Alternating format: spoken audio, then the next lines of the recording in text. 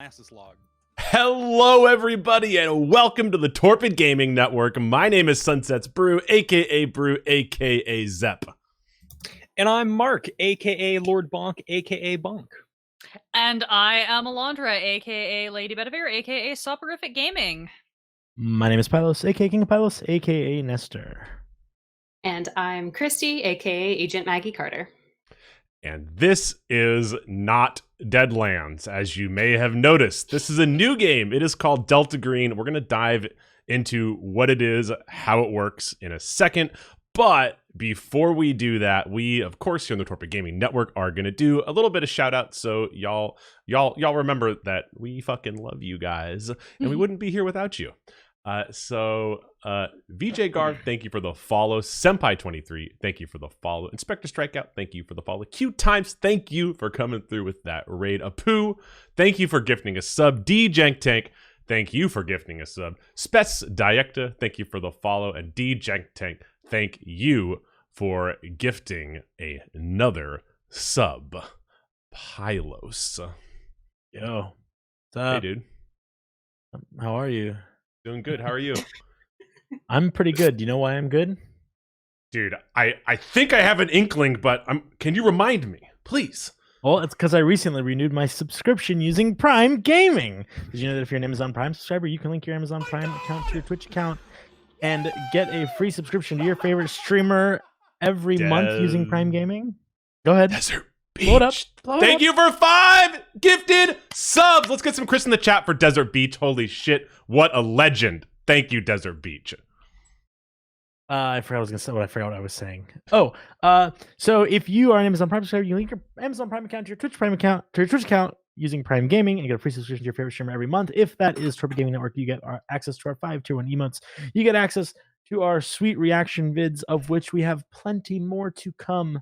You get access to our subs only Discord layer, and you get a limited ad viewing experience, which if you follow the recent news with Twitch ads, that's a big one. Ain't that the truth? It's like, oh, you guys are about to do something fun? Here's a mid-roll ad. So you can hit !Prime like Crusader has done in the chat to follow the link to help you get started to link your Prime Gaming and your Twitch account. Wow. Educational and fun. Great delivery, Nestor. Loved it. All right. Okay. I only do that because I know that he hates it when I do that with his literally every fiber of his body. Yeah. But we are going to be getting into Delta Green, and Bonk over here up to my right, your left, is going to tell us about Delta Green. What's up, dude? Oh, hey, hi, how's it going? Delta Green is one of my favorite games. The players would typically act as X-File agents or paranormal investigators of some kind with some sort of agency with maybe a federal backing. You're not really sure. It's a lot of mystery. It's a lot of intrigue. It's a very fun game. But in the grander scheme of it, it runs on a percentile based. So we're going to be rolling lots of 2d10, figuring out percentiles. It's not your Dungeons and Dragons. It is set in modern time. And speaking of not being Dungeons and Dragons, this game is also very lethal. When you introduce firearms, people tend to die a lot quicker. And normal humans without the aid of magic are very fragile. So things like saying, take 3 damage, that's a lot. So as far as your scale, and any of you tabletop role-playing vets, this is maybe a new system for you, so welcome to it. With that, it is a game that likes to explore the horror genre. So things can get spooky, things can get scary, and things can turn violent, grotesque, and things like that. So here is the subtle warning of there may be some violence described in this scene. We are just trying to tell a story. It is October. We want to make that story scary and leave you with something going, what? I think I got it all. Anything else? Yeah. Yep, that was a pretty good summary.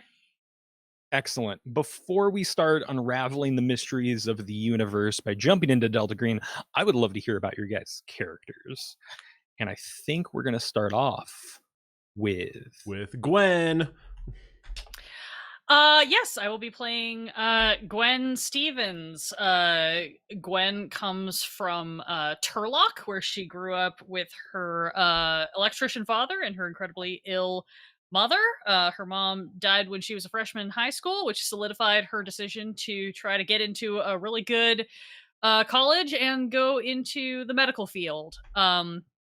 She worked her way through high school alongside her dad, who was a commercial electrician, and then took a couple of gap years to continue working and saving and trying for scholarships. So she's a little bit older than the rest of the crew because of that, but she's finally at Cal in her biology major on a very strong pre-med track.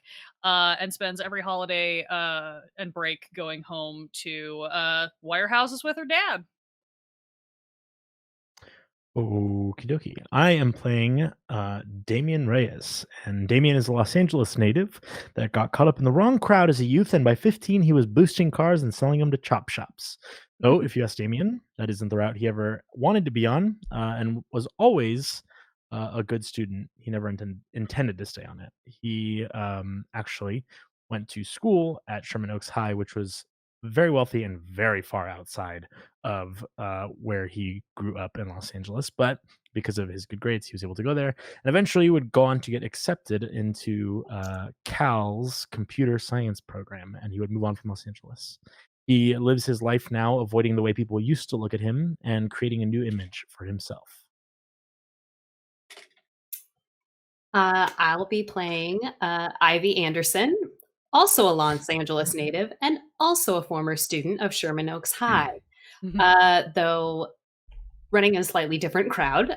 She is a daughter of a dynamically chaotic husband and wife duo of film producers. Ivie has led a bit of a charmed life, having been schmoozing with the Hollywood elite since basically birth. She is, in fact, a former child actor, and she now has her sights set on becoming a production designer. She is excited to be at college to get her degree. She spends a lot of time in the theater department. She has some specialty talents in mostly props making, leading into that desire to be a production designer. Sorry. Nope, you're good. Okay. I was like, oh, I'm ready to hear some more. I was like, well, if I had written it. Same, girl, same. So I am playing a boy named Bryce Castle. He is a sophomore at Cal. He is a football player who very much identifies as a football player, but he was on the practice team and he just got called up to the main squad. And then on their first practice, popped his shoulder out, and now he's been in a sling for the last month and a half. And he cannot play. And he got made fun of, and it was just not a good time for him. And he decided to dive into that creative writing class. Earthchild, thank you for gifting a sub. Thank you for interrupting me. I need to find my place now. Okay. He got made fun of, said that, and he decided to dive into that creative writing class he just had to take for his communications major. And he actually really likes it a lot more than he thought he was going to. Bryce is about 6'1". He's got blonde hair, the stash, and he almost every time you see him, you don't know if he just has one and it's really dirty or he has like 17, but he is always wearing his 49ers Steve DeBerg number 17 jersey. Like, it's just that's the only way that you see him dressed. He grew up in Modesto, the best football player of the school, and he was one of those things that when he got to Cal, he realized that like everybody else was better at football than he was. So it's like was really disheartening, but he like made it up, got the practice squad, made the main squad, and then got hurt. And he thinks performing, I'm not done. I'm just kidding. He thinks performing a grand gesture for the school will get him back in favor with the football team. That's it. I thought that was going to be a lot faster. I'm sorry. It's totally okay. And you at home may have noticed a common thread of they're all Cal students. Since we're just running this game for the month of October, we've decided to break the traditional mold of Delta Green a little bit. They're all starting out as non-professional agents. They are going to be ordinary college students in Berkeley who are coming together to try and steal the Stanford axe. It is a time-honored tradition with a rivalry that is known throughout the land, and it is going to be a fun setting for us to ground it in. We're going to be doing this in January of 1978. I'm so excited for you all to come along the ride. And Zep, I think we can roll that intro video. Boom! This is Delta Green. Reopening of Case 714, Juliet Zulu. Active, January 1978. Initial reports, Palo Alto, dozens of missing college kids, and another damn axe hunt. Agent Greer heading to the opera now, reporting for Delta Green. Stand by, Operation Extinguish, count of 3, over and out.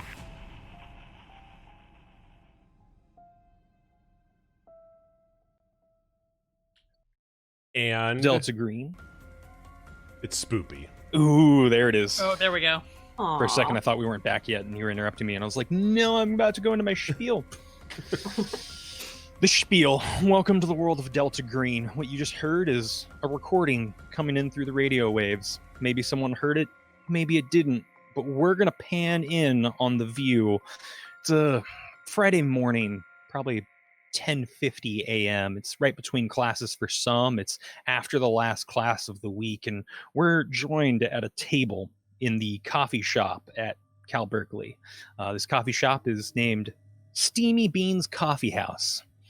It's a local joint that's allowed to permit on campus, but it's got the favorite cup of joe of pretty much everyone here, and the people you've already met. We have our 4 players, and they're waiting for a particular person. The headmaster. They actually have a title, and I totally forgot where I put it down. The chairman of the UC committee of something else. Man, my notes are terrible. Sorry, guys, but we're getting into it. They are waiting on Nikki Wickles, who has asked them all to come together for a very particular reason. There is going to be a raid on the Stanford axe. And we're going to join our players, getting a bit ready as they all have their coffee. The last orders come through. Maybe there's a croissant here, bagel there, donut over in front of one of them. And they sit down at a table, and Nikki Wickles, with her red hair, loose ponytail, standing about 5'10". She comes on over in her signature jumpsuit. Today, it's yellow with black flowers. She also has her custom varsity jacket to protect her from this January cool chill. Leather sleeves with a navy blue base, and there's a hand-stitched yellow bear covering the backside, along with a big, bold 11. Nikki's the talk of the campus because she just missed the 76 Olympics and recently posted an 11-second 100-meter dash. She's bound for greatness. She's got her sights on the highest prize, the Stanford axe. So she sits down in front of all 4 of you. Hey, thanks for meeting me like this. We're all set for a go tomorrow. How goes the preparations? Oh, God. Man, this coffee. Why do they make it so hot here? It's to get the flavor out of the beans. You gotta get it hot, and then you can cool it down. You just can't. Are you okay? Do you need me to? Do you need to go run your hand under cold water? Yeah, no.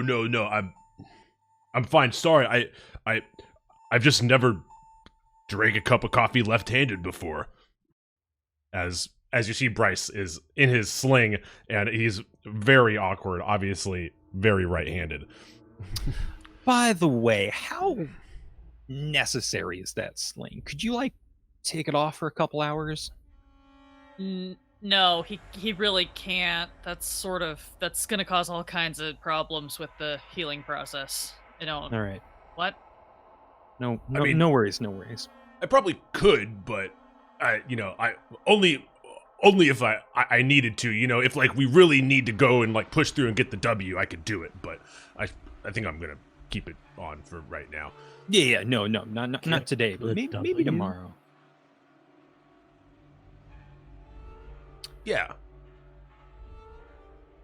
Yeah, he's got his eye on the prize. It's the right attitude, if not the right wording for it all. Anyway, update on my side of preparations. I have you all a seat on the band bus, and you can head over. I've got uniforms for you, and that's how we'll get you onto campus. Basketball game is tip-off is at 7:00 tomorrow night, but band gets to load in at 6. You'll have almost free run of the campus once you're there. Just change out of your band uniforms and wear what you're wearing.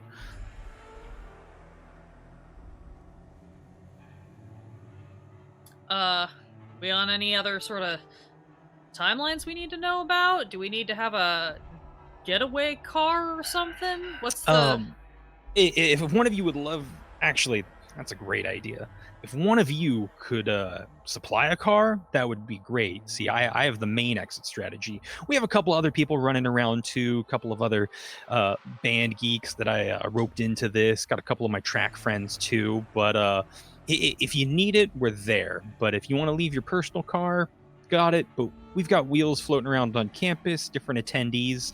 Only thing you really need to know, come halftime, drama department's gonna take out the acts that they made from our cheer section, run a whole lot of hubbubaloo. So they're probably gonna check on the acts if the axe isn't on display. We're pretty sure it is going to be on display still. That's Hoover Tower. It's the big building down at the base. They usually have some sort of display that people like to go touch the axe on the way to the game. It's just across the quad here. And she like grabs some paper out of her bag and starting to sketch a map on the table. Yeah, so we got Maples Pavilion, the basketball court. That's off to the east side of campus. Hoover Tower, nice big tall building. That'll be our big reference point. That should be where the axe is. Across the way, you have the library. If you get chased, maybe lose some people there. But main quad, probably won't need to go there. But just north of that, that's the oval. That's probably going to be the best access and exit point for us. If you go past the oval, take a left, head 2.5 miles down. My family's got an old Christmas tree lot down there. Get it to me there. I got a couple of ATVs. Me and the track guys will take care of it from there. All right. Seems all squared away. I mean, bus leaves here at 3:00 tomorrow. Gives you, another 24 hours for any sort of prep, any sort of questions. Oh, I got this old picture, by the way. It's just an aerial shot taken a couple years back, but might give you a sense. And have you been to Stanford? I toured it once. No, why would we go there? Terrible, terrible place. I have to go there for meets every once in a while, but yeah, I'd hate to be there for any longer than that. I actually thought it was kind of nice. They have good facilities. Well, I mean, they've got gun money sponsoring the whole thing, so I'm not worried about the quality of the buildings. I hear the acoustics are terrible. They didn't offer me a scholarship, so we didn't bother visiting.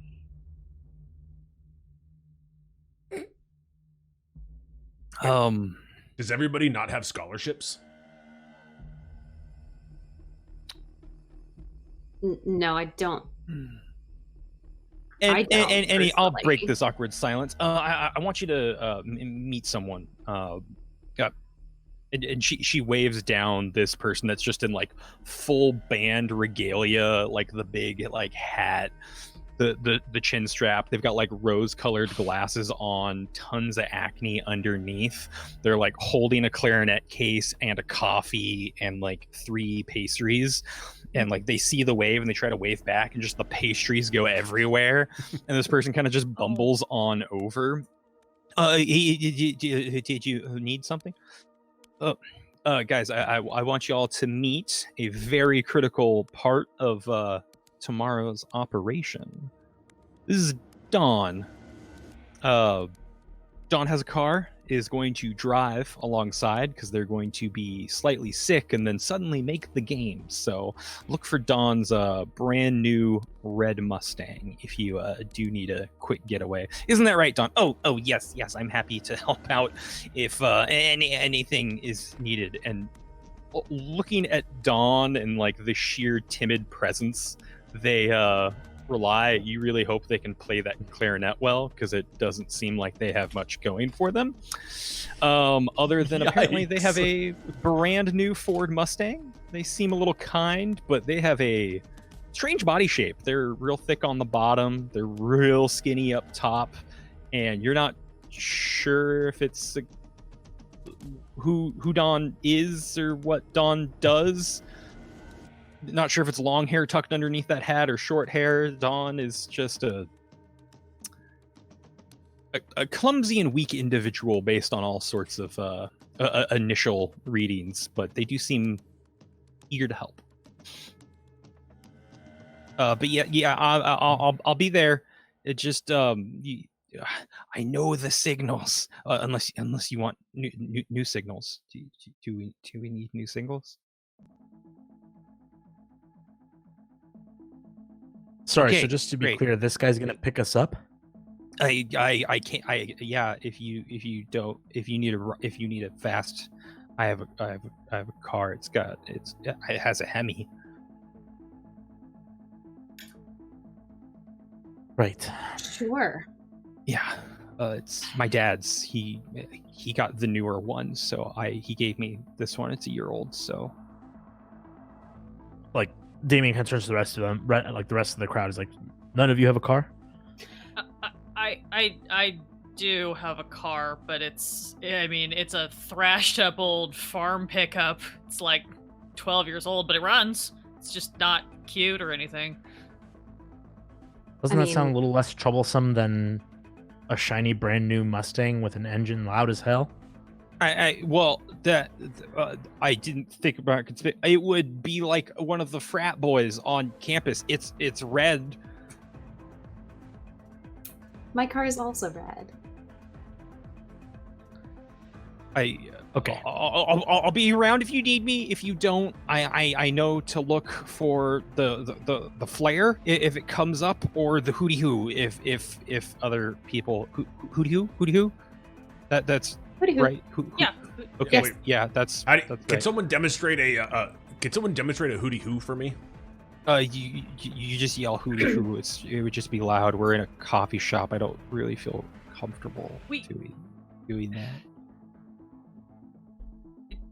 It's pretty much what it sounds like from what I understand. We used it back for track meet stuff back at my high school too. It's what it. Did you never use the hooty hoo? Look, I'm just more of like a tactile learner, you know. Sure. Yeah, no, I'm just clarifying.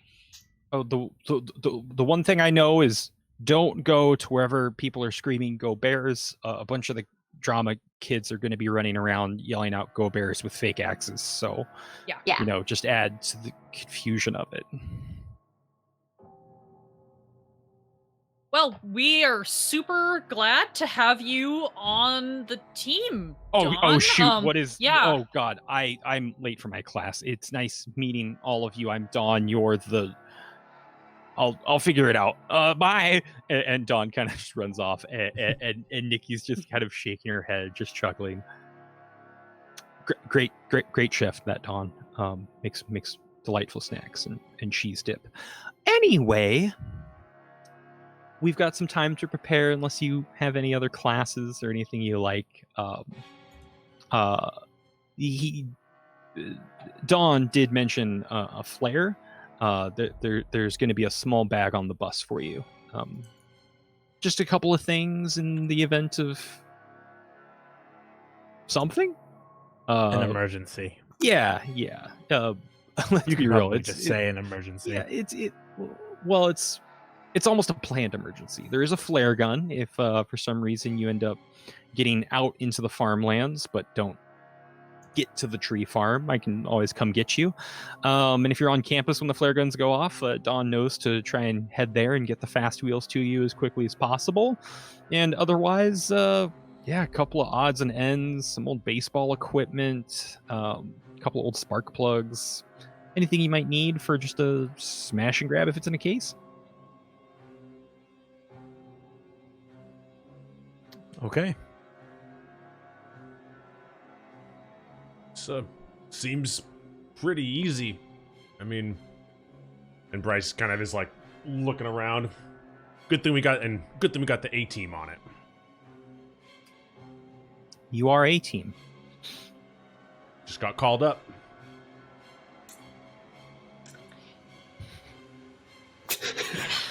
Yes, yes. you did. Damian turns, looks at me, and goes, "Is everything going to be sports references with you?" Well, they generally are, but you know, I like to make the sports references because then I like thinking about what they could be, and then I like thinking about writing prompts, like sports writing prompts. Like have you looked in, like have you heard the stories off the field? Those need to be told. You're a writer. Oh, yeah. How fascinating. Well, What I mean, kind of things you write? How's that going with your left hand? it's going awful, but I just found out that Cal, they got a computer lab, and I saw, wait, you were in there, right? Damian? Yeah. I was. Hey, you type so fast.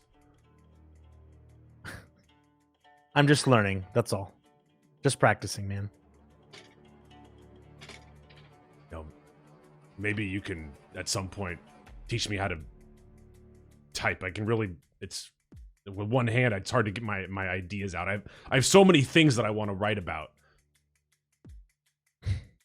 Damian is non-sympathetic.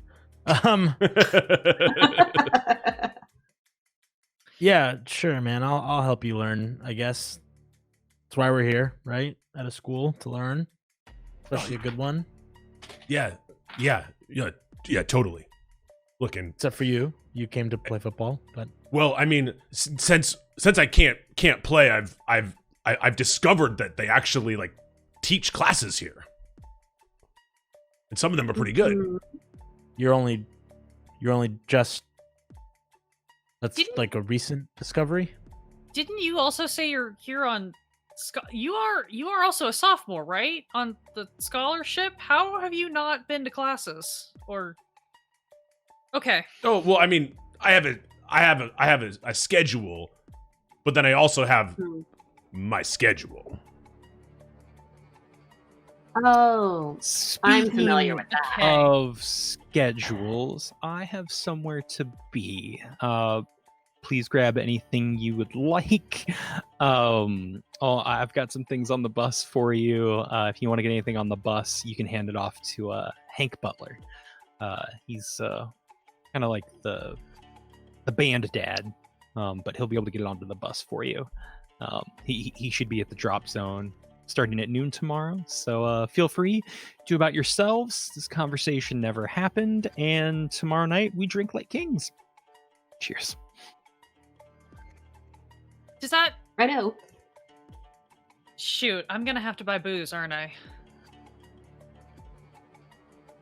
Why would I you have to mean- buy Yeah. booze? Because I'm the only one over 21. Oh. Ha. Don't worry. And then Damian I looks have at the keys to the theater department. him and goes, "All of you? Not 21?" I'm 20. 19. Okay. Wait, how old are So- you? 19. 22. You just look like you're pushing 40.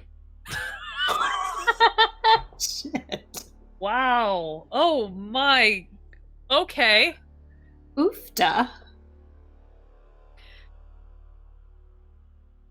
Okay. Anyway, And this is when Delta Green became about all of the party killing each other. We're starting early this time. So, unless there's anything else we need to do as a group, I have some gear that I want to go pick up, and I think I need to run by the bio lab and grab a few things. Yeah. Am I the only one that feels relatively unclear about this plan? Oh no, I have no Right? idea what's going on. Yeah. Someone else sets up a plan for us, and we're just going to go blindly do it? Yeah, that's what they told us.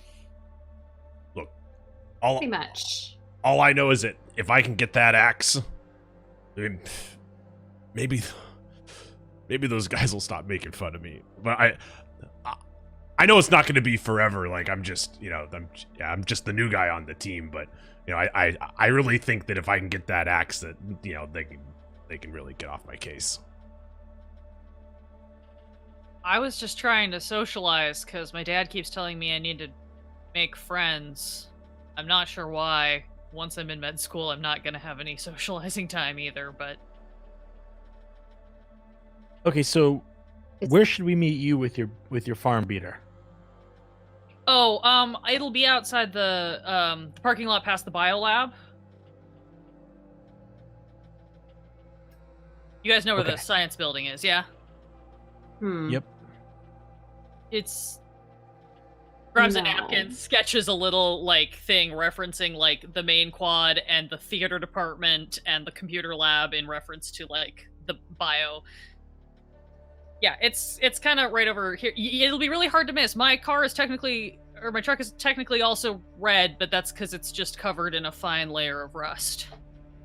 It used to be black. So, do we want to get the band stuff and then are we taking the truck or are we going to take the band van? I would be more comfortable if at least one of us took one of our own cars. I'm kind of with Damian here. I'm feeling a little bit ish about this plan. So, I could drive my car down there tonight. I can visit my boyfriend in Palo Alto, and I'll just leave my car at his place. It'll be there, totally fine, and then it'll be great. And then we'll have backup, just in case Dawn is maybe less... Anyway. Did you get that feeling about Dawn too? This Kid's sounds got like heart. This sounds like a group project that we're doing right now, so maybe backup is a good idea. Mm-hmm. Yeah, I like that plan. Do you need a ride back here tonight, or are you just gonna stay with your boyfriend and meet us You down can drive there? me back. You can drive me back. It'll be fine. Okay. Great. Yeah, I've got to get over to the lab. I've got projects that I need to check on, make sure that things are only growing in the petri dishes. If anybody wants to come with, I pretty much got free reign of all the cupboards because all the teachers really like me. So if we want to, snag supplies, I can get you basically any weird chemical or anything from the biolab. Are you at all familiar with pyrotechnic work? I know how to start fires, but that's usually a mistake in my line of work. That's fine. Just grab a smattering of fire stuff. I can handle the rest of it. Don't worry. Yeah, sure. Okay, I can do fire stuff.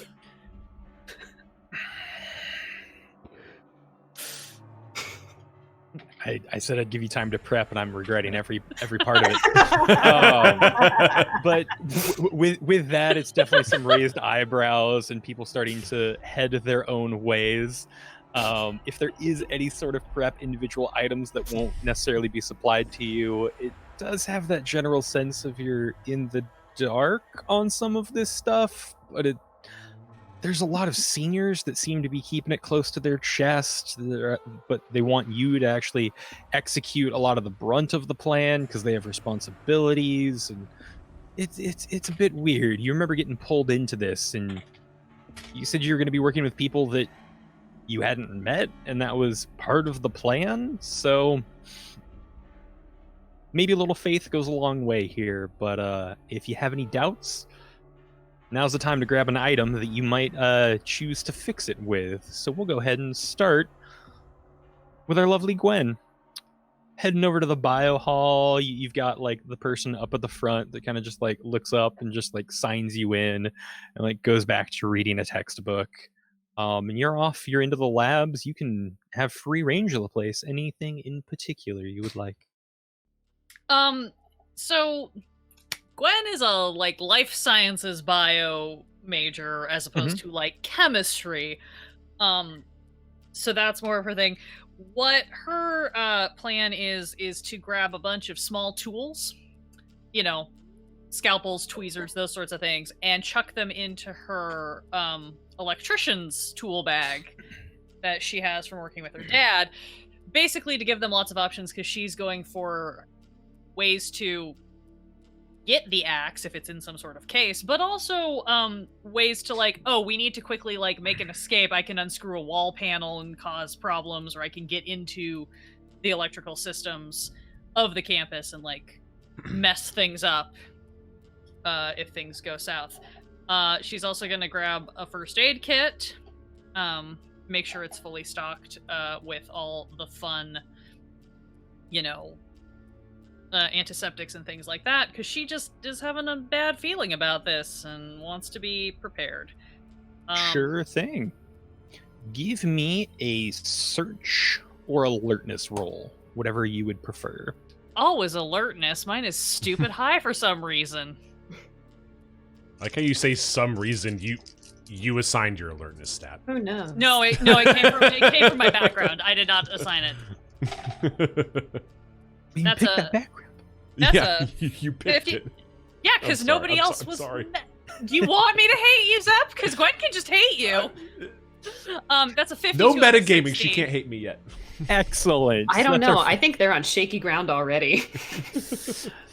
Excellent. So 52 on a 60 in this game is a success. You are typically trying to roll under whatever your skill is. The higher your skill increases your chance of succeeding. You want to roll under it, but the closer you get to the number, the better a success. So a 52 out of 60 is a great success. So as you're searching around, you definitely find all of the stuff you need. Mechanically wise, if you need to make a medicine or first aid roll, the next 4 rolls that you make of that are going to be at plus 20%. So for being able to heal people, you have the supplies to do it, and you have a good amount of supplies to do it, whatever the injury may be. Also, while you are searching around, you find everything you are looking for. You also come across a very crumpled up, slightly burned with a few missing pages, a book kind of like shoved underneath one of the tables. Looks like it was hastily kicked across the room and got wedged underneath one of the tables. And you go down and pick it up, and it is a copy of the Anarchist Handbook published in 1971. It has most of the information it has in there, but the thought does cross your mind as you flip through it. There are ways to make drugs. There are ways to make smoke bombs, gas bombs, small weapons. There's a little bit of everything in this book. So you also have that at your disposal. Excellent, because the one other like oddball thing that I was going to look for is the I'm gonna forget. Alandra's going to forget which chemical it is. It's like a potassium something. It's the one that infamously gets stolen and flushed down toilets because when it comes in contact with water, it makes them explode. And that would be the one kind of chemical that she knows gets used in pranks a lot. And Sure. we'll try to find that. But now that I have this, I might actually flip through and look for recipes for, say, something like a smoke bomb and see how easily I can find components that could be used to assemble that. Absolutely. You do flip over to it. It is one of the pages. It looks like there was a page ripped out for other type of explosive-y things. For instance, there are a couple of pages ripped out of like, you can see something that says mustard gas, but it's like ripped out, and like coughing gas and all these other things that seem to be ripped out. But you do find some chemicals that are readily accessible and would be able to make a smoke bomb, as well as the instructions on how to do it. If you would like to use the rest of your evening preparing one of these, I'll give you a roll once we get everyone equipped, and we'll see how many you can make. Perfect. I think then that's Excellent. what I will do. All right, moving on. We have Ivie. You are heading on down.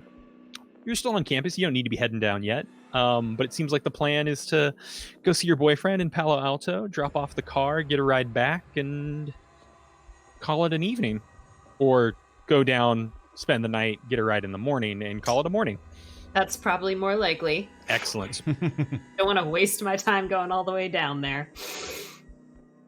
Anything you'd like to pick up on the way from Berkeley to Palo Alto? There's plenty of stops. You got to cross a bridge. I do. I'm going to stop at the best noodle shop in all of SF and get some noodles and Oh, of course.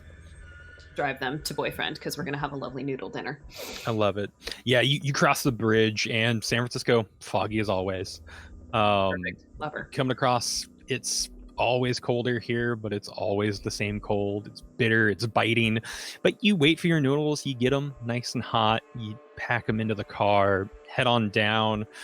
And as you're driving down, the fog lifts, but it doesn't quite go away. It's just that high fog cloud cover. Almost looks like it's like if you turned upside down, it's almost like a big dancing floor, just all the way across down the peninsula. Just a big old coat of like gray granite almost floating in the sky. But you make your way down to Palo Alto without any real disturbances. You got your car in position. He'll gas it up for you. He's nice like that. Aw, thanks, babe. And you have yourself just a nice noodle-filled evening. Noodles. Let's head on over to Bryce.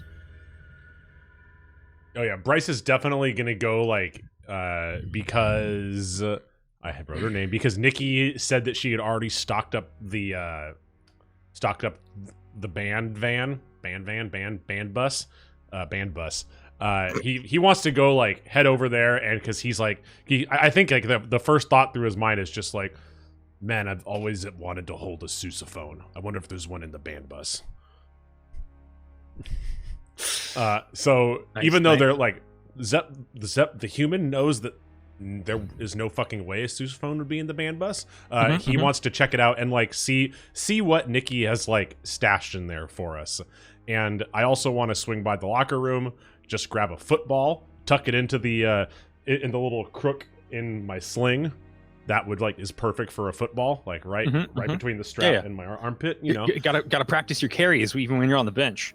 Yep, yeah. So I'm just gonna be carrying that around, and Annie wants to also grab a journal and a pen. Sure thing. All easy enough to come by. You go around to kind of like where the like loading zone for the bus is gonna be, and you're like, oh right, she said tomorrow at noon. Tomorrow at noon we can load up. But like you're there with like your ball and stuff like that, and there is kind of a guy in like a big coat come by. You're like, Bryce? Yeah. Yeah.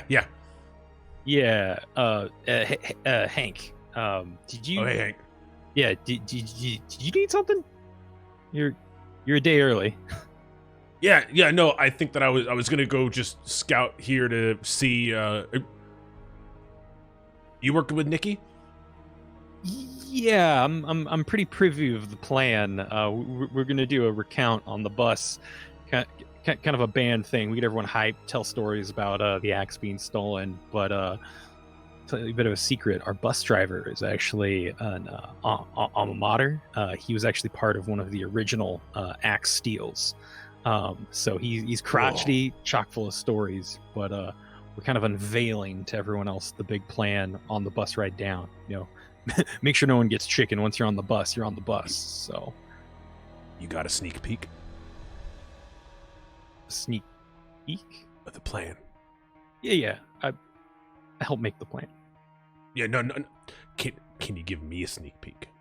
I can tomorrow on the bus at 3:00 when we depart. Don't worry, it's gonna be fine. It's rock solid. It's foolproof. How could anything go wrong? And like pats you on the shoulder, but it's your bad shoulder. Sorry. I'm left-handed. That's your right. Can I do anything for you? Yeah, just don't leave us out there. Don't break the play tomorrow. Okay, we're going past when the buzzer stops. Go sports team. I'll see you tomorrow, man. And he like starts walking off to his class. And I like hold out the football and then bring it back in. And walk away. Attaboy. Great. And we're gonna just zoom in on to Damian, who's maybe still in the coffee shop, just shaking his head at what the hell just happened. I'm just sitting here going like, oh, nerds talking sports. Sweet. No. I follow. I'm gonna actually wait outside of Don's class. Sure. And follow Don to his car, and not sneak up to him, but I'm gonna, just check out what he's about, and try and talk to him about maybe he and I driving down together before all of the band van and all that stuff. Sure thing. Yeah, you can kind of come up. Don's just putting various things in the trunk right now. He's got his giant clarinet case. It looks like he may have bought the wrong size case, but has modified it for his clarinet. It has like a stack of books, is slinging his backpack in, is taking off like his band hat, and is now like trying on various hats and trying to figure out which one works best with his band uniform. So this is it, huh? This is the Mustang. And like suddenly jolts up the head and like bangs it on the trunk and is like, oh, hi Damian. Yeah, this is the old girl. Slaps it on the hood. It's great. My dad loves it. Isn't it brand new? Yeah, it's basically brand new. My dad's got the 78, so he gave me the 77. Okay. Yeah, no, So it's got 12,000 miles what- on it. Had to drive back home a couple times. What's your plan? What's your plan going into tomorrow? Oh, we're checking in with Hank. He's kind of the band dad. But no, we check in with him. He'll give us a parking pass for any vehicles that want to tail down with them and actually park down there at Stanford. They're part of the band. We usually get a couple because we usually have to fill up the whole bus full of instruments. At least that's what we tell them. We just like taking our own cars. Definitely. Okay. Yeah. What if instead of doing that, we parked your car somewhere else, and I just dropped you off there? With you would drop me off with my car? Yeah, I'll drop you off with the band in your car. I'll take the car. I'll figure it out when we get down there. I'll park it somewhere else.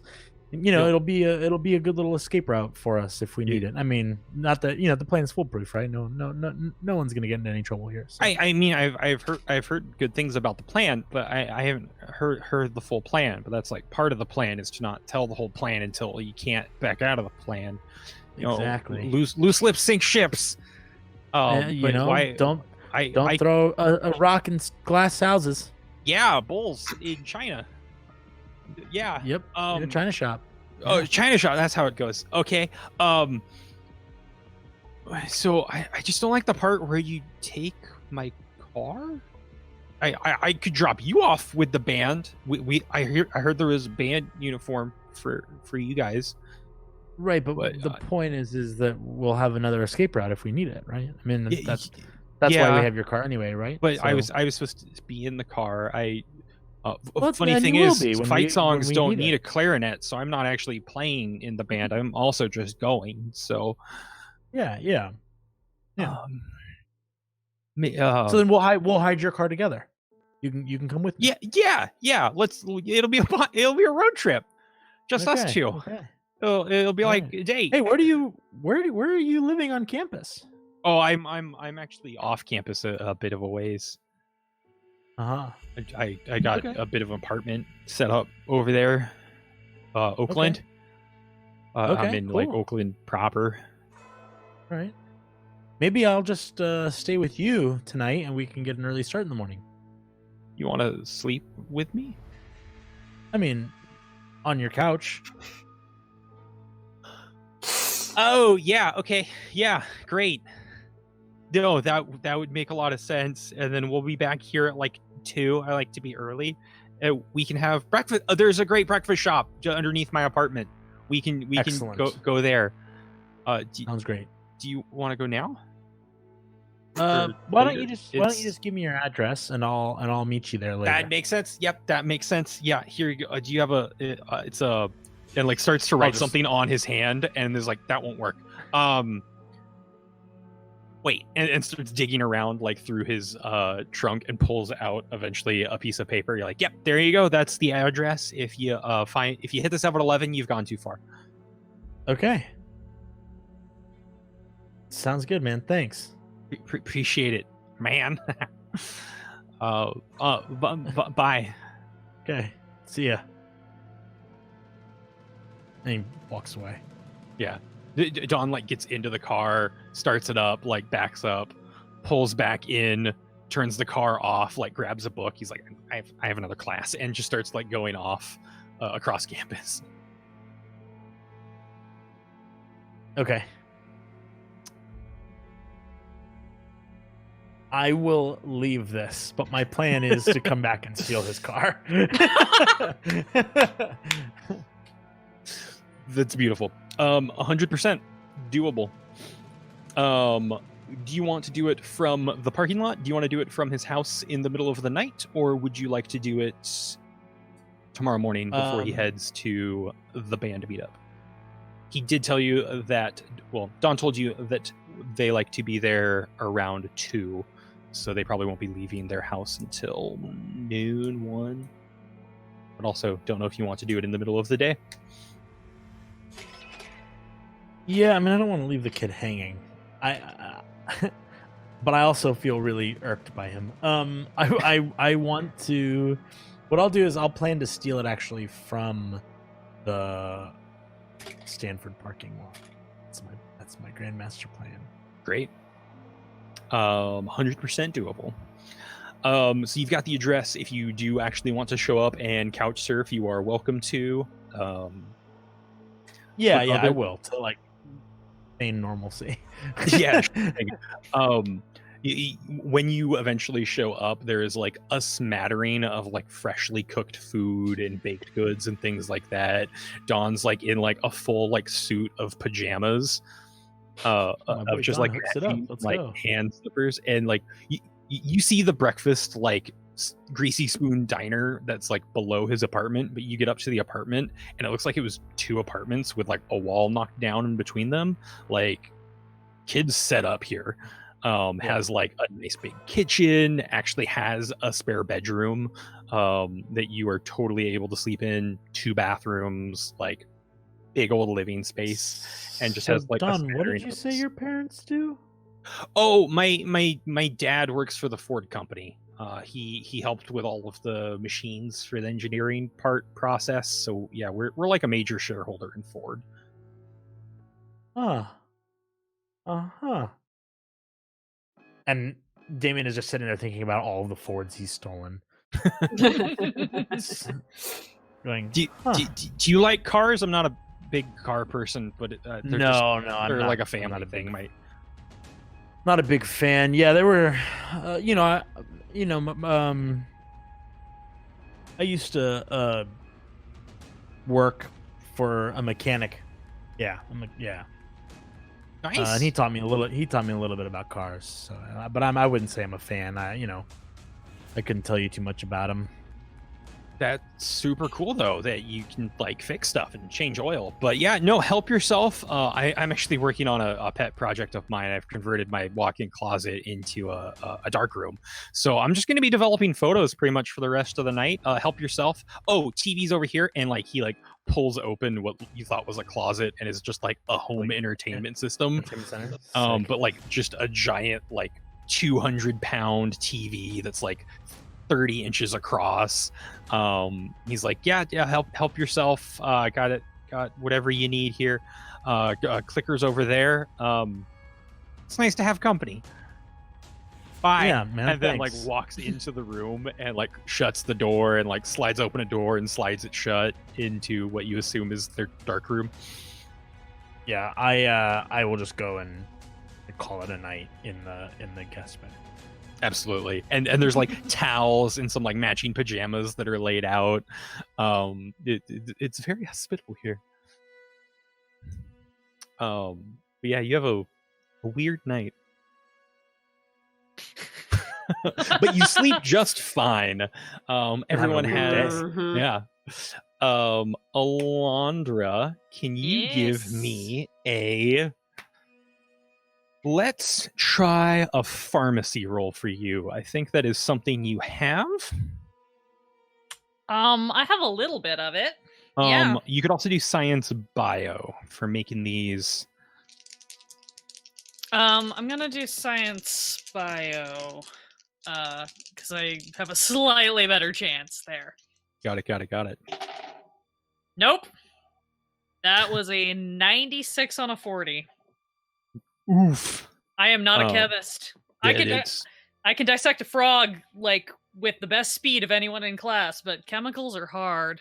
It's totally fine. You have the time to figure it out, but it starts rough. You definitely just cause the reaction immediately. So wherever you were making them, be it the lab, home, parking lot, nice big coughing gas of just lots and lots of dark smoke. See, you cough, you flee a little bit, you go back in, you grab supplies, you change location. Happens one more time throughout the night. You are eventually able to get one smoke canister out of it with just the amount of time, and your voice is going to be a little coarse the next day. But other than that, I think you're good to go. Great. Love it. Dawn of the next day. Sun is arising. We are at January 28th, 1978. It's a Saturday. It's game day. Cal is getting ready to roll out down to Stanford. They're going to be playing some of the basketballs, and y'all have a ticket on the band bus / band convoy. Starting at noon, you're able to drop off anything you want. There is Hank in kind of his regalia of the band. He plays the French horn, so he's playing every once in a while as people walk up. He'll do little fighting tunes of that, and then he'll clear out all the spit from it. But it's a game day. There's some celebrations going on. There's people thinking that they're trying to recreate big game day celebrations like back in the fall for the football game. But this is basketball. It's in the middle of January. Both the basketball teams are pretty garbage this year. So no one's looking for anything. But man, it always feels good to beat Stanford. Mhm. We lost the Axe last November. It's a real heartache. But you're going to get it back today. 2:00 in the afternoon rolls around in a red Mustang complete with modifications. You got a nice blower coming out the top of it. It's got a small black lining on the bottom side. Pulls up with Dawn and Damian. They're showing up. We've got our Bryce coming on in with his sling football, same jersey he had on yesterday. It might be different.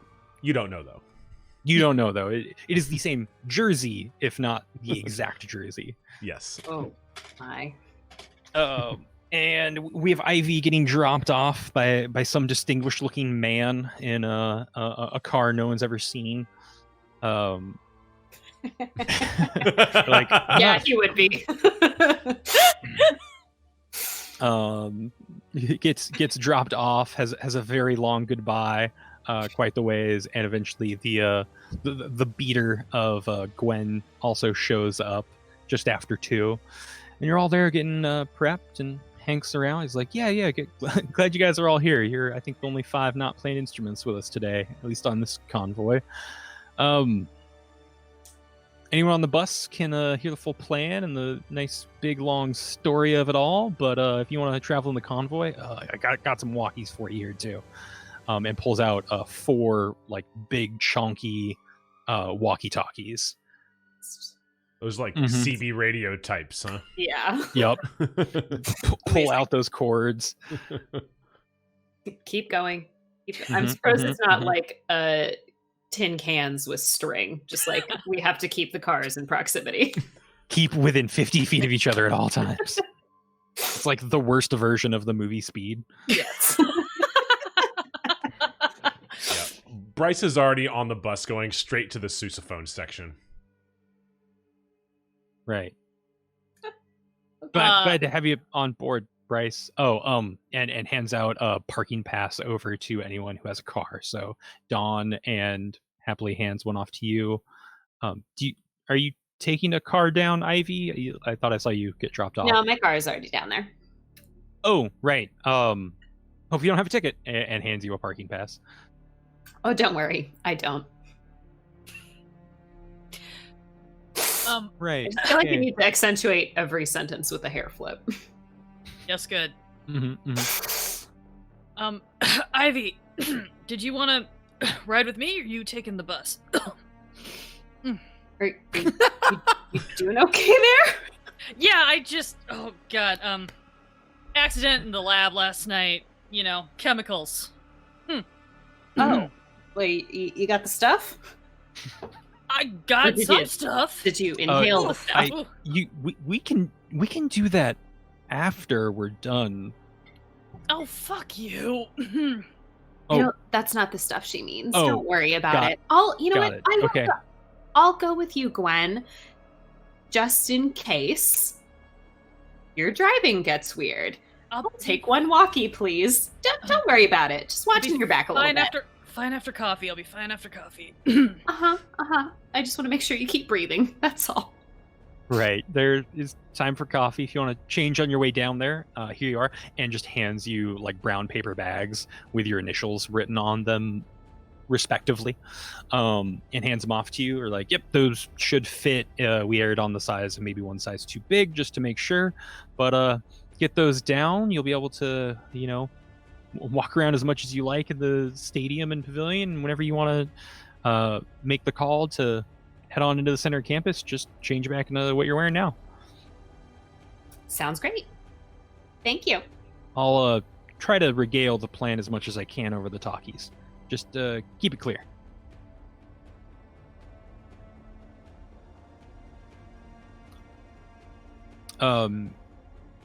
Damian, you riding bus? You going with? I don't really know. Out the window of the bus, you see Bryce just like, Bus buddies.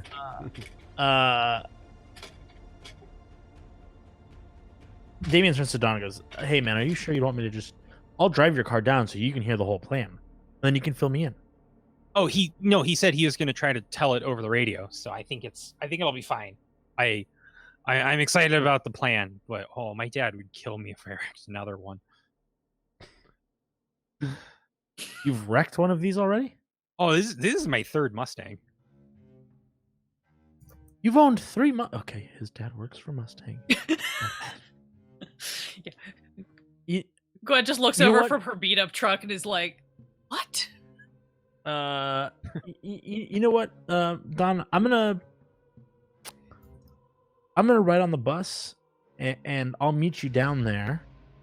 And we'll catch up then. 10-4 as he like yells into the radio that's clearly off and isn't prepared. I'll be following the bus. I want to hear the story. Okay, sounds good. Yeah, great. Take it easy, man. Yeah, great. Oh, and does like a weird check-in with like Hank about all the different things and if he needs any help. And it's like, no, I got this. Don, you're great. Nope, it's fine. Stop. Okay, great. And then Don just like sits and waits patiently in the car until everyone gets loaded up and ready to go. But there's plenty of time to grab coffee. At some point, Hank does kind of like get you each over and is like, all right, these are your guys' cases. And it's just a series of like guitar cases or like large horn cases. And you open them up and they have various things. So there's like a baseball bat, a couple of baseball balls, wow. A bat, some balls of the sport base. We should there's stop like pretending we know anything about sports. sports balls. There is like a bag of spark plugs. There is a flare gun with 2 flares. There is a couple of ski masks. There are a couple of like hockey masks. There are just an assortment of like, looks like a random grab of costume pieces that were grabbed from the theater department and thrown in. So there's like various scarves, most of which are in Stanford colors. So you've got your incognito supplies and a couple of like a small bag of various sunglasses and things, which feels a little weird because it's going to be at night that you're doing all of this. But yeah, a little bit of everything. Anyone have any special requests for what they would like to see in their instrument bag? A sousaphone. All right. That's your request. Yep. Half request, half just clarification. Sure thing. I assume this is like a cumulative stuff. Is there between the 4 of us a single flare gun with 2 flares? Single flare gun, 2 flares. Great. Y'all can decide who either ends up with it or which case or who grabs the case with it. Great. I just wanted to. I'm taking all my inventory notes, but also collectively, so I wanted to make sure I was tracking Sure thing. that appropriately. Everyone just has guns. I think if no one else has strong feelings about it, I would say that Gwen wants to take whatever case the flare gun specifically is in, and she'll take that in her truck rather than leaving it on the bus. Sure thing. Any other special requests for things? You said something about a hockey mask and like Yeah, there's there's various things like hockey masks, random scarves, and pashminas that come from like the costume or scene set shop, whatever there may be. Anything that was Stanford colored, they ended up throwing into a bag and like shoving into one of these cases as well. But yeah, there's some ski masks, there's some hockey masks, there's like a rubber gorilla mask. Naturally. Yeah, I'll take the like disguise case. Sure thing. Any other items I didn't rattle off you guys were hoping to see? And or remember this moment, and I'll give you a straight up luck roll to remember that one item that you thought you had, because that is an actual mechanic in the Good. game. Yep. Perfect. Gonna do that. Hammer and screwdriver. That's kind of what I was thinking of, like tools. Do we need tools? I We'll have probably need small. tools. I have small tools, but I don't. I probably have screwdrivers, but I would want like a hammer. Yeah. Hank sees you looking around for those types of tools, and he just has like a fold out thing of like what should have art brushes and stuff like that in it, but has screwdrivers of various sizes, a hammer, a small hand saw, basically any small hand tool that you would like. He's like, you can have it now. Great. Love that. Chuck that into my tool bag. Yeah, but any tool that doesn't require power, you basically have now. Great. Perfect. All right, we're getting about to that time. Looks like we're loading up the bus.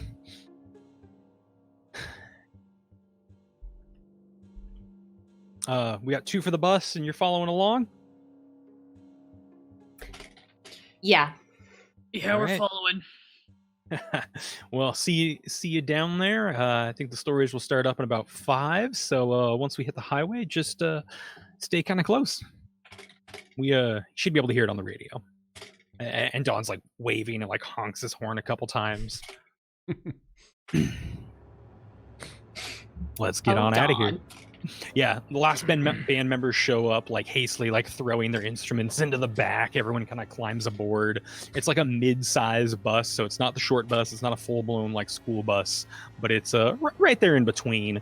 And yeah, this older guy with like a classic Stanford, the classic Cal jacket on is riding the bus or driving the bus with everyone riding along, and is just starting to regale things about like, back in my day when we got down to Stanford, we'd smear our faces in blood and yell out things like, and just start going off and yada yada yada. And eventually, about 5 minutes, he settles down. You get onto the freeway. You're starting to head towards San Francisco. And as you hit the bridge, Hank, go ahead and gets everyone to quiet down a little bit and opens up the channel on the radio that you're all tuned into. You're like, all right, today, it ain't the big game, but it is a big game, if you know what I mean. And just everyone in the bus is like starting to rattle on the seats and stuff like that. He cuts them off.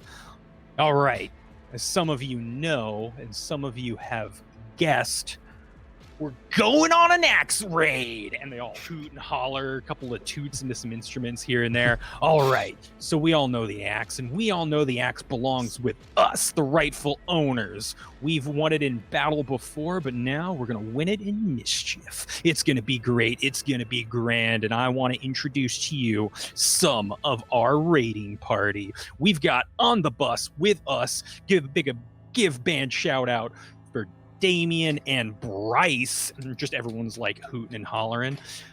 And following up behind us, we do have the lovely ladies Gwen and Ivie in that beat up. Can you hear us, ladies? And we'll like wait for you to respond in the radio. I just honk the horn. All right. Poppy. All right.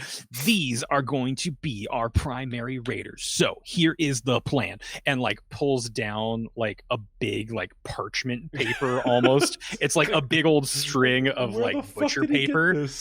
70s magic. Yeah, 70s magic. One of the guys has it, and there's just a very terribly hand-drawn map of like the Stanford campus. He's like, all right, here is going to be us, the band, and just like slaps the piece of paper and puts a hole through it. He's like, oh god, okay, pavilion here. This is where the basketball game is going to be taking place. Tip off 7 o'clock, I think is what I said earlier. Around halftime. Who knows how long that'll be? 30 minutes in, 40 minutes in, distraction happens. Theater department is going to come out of our cheering squad with a fake axe. This is going to cause a whole bunch of disturbance all around campus. If there's anything we know about the committee down there that protects the axe, this is going to spook them. If need be, they're going to pull out the axe on their own and transport it somewhere. That's where our crew comes in. You have the option. You can either get to the axe before the distraction, and then they'll see it when they go into the panic, causing further panic to help cover a getaway. Or you can't find it, follow these guys. Every axe that's what they call themselves, bunch of losers. And everyone's just like booing and hissing on the bus now. Don't worry, you'll be able to see them. Every game day, they wear these big, obnoxious buttons that have 2 axes on them. There's only 1 axe. Why do they have 2 axes on them? Idiots. 2 axes, big red pin. You can spot them a mile away if need be. You can follow any of them. I bet they're going to be running to the axe after the distraction. But where is the axe? At the end of the night, it's going to be with us. But it should be on display at the base of Hoover Tower. Hoover Tower is here and points just off center of the map.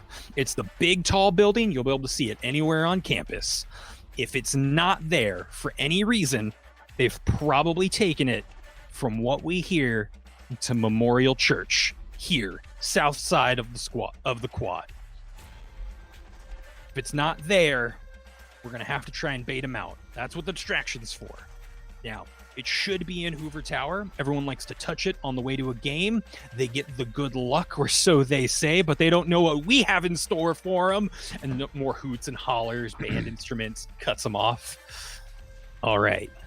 But this is only the phase 1 of the plan. That is the attack plan, escape plan. We're handing it off to the track team. Just like an actual baton, we're going to get the axe to an abandoned Christmas tree lot 2 miles just off campus. If you take the oval exit, hang a left, 2.5 miles down will be the track team. Track team has a bevy of 4-wheel drive cars, and they're going to take off through that farmland and get on out of there. At the end of the night, we'll all reconvene back on campus. We're going to party it up right. We're going to light the big game bonfire up the hill, and we're going to have ourselves a right old celebration. Who is excited? Everyone hoots, hollers, gets all cheery and stuff like that. That is what y'all need to know.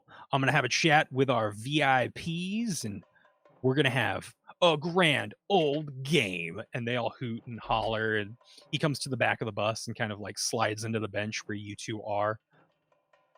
All right, ladies, honk if you can still hear me. Boop, boop. All right, great.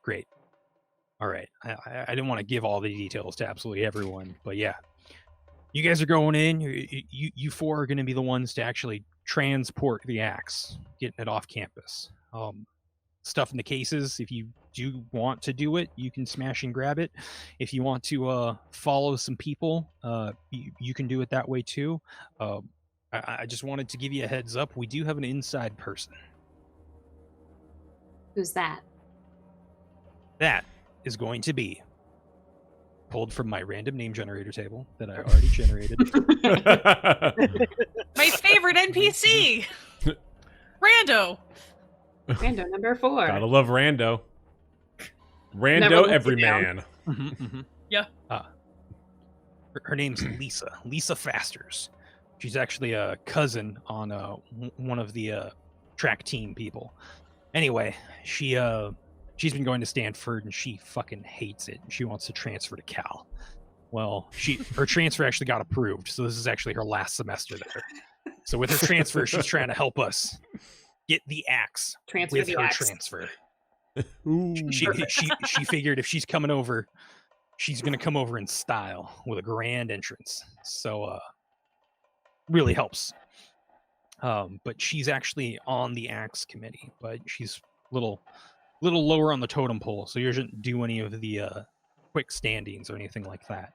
She's gonna be at the gym. She's in the Stanford band, or she thinks she's in the Stanford band. She plays the triangle. Anyway, she'll be around. She's pretty free to roam, so she'll be your inside person about any sort of things like that. So if you want to follow them during the panic, she can cause a distraction to hopefully get you alone with the axe. But you know what? Scope out the area as best you can. Maybe formulate a plan. We'll have an hour before game, hour and a half before the distraction goes up. So you've got a little time to get your lay of the land, as it were. So is Lisa is she on the CB? The radio? Oh no, she's going to be at the gym. How do we get to her? We unload at the gym. She'll basically be there. She's the Stanford band member with an axe. Okay. Just don't approach her if you're in band uniforms, because that'll look weird. Just approach her in regular clothes. If anyone asks, you're a Stanford student.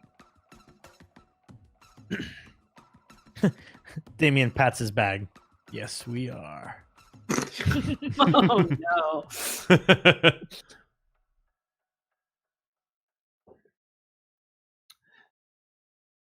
Any questions, comments, concerns? I know it's it's some loosely planned together things, but there's a lot of planning on the stuff you guys aren't going to be involved in.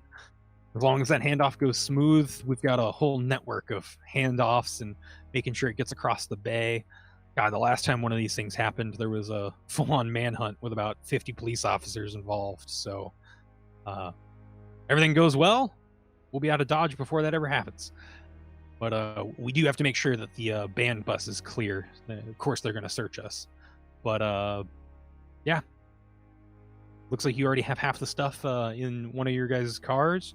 Just be wary of whenever you get that axe and get going fast. I think we can do that. Carpools are great. We can always come back, get your cars in the morning. You have passes those last 72 hours. They're really big on making sure kids don't drink and drive. So you can leave there all weekend if you like. Gwen just turns to Ivy and is like, I'm not leaving my car at Stanford. Yeah, that Right. would be real sad for old Rusty here. If anything does come up, I'm always around. You know what I look like. But yeah, till then, we're playing fight songs. And yeah, the band just is like, kicking in, playing stuff on the bus. They're like 2, getting 3, 4. warmed up and doing stupid things. Someone has like half a bottle of white wine that's like warm in the back of the bus, and like the percussion section is back there drinking on this bottle of wine. It's quite a trip down.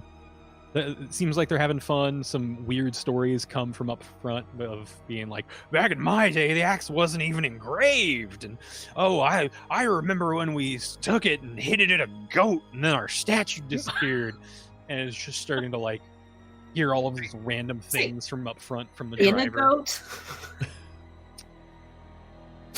Never mind. I don't want to know. You heard him. Question revoked. But yeah, no, you're on the highway, you're heading down, and you make it into Palo Alto just fine. There's a light mist in the air. It's January, it's cold, it's damp. Looks like it could be rain any moment, but for now it's just a heavy mist, a light fog around campus. And yeah, bus pulls in, no problem. Lots pretty empty right now, but there is a small contingent of Stanford tailgating fans already there. Looks like just a couple of frat guys looking for any reason to start drinking. But they are up and running. Band is starting to load out, all in your band uniforms for now, while you're able to walk around get the gear all set up, and there is kind of like a staging area that the band has access to. It looks like it's an older band room that was vacated, but you're able to offload all of your things there, personal belongings, get changed again if you so desire, as the band heads into the bleachers to set up their little area, the music stands that for who needs them, and they make sure that their area is roped off. People from the cheer squad start showing up, and you can see the description of Lisa Fasters. She's a blonde girl with a kind of an A-cut line, but she has her tips dyed black. It's pretty hard to miss her, but she's in a Stanford uniform for the band, and has the AxeCom badge on her, and she's just kind of there holding a triangle, chatting with some people, playing on it every once in a while. But yeah, she's out in the hallways just outside the gym. Rest of the band is setting up in the gymnasium. Hank kind of just makes eye contact with you all and kind of just gives the tap of the nose to start your recon up. And you are on Stanford campus, east side, just outside of the basketball court pavilion. Campus is your oyster. So do we want to go and get changed? I think Gwen is wearing the like plaid work shirt and jeans that she departed in. I don't think she ever even put the band uniform on. She's just been staying back by her car. So she just kind of looks as like, up to you. And I probably don't want to be wearing blue and gold around here too much longer, huh? Seems Yeah, it's probably a bad idea. Not on game day. Damian just No. takes out one of the like scarves that's Stanford colored and throws it on. over It's the really band not- uniform.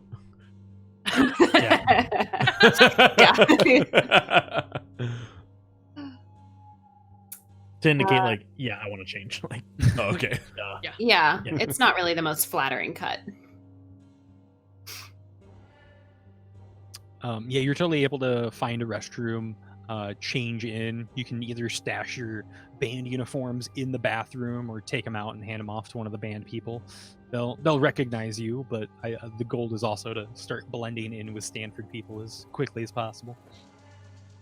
Oh, Bryce definitely ceiling tiles his fucking band uniform.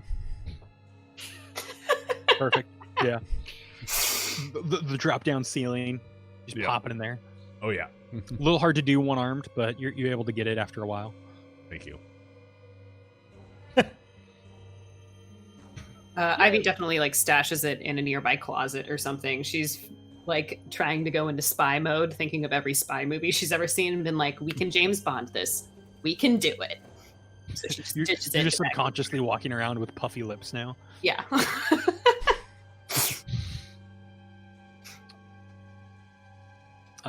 Sure thing. You're able to get changed and grab some of the incognito pieces that were within, as much as you like. There are masks that you can have pocketed if need be, if you would like to start the raiding process. And at some point, you can see that Lisa Fasters does kind of like call off her friends and is now just like practicing her triangle in the hallway all by herself. So every like 10 seconds, you hear a ding, ding, just resonate through the halls.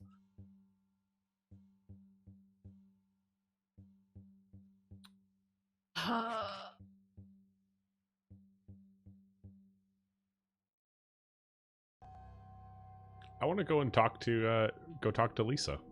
She's like by herself, right? Yeah, she's by herself now. There were a few people that'll like wave at her anytime and see like that, and they'll like walk through the halls, either their fellow band people getting ready or the occasional student that's just there early. It's about 6:05. Still have about an hour before game. Hey, guys, I think we should go and try and get the lay of the land. What do you guys think? Yeah, I'd like to go try to get eyes on the axe before this evening, so we kind of know what our escape routes are and have a sense of what we're dealing with here. Where's Dawn in all this? Don parked his car basically next to the van and has been helping unload all of the band stuff. At some point, he does kind of like run by. He's like, "Oh, did you want to move the thing, or do you? I'm busy here. I gotta grab some more things off the bus." As he like just is pacing back and forth. It seems like a lot of the band members are taking advantage of him and is having him unload various things.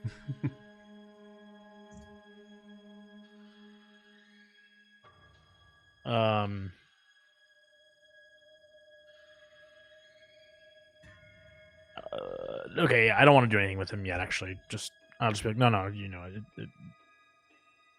I'll find you in a bit, dude. Rhino.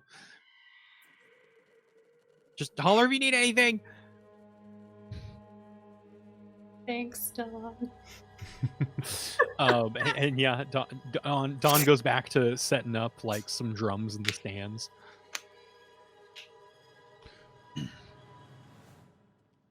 I'm gonna go talk to Lisa. You guys want to either come with, or I can meet you guys outside. I figure we should know what we're dealing with. Yeah, we should ask her what stuff looks like, because we're probably not going to just be able to walk up to the thing. Yeah, Yeah. see what she can tell And us what about. the emergency plan is for Yeah. pandemonium. Totally. Great. Yeah, so go for it, Mark. You all come up in your various ways, either as mob, and as soon as you get close, she does like the like narrow-eyed and like the bigger eye recognition, and like does the weird like nose touch that Hank did. Cousin, yeah, come on over, and like just walks up and like pats you on the back, Bryce. Jimmy, It's like- Johnny, family. Hey, hi, how? Yeah, let me show you around. Yeah. As she cool. talks really loudly and starts walking down the hallways, you're like, "Hey guys, you're with the crew, right? Yeah. Mhm. All right, yeah, let's get this fucking thing. Okay, have you guys been to campus before? Some yes, some no. All right, so actual tour, yeah, this way, and like goes out of like one of the nearby doors. Alarm on that doesn't work. Don't worry about it. And just starts like walking you across kind of like the street and into like a big open grassy area, and you can certainly see the tower that's been mentioned a few times now looming over campus. And beyond that, the main quad. There's a library, a couple of other various buildings. There is a poorly drawn map for you in roll 20 if you'd like to look at it. That's what I drew, so be gentle. Do you have a larger picture of that? Maybe. I have the actual picture of that came from my phone. Yeah, I just want to post it on the Discord Yeah, so people Other can see people and can see my so I bad can drawing. see. It's a very small picture. I cannot see shit on it. I cannot see either. You can increase the percentage. It'll pixelate slightly, but you can increase the percentage up in the corner. Dope. Click on the magnifying glass in the upper right-hand side. Stand by. Yeah. And if you look in that in conjunction with the photograph that is also in here, then you can Yes. easily see what's what. You can see the oval clear as but- day. I That's the want to important That's part. marvel, a lot more. That's a lot more work than I want to do for my map. but I also want to marvel at I'm gonna Bonk's just- handiwork. Oh, it's so bad though. That's why I meant to do it this way, so no one really had access to it. Stand I'm by. sorry. Plan failed. We're a group of sharing, and this is art. You haven't seen the picture yet, so you can't say that. I mean, I've seen it. I see it. No, We can see it. We know it's great. but We want to see the rest of it. Super close up. I'm just real nervous that we're getting an actual map for the first time in like 100 years of playing RPGs on this channel, and now I'm concerned about how much I have to pay attention to that. Oh yeah, We're we're gonna taking get a left. lost. We're going. You might need to 6 rotate meters. it. It is uploading in our Discord chat of just us. Let's go. Have fun with that. Anyway, you're walking across the quad from the northeast side of campus. So that is the top right of the piece of paper you may have access to now. And yeah, you're heading over towards Hoover Tower. Just south of that is the library. Beyond that is the main quad. You know, at the south side of the quad is the church that might be the backup site for the X. It has been spotted there in the past, but for game days, it's usually kept at Hoover Tower. So you come on over, and yeah, you get kind of the lay of the land from Lisa. She points out all of the things. This is a map that was left for you in the coffee shop the day before. And as you come up to Hoover Tower, you can see quite a few people standing around. She's like, yeah, see this crowd of people? They're all gone come tip off. Basically, all the sports people hang out here. Closer to the axe, thinks that it's closer to good luck. They try to drag that luck over. You can actually see it right through there. And through the like big double doors, you can actually see just a like big glass display, kind of like you would in a museum. So there's just like a panel with the plaque. It is just a big red and silver axe head, a small handle, maybe just a few inches off to one side, and then small engravings of the various scores and who held the axe for what year. And this is at Hoover Tower, yes? Yes, this is in the lobby Okay. of Hoover In Tower. the lobby of Hoover Tower, okay. Lobby of Sorry. Hoover Tower, big glass display, probably like 12 feet wide, 3 feet deep. There's just like a drywall wall up there that has various paraphernalia on these walls that are standing upright. But in the center is the axe. To the right is like some cheer stuff that you can buy from the Booster Club. Off to the left is some other trophies and plaques of various different sports that are on display. But the big one right up front that have all the lights pointed onto it right now is the axe. And I take it there are people in this room? There are people in this room. And Lisa does chime in. You're like, honestly, this is almost completely cleared out once game time starts. This is the superstitious fans. That's about it. Once this happens, doors get closed. They don't even get locked. There's a single security guard that patrols the tower. He goes up to the top and takes a nap. He's usually asleep at 7:05. He wakes up about post game when he can hear 10 or more people downstairs.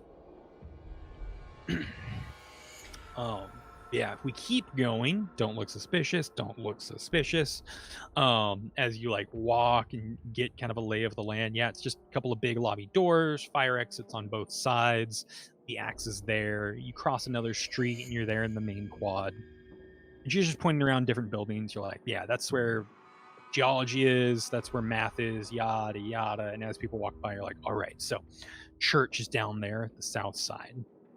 The AXCOM have confirmed now, just a couple days ago, they do like to take the axe over there every once in a while. They basically have some pews that open up and they can lock it in there. That's been the go-to hiding spot this year.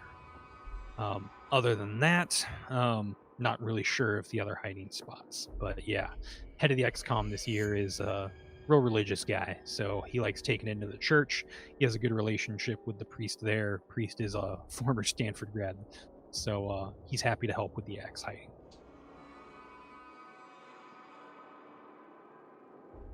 But honestly, once the game starts, this campus is probably going to be a ghost town. Monday, there's a planned power outage, so a lot of people are seeing it as a 3-day weekend. Classes aren't actually canceled, but they are as far as the upperclassmen are concerned. So, quiet night on campus. There's no plans that you know of to move the axe tonight, right? Nope. Supposed to be there after the game. People are gonna come celebrate the win. If the axe moves tonight, it's gonna be around 11 or 12.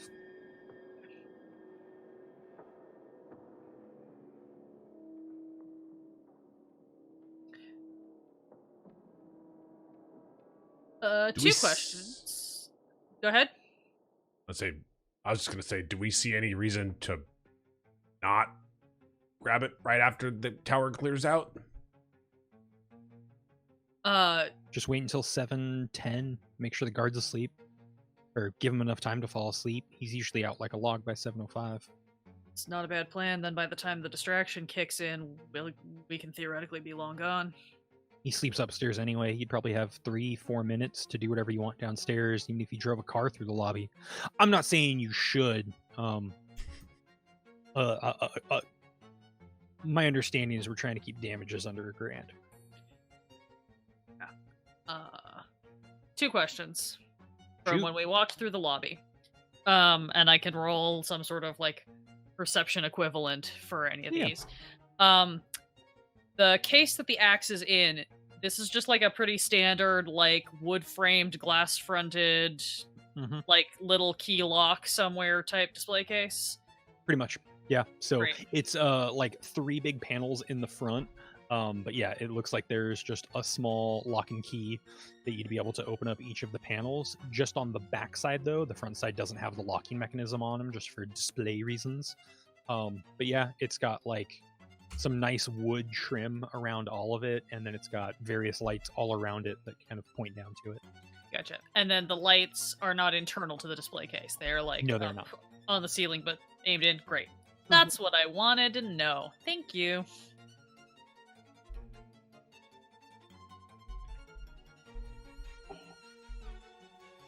Those were the 2 questions. I thought that was one Sorry. question. I mean, no. I can have more questions, but you Can know, be.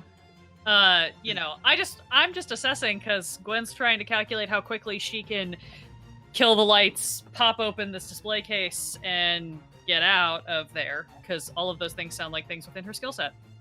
Yeah, totally I mean, doable. Yes, it sounds very easily smashed, as long as we don't have to deal with other people in the way. Which also makes me concerned because it seems too easy. So now I'm assessing my life. Well, I think in the realm of Stanford, like, what is their protection level actually? Like, they think they're super hot about all of their stuff, but like, if everybody's gone to the game, It's a bunch of college students protecting a plaque. Right. And it's like more like a fortress, right? After you get inside the outer walls, Yeah. like Yeah. I don't think though they may be able to afford a laser grid, they haven't actually purchased it or installed it. And if they did, Not been it in would be 82. the bursar's office, not a trophy. Well, the first lasers were before that. They weren't good enough, and if anybody was going to fake have it for real, Sharks with it would be lasers somebody in a. is what they It would be in the DG game. That's true. I mean, also, if they're assuming everyone's at the game, then they're keeping an eye on everyone because they're all at the game, so they don't need security over here. So, Well, they That have a is where guard. security will be. They have a guard, quote unquote. Who guards Hoover Tower, which no one really goes to. It's just a landmark. Who guards the guard? Watchmen. Ta-da!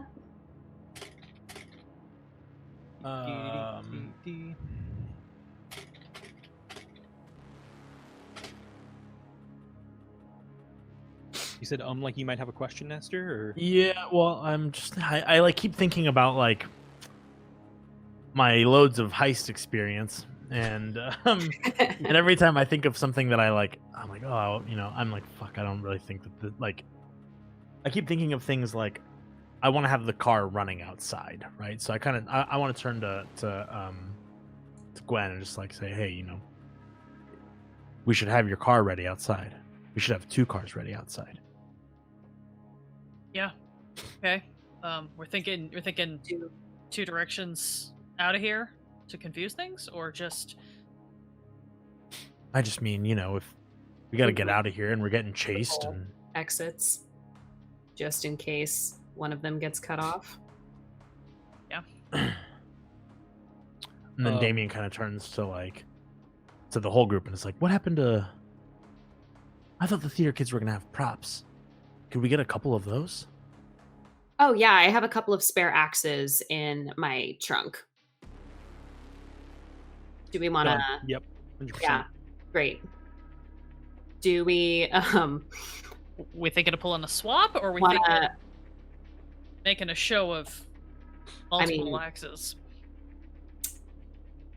Oh, hold that thought. Dun dun dun. As you're kind of devising these little plans, and Lisa's walking you around the main quad, you do see Damian. What crosses your eye is an unattended lawn maintenance cart. So it's like the early versions of like a golf court or a golf cart. So very similar to our modern day ones, because I know my high school didn't replace theirs since they got theirs in the 70s. So I know exactly what it looks like. One of those like gator with like the small truck bed behind it in like 2-person seater. You do see one of those kind of unattended in the main quad with like a rake in the back and no real maintenance person around to be seen.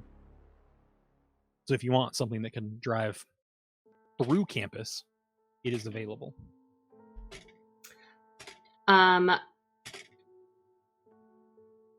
Cool. Ivy, what'd you find? This is taking too long to double check the reference I'm about to make, so we're just going to pretend that real. every 100% version of real. Thomas Crown Affair had the same plot point. So did you guys see the Thomas Crown Affair? It'll be exactly like that. We just have a bunch of people with the same stuff and they all scatter, so nobody actually knows which acts they're following. It totally worked. Don't worry about it. I'll go get my car, or I'll go get all the X's out of the car as soon as the game kicks off. Wait. Oh. I thought you were gonna go right now. I was like, wait.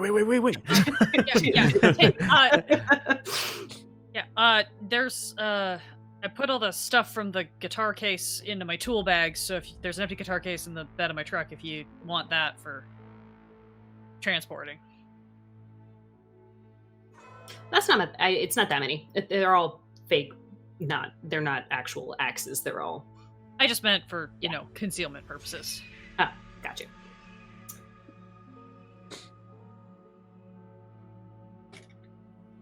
And yeah, your tour around campus is kind of coming to a close. There's a couple of just like point off, like, yeah, a bunch of frat houses are that way. There's some other lower classmen housing that way. Amphitheaters that way. Oval, probably easiest way to get out of campus. just north of the main quad. Yeah, it's the weird vagina-looking thing on your map. But yeah, that is the campus. Personally, if I were you guys, I'd just spray paint Cal right over the front of it and smash that window. As you're like now walking past like Hoover Tower again, and she's just like shaking her head and staring inside, and then like catches herself and like looks forward again before she like trips over a sprinkler. But yeah, God, we're about 20 minutes from tip off. Guess I should go play my triangle for a little bit. There's about I think there's 12 of us on campus right now for the AXCOM crew that have been assigned to protecting the Axe tonight. We're all at the game. It's not. Sorry, I'm losing my mind. Is it a basketball game or a football game? It's a basketball game. The Axe is a trophy that is passed off between football games. This is a basketball game that is being used as a distraction to go and Distraction to to the Axe. Okay. Yeah. Okay. Yeah, because the big game is next week, where the Axe would be passed. All that the I'm big caught up game- with. It was the Okay. like I thought we were at some like second-hand game today, right? Like the week before or whatever. And then you said The- tip off, and I was like, "What the fuck are we? Are we talking?" Haven't you about ever played football? football? Haven't you ever played football, bro? Yeah. The tip off. Yeah, the ref goes into the middle. He tips it off from his foot. It goes straight up. Someone has to Yeah. catch it, throw it into the goal. It's fine. And then they all get their hockey sticks out. Yeah, that's why you have masks. Yeah. And you And then the basically baseball described balls. hurling. Yes. you know. Right before the ball boy runs out. It's fine. Mhm. It's fine. It's all straightforward and narrow. There's no way anything could possibly go wrong.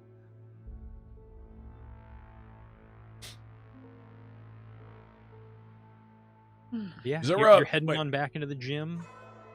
It's starting to fill up with people. People are actually getting their tickets and things like that. Band members are keep filtering in and out, but there's definitely both bands warming up in the stands. Hey, Lisa, before you go, which one of you guys is like the toughest? What do you mean? Like, can drink the most? Like, No, like who? Like, if someone was gonna try and like run us down, who is it? oh God, we have a swimmer who just seems to be a bit of a meathead. That's probably the one you got to look out for. Yeah. are we gonna his be- name's- Is there gonna be a lot of swimming involved? Like, are we swimming away? Not if everything goes right. It's freezing out. It's Oh, January. he's fast. He's fast on the ground too. We're yeah. not. No, on he the is a water. swimmer, but he is like a fit swimmer. He does a lot of cardio. No, that'd be Carl. Yeah, Carl Jenkins. He's the tall one with the badge. You'll see him. He's the one with the fully shaved head. He shaves his eyebrows too. Just he thinks it makes him swim faster. Swimmers every time. He's a land swimmer. He's a land shark. He's the one with gills and a fin. Oh god, this got Delta Green real fast. Oh, yeah, that's right. We are playing a game with weird things. Yeah, don't worry about it. Yeah, I'd say this has been pretty vanilla so far. I'm liking it, Mark. Let's I'm keep it like terrified. that. Yeah, I mean, the Let's axe do this for 3 weeks. Try and kill us. yeah. College Simulator 2020. There's only like a 50% chance the axe is sentient. Yeah, Yeah, that's we can befriend it, guys, and then it'll give us gifts. everybody make luck rolls. Yeah.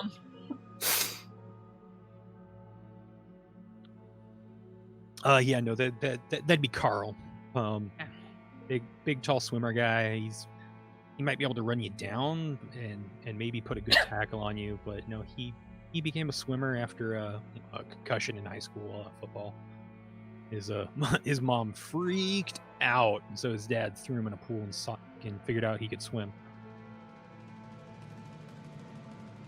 Well, I'm not as in shape as I was in a couple years ago, but I might still be able to outrun him. I was on track team, so if it comes down to that, I'll try to get his attention. Oh, I could probably run too. Yeah, it's your legs that hurt, not your arm, right? Yeah, something like that. Yeah, sure. Yeah, backwards, whatever. I Nailed it. I'm trying to get in the mindset of playing my triangle. Leave me alone. Okay. Damian, Yeah. want me to go move my car, a car, any car? Do we want to position that, or what are you thinking on that front? Yeah, why don't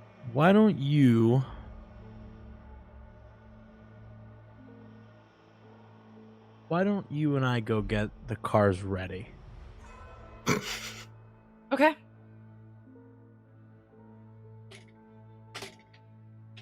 Yeah, like Sounds good. as you're walking down the halls, you can ominous. peer into the gym, and you can see Dawn is just there, like blowing on a clarinet inside this bandstand for their like warm ups as the team has taken the court and they're doing their warm up shots too. So they're getting ready. So you've made eyes on Dawn if you do want to move his car.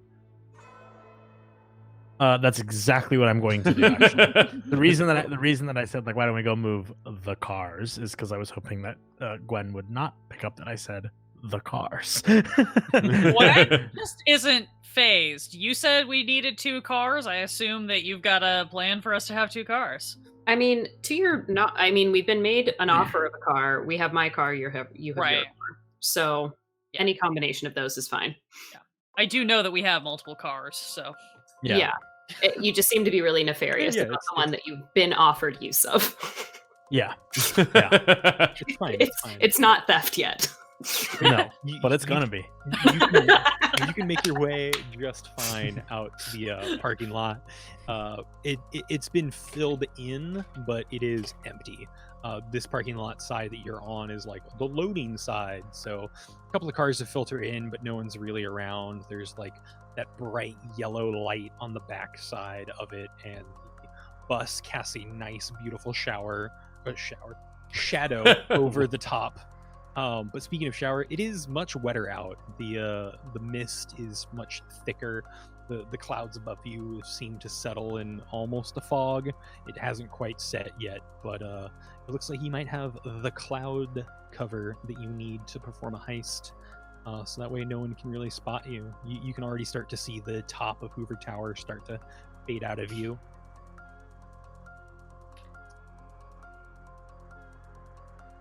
But sorry, actually, hold on. Unrelated question. Where is Dawn right now? He's in the bandstand, warming up Okay. at the band. So I could go to Dawn and get his keys. Probably could. Yeah, you don't even have to hop in the car. Like he's stuck in band mode for a little bit. Well, because I just realized that I didn't say anything about like having stuff to boost a car, which what I should have done. But That is totally in line with your character, and I'm Make going a- to say you have it. Ooh. okay, Like you threw this idea out over 24 hours ago. You yeah, have what you need. Like if you want a Slim Jim to get into that door and your own little screwdriver, wire stripper, and pliers to do the TV version of boosting a car, it's there. I was gonna be like, I don't know what a Slim Jim is, Mark. I'm not a criminal. What is this slang? I've locked myself out of the car many times. This felonious slang that you speak of. It's a piece of metal that's flat that you slide down and then lift up the locking mechanism. I'm here sitting there A thinking. good we're place talking to about get those being is from your windshield wiper if you're ever in a jam. The more you know.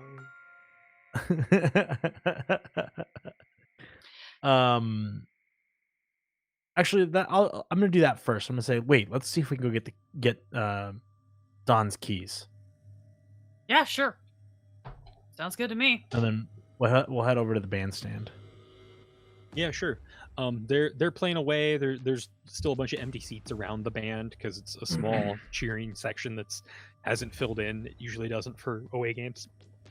But yeah, you make your way on over, and like Don sees you, and he's like starts panicking a little bit. You're like, do you is like trying to talk over the band. Do you need?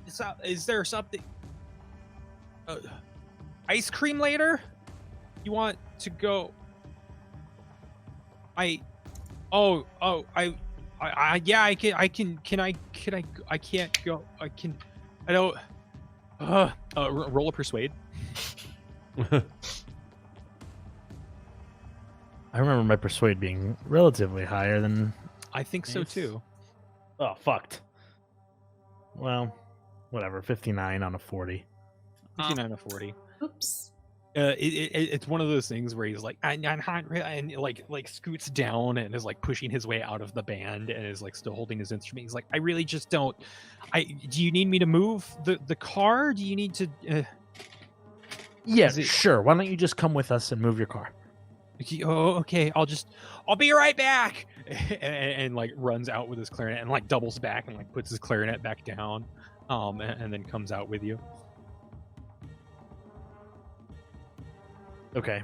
And then how far are we from kickoff, from tip off? See, now I'm doing it. The kicky tip happens in about 5 minutes. Okay. So at this point we're like walking with pace. Yeah. Swiftly moving around for your window, because you'll have about 35 minutes of campus being kind of quiet. And then around halftime is when the distraction is going to go up. But the first half theoretically takes 20 minutes. That's what's on the clock. But between timeouts, things like that, it is between 30 and 35 minutes. Okay.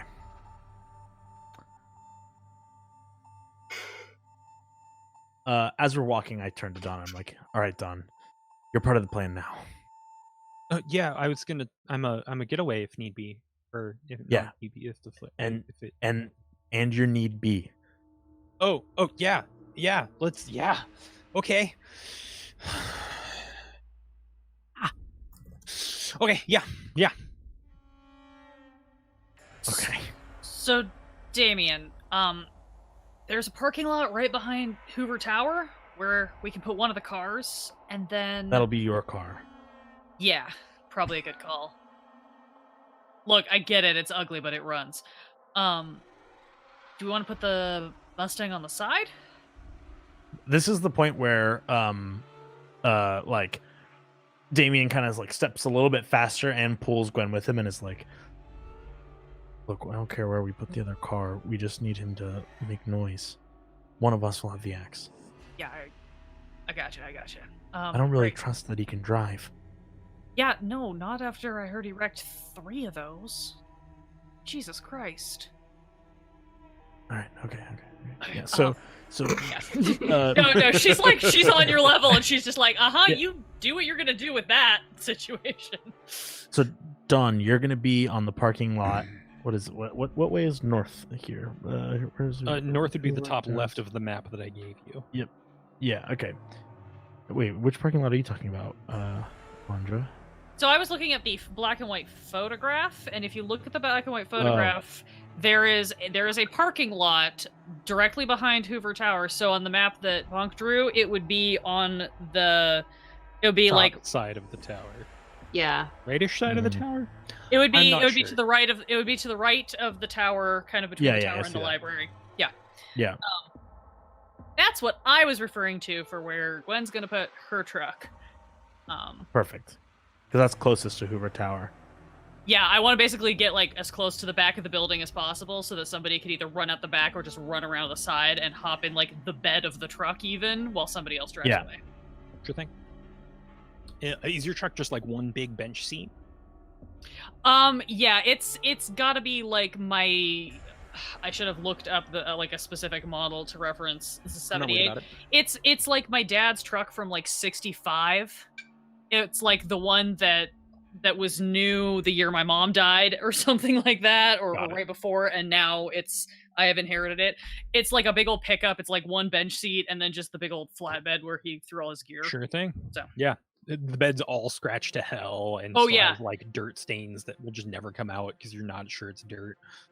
Yeah, and I'm pretty sure that even when we got it and it was new, it was still secondhand from a farmer. Got like, It is a work truck that has seen lots of work, and now it's a college truck. Yep, because if I wreck it, it's only going to affect me. Yup. Cool. Yeah, you can definitely get that close to the building. John, I'm happy to just drive. I can be going around in circles, and then if I just see any of you run to the street, I'll just get there quick. I can just whatever you need. Don, are you gonna make it through this, man? I am. Is my time to shine too? Yeah, it is. Okay. Sorry, I love Dawn. Poor Dawn's a mess, but I love him. Mm-hmm, mm-hmm.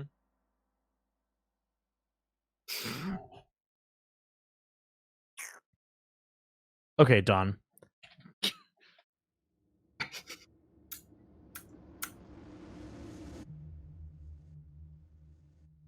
Just stay driving in circles. Stay close. And if one of us needs to move the axe into your car, we'll come running and be ready to pop the trunk. When we pop the trunk, don't wait for us to get inside. Just drive off.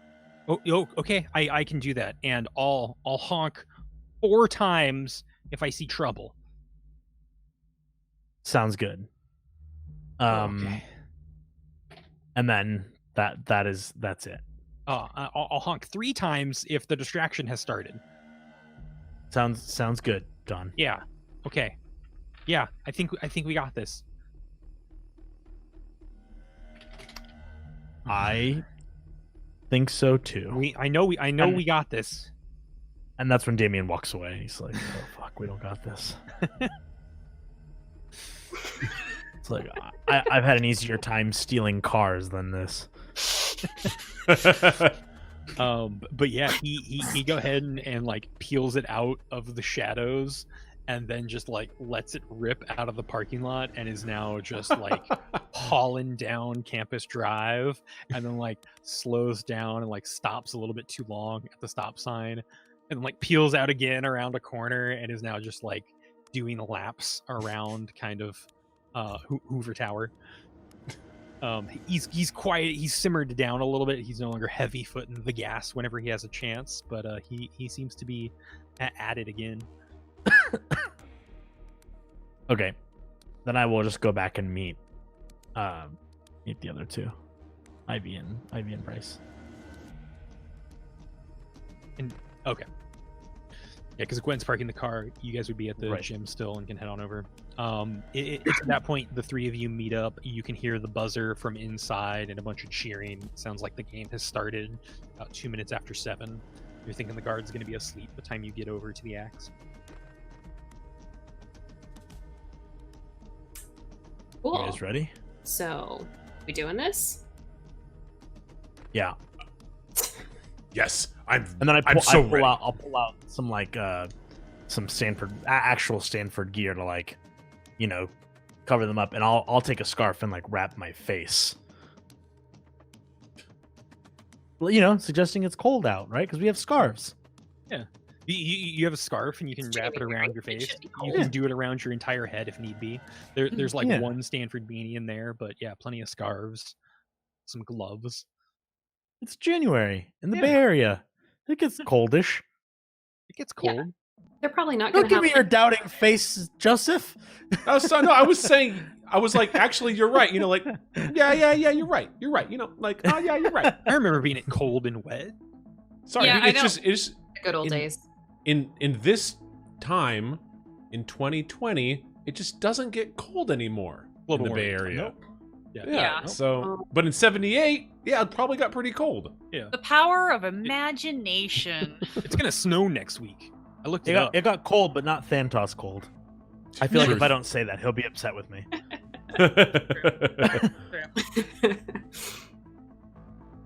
Oh boy. But yeah, car parks just fine.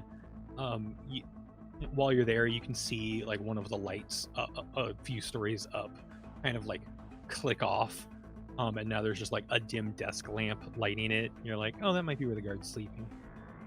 But yeah, you're there. Eventually, you can see a group of 3 people crossing the grass. The cloud cover is just slowly descending as you're all kind of congregating just outside the tower now.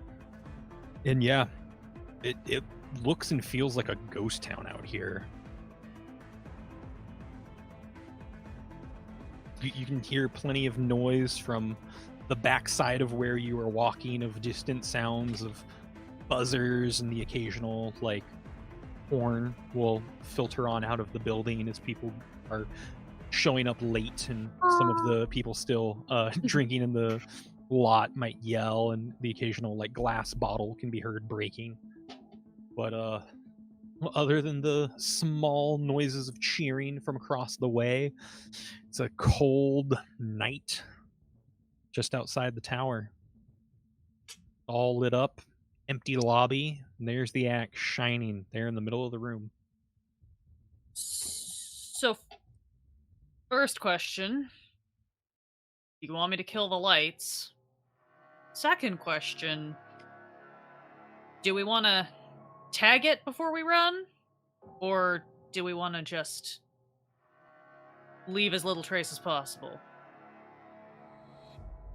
Do we want to just try and stick one of the other axes in the case? Maybe just, like, snap the lock off the back?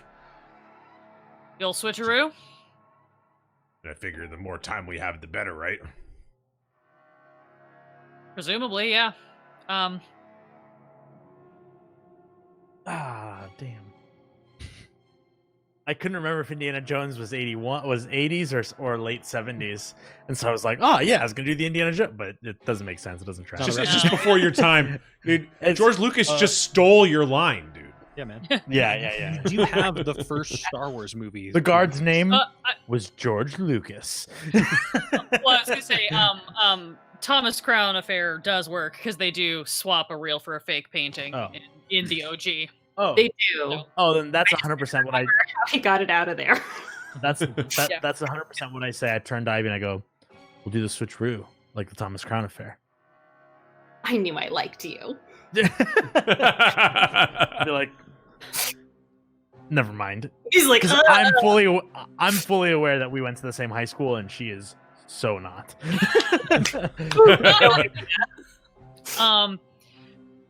Gwen, because I parked the car and then waited for you guys, so I've got my tool bag, so I just kind of pop it open and I'm like, all right, what do you need to get into that case? I look around the back, and I roll an inspection roll, or the Do it. equivalent of whatever the fuck that is in this game. That would be a search or alertness, whatever you prefer. Search or it's the same. Pick Sure.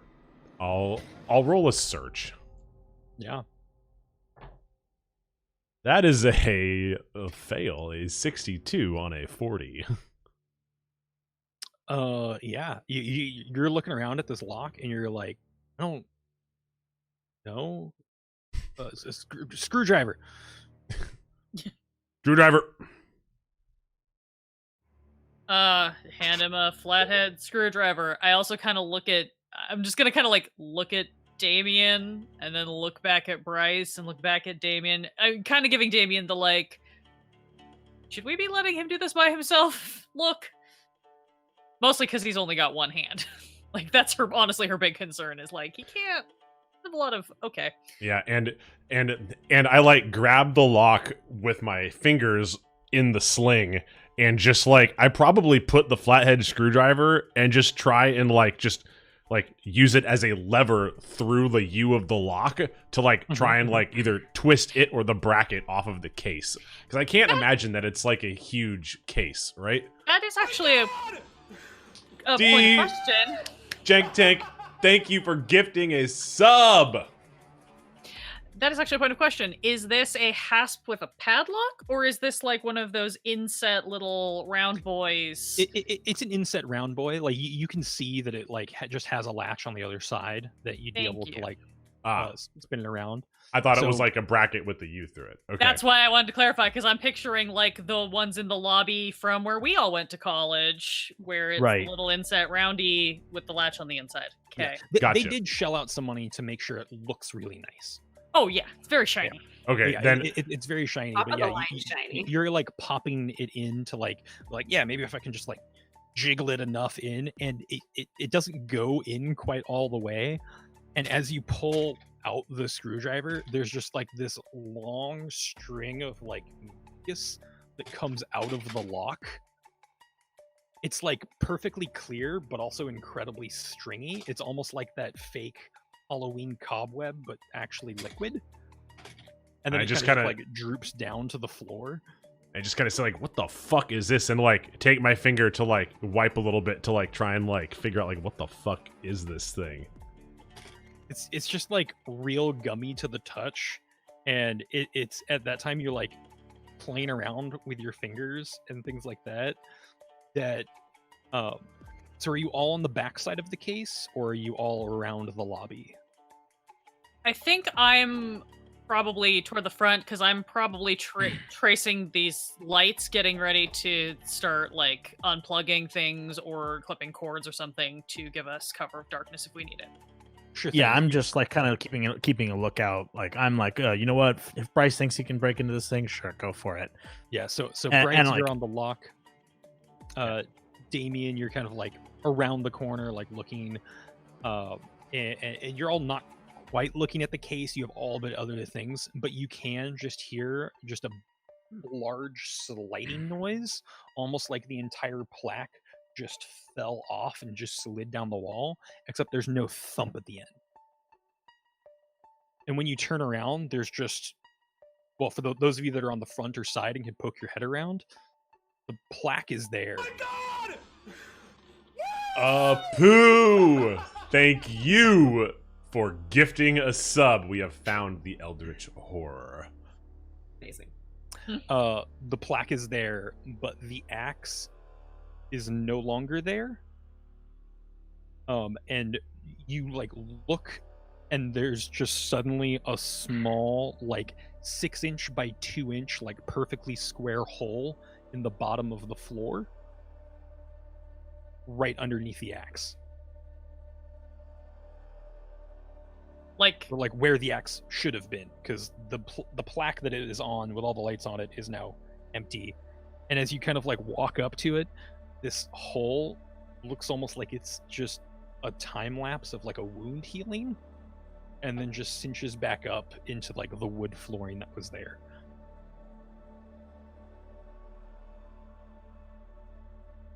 hey folks, did anybody else see that just happen? I heard something, but I hand slid. Where'd the Hold on. axe go? thank you for My the follow. hands Welcome to slip. Torpid Gaming Network.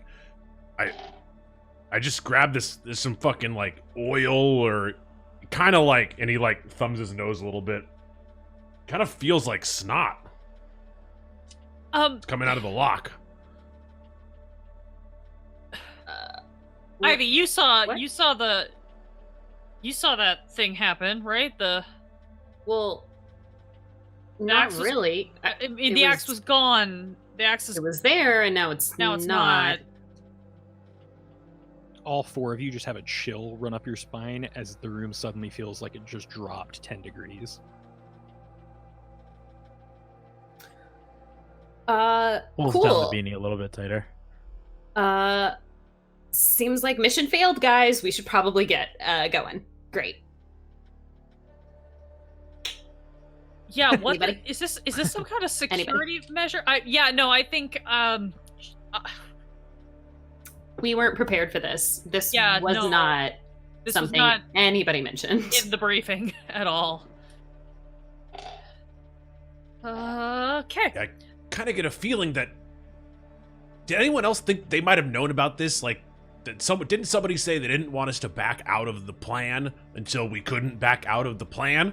Yeah, I do very distinctly remember that phrase being said. So now would be the moment to back out of the plan, right? Because there's nothing to steal, And also, they're obviously prepared, so... Oops. Sorry, bud. We gotta take the L on this one. Yeah, my truck's in the back. We can just go. Get on out of here. Wait. Anybody? Is like, I mean, we could just, I mean, like, I don't take L's.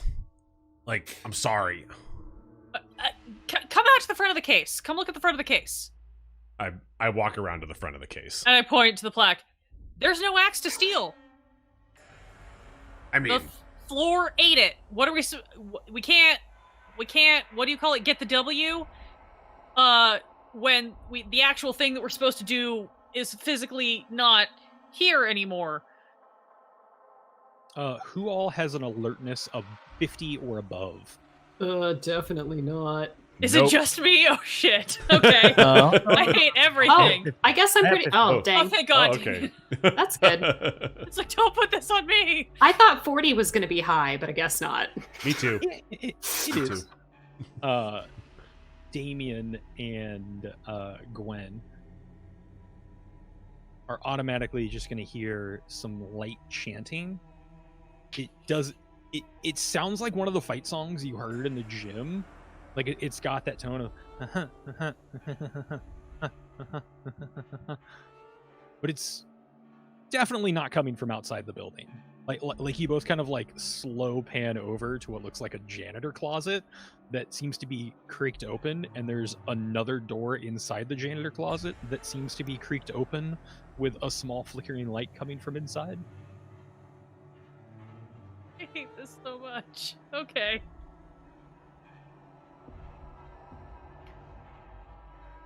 Oh man, we should go. Yeah, I don't like Yep. this. I don't like this at all. I don't like this Nope. at all.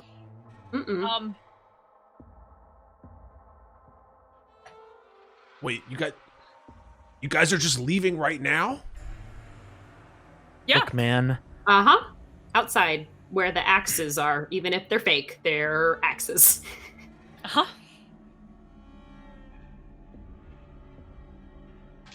Guys, I'm not here to commit a crime, man. I don't know what these people are doing, but I don't want any part of it. Yeah, no, I thought we were in for just some rambunctious college fun, and this is not fun anymore. I mean, it was definitely a fun crime. Let's be real. It was technically a crime. But Oh. anyway. Yeah, but it was like harmless, and this Not is creepy like this. unsettling. Yeah, this is horror movie shit, and I'm not about that. It's at that moment the lights flicker just ever so much, and then you can hear the slow scraping of the axe head rising back up and phasing right through the brackets that it was usually mounted on, right back into where it's supposed to be. We just fully see this happen? Damian and Gwen certainly do. Just clarifying. And like as it's happening, if you want to point it out, everyone else can look around and see it moving, but if you don't act on it, it'll just be there when they turn around. I think Gwen is too spooked to, like, I think she just sees it and then just kind of like turns and looks at Damian like, you also see that, right? Since Damian looks at Bryce and is like, "Okay, man, you want to steal an axe? There it is." yeah, fuck. So do we just smash it and go? I don't know, but it's time to go. And Damian starts running towards the door. And Bryce kind of like is looking around for some kind of affirmation. Like he like has his like left arm just like half cocked, nothing protecting it or anything. Yeah, but you got a screwdriver in that hand. Yeah. Like, But he's still gonna punch the glass. do I break it? yeah, No. Like he has the screwdriver like blunt end out. Like what? No! Don't, you're gonna hurt yourself. Come on, let's just get out of here.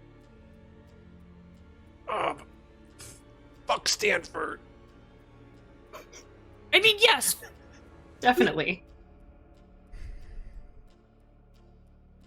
Gwen just kind of shakes her head at this point. It's just like, I'm gonna go start the car. I'll be out back.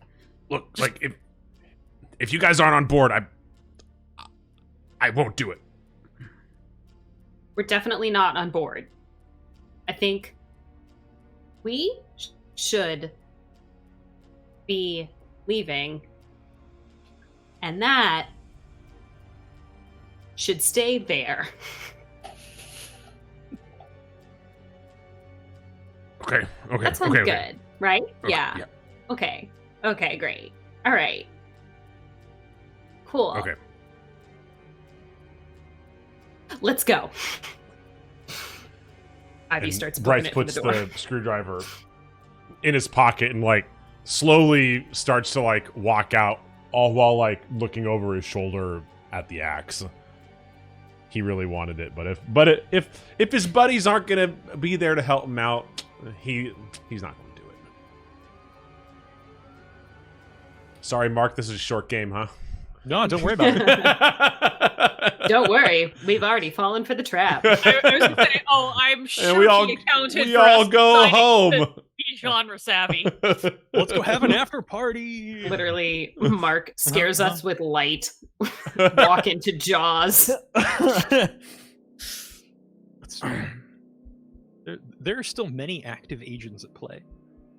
So Bryce finally leaves the room and follows after Ivy, Gwen, and Damian. You're all heading to the truck, or are you walking back? I was headed for my truck. You're headed for your truck. Damian was the first to leave, so you're at least outside when someone else joins you. Yeah. I'm gonna say I'm headed for. I'm just headed back to like the band van. Nailed it. Band. Yeah, band Band. van. The band. Band. Bam. Lambda dam dam dam blam blam. Yeah, Whoa, the first Black time. Betty. Bam bam Bam, Whoa, Black Betty a time. Bam bam. Sorry, go ahead. My bad, Mark. No, you're fine. I love that song. I just love kidding. that song. Yeah, you're totally able to like shuffle your way. As you come out, the fog has definitely set in. You can just see the glow of the campus around you, but you know that the larger lights that are closer to you are going to be the pavilion that you need to head to get back to the band van. You're hoofing it back across there. You can see Dawn just still doing circles, who like kind of like slows down with his lights and is kind of just stopped there at the corner and like sees you cross the street just fine, and so he keeps driving around in his circles. Ivy, where did you want to head to? Van back across? Well, truck? she was gonna head back to her car.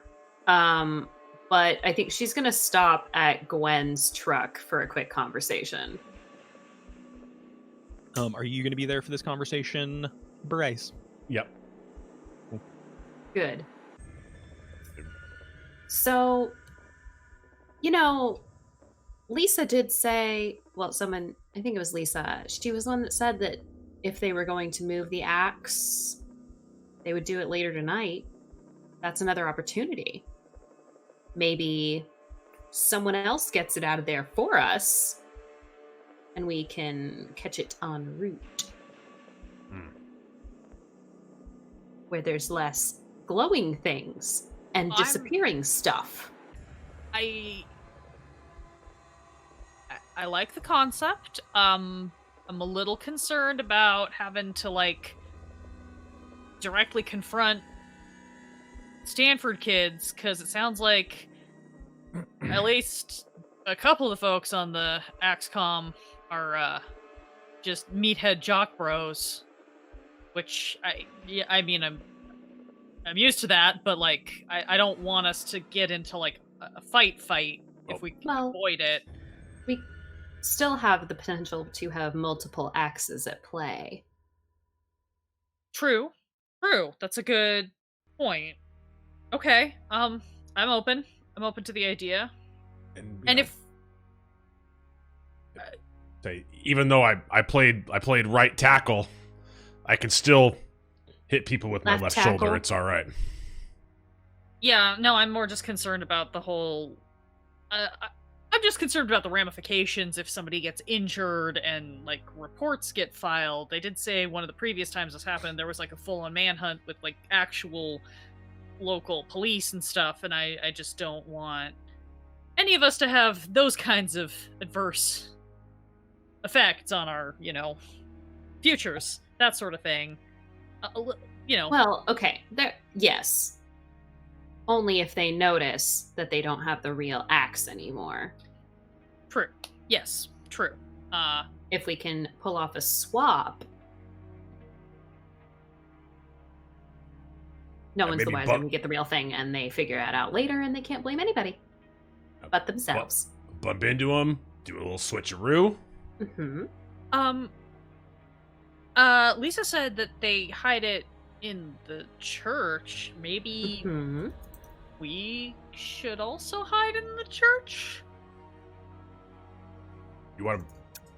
Wait, you had qualms with breaking a case, but you want to go break into a church and hide in a church? Most churches leave the doors open for anybody to, like, come in. That's kind of a whole tenet of the whole church thing, and I didn't say we should break in. I said if there's an opportunity for us to hide in there, then we can, or at least scope it out, see if we can figure out where these, like, secret pews are. Now that I'm saying that out loud, that's... Why are there hidden compartments in church pews in the first place? That's not normal. I don't like that either. Yeah, that's kind of where my head They come was in at. handy, from what I understand. I don't know. I've never been to church. I mean, our church was basically also just a mobile home unit, so it wasn't super traditional. Lots of folding chairs. Sure. But from what I understand, you should just be able to go into the church, right? And like claim sanctuary and stuff like that. So like they can't kick us out. I mean, is it even a real church? It's on a college campus. There's so much sin here. It's obviously not doing its job. That is a real good point. Okay. Anyway. Yes, open to the possibility of grabbing the axe when they try to move it.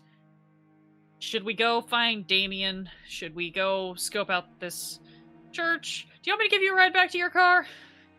Oh no, it's right over there. It's fine. Okay. Yeah, we should clue Damian in. And then maybe we can get a little stakeout going. Yeah, go try and find the midpoint, like a nice, a choke point where it's, where we can like hide out and quickly pop out and give them the Absolutely. 1-2. Oh, I've always wanted to go on a stakeout. This is going to be so much fun. Damian, as you do come up to the gym, you can see Lisa like bundled up outside, just smoking a cigarette, just like the biggest shit-eating grin on her face. Done. Can't wait to see their faces. Damian, like, yeah, we got it into. You're gonna wait? I get it. No, Yeah. I'm much angrier with him. I would have just broken it, but no.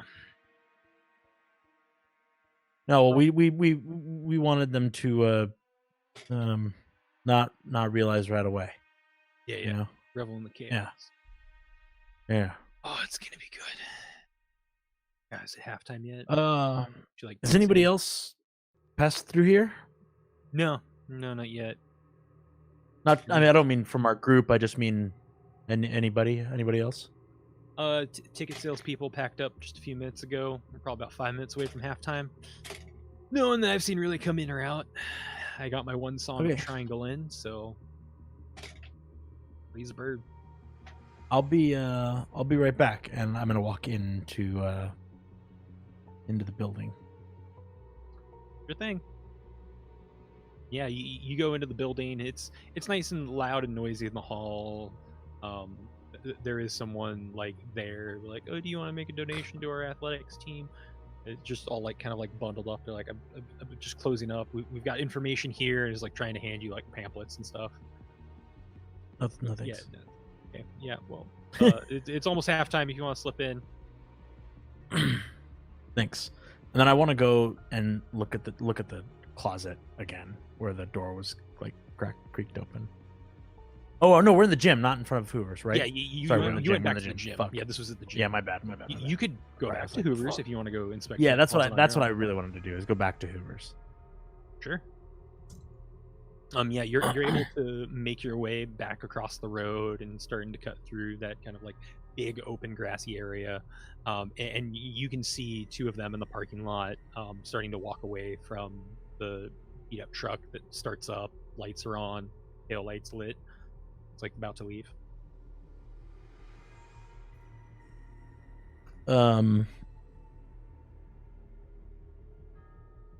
Wait, sorry. Who looks like they're about to leave? Gwen's truck Oh, was still in Gwen's the truck. parking Yeah. lot, and two people or two figures that you can see are now walking away from it. Engine comes up to life, lights are on, tail lights on. Looks like it just got flipped into reverse. Is about to leave. As you're like coming back, so you're coming past the grassy knoll. You see the parking lot off to your right. Hoover Tower's Yeah, right. then I'll just ignore it and just walk into Hoover Tower. Sure thing. Alertness from everyone who's not Damian to see if you spot him doing a back through. If not, you'll just see a He's sneaky. It's cocked. Ooh, 16 on a 40. 5 on a 60. Ooh. That's an 8 on whatever. that's a success. Like you had a 40, you said? Yeah. That's still a success. You rolled under There's my your tab, number. there's my tab. Yeah, you can all kind of spot, like, as you're starting to disperse, you can see someone double back from the gym, about the right build and height and clothing for Damian, going back into Hoover Tower. But for sure, still hard to tell. It's at a distance, and the fog has become real thick. As I spot someone moving towards that, I'm gonna actually turn the car back off again and hop out and sort of head that direction a little bit. Because I want to see if it's one of ours or one of theirs. Sure thing. You suspect it might be Damian, but Yeah. weather permitting. Yeah, want to Ivie, confirm. Does that kind of look like Damian to you?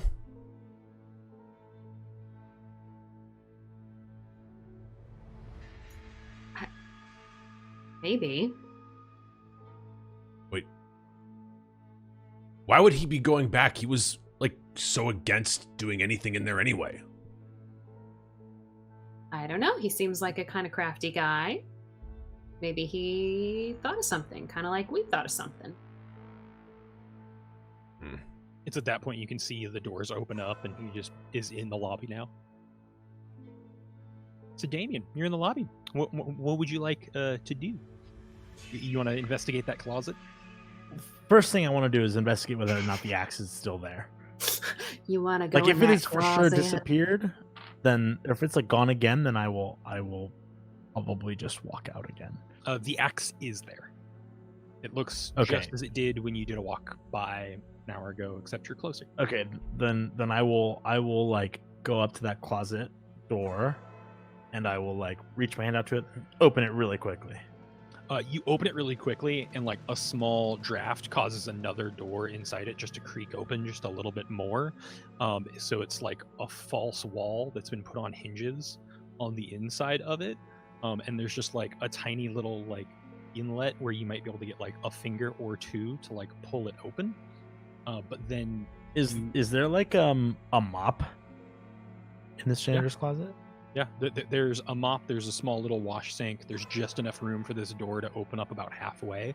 And it like it opens up, and so you'd have to like get in and around the closet and like down it. This isn't like an easy get down type of thing, but you can see some like flickering warm lights coming from around the corner and lighting up the wall that you're staring at. So door swings open from your right to left as you open it up, and that causes a door off to your right to just swing open a little bit more and hit the mop bucket.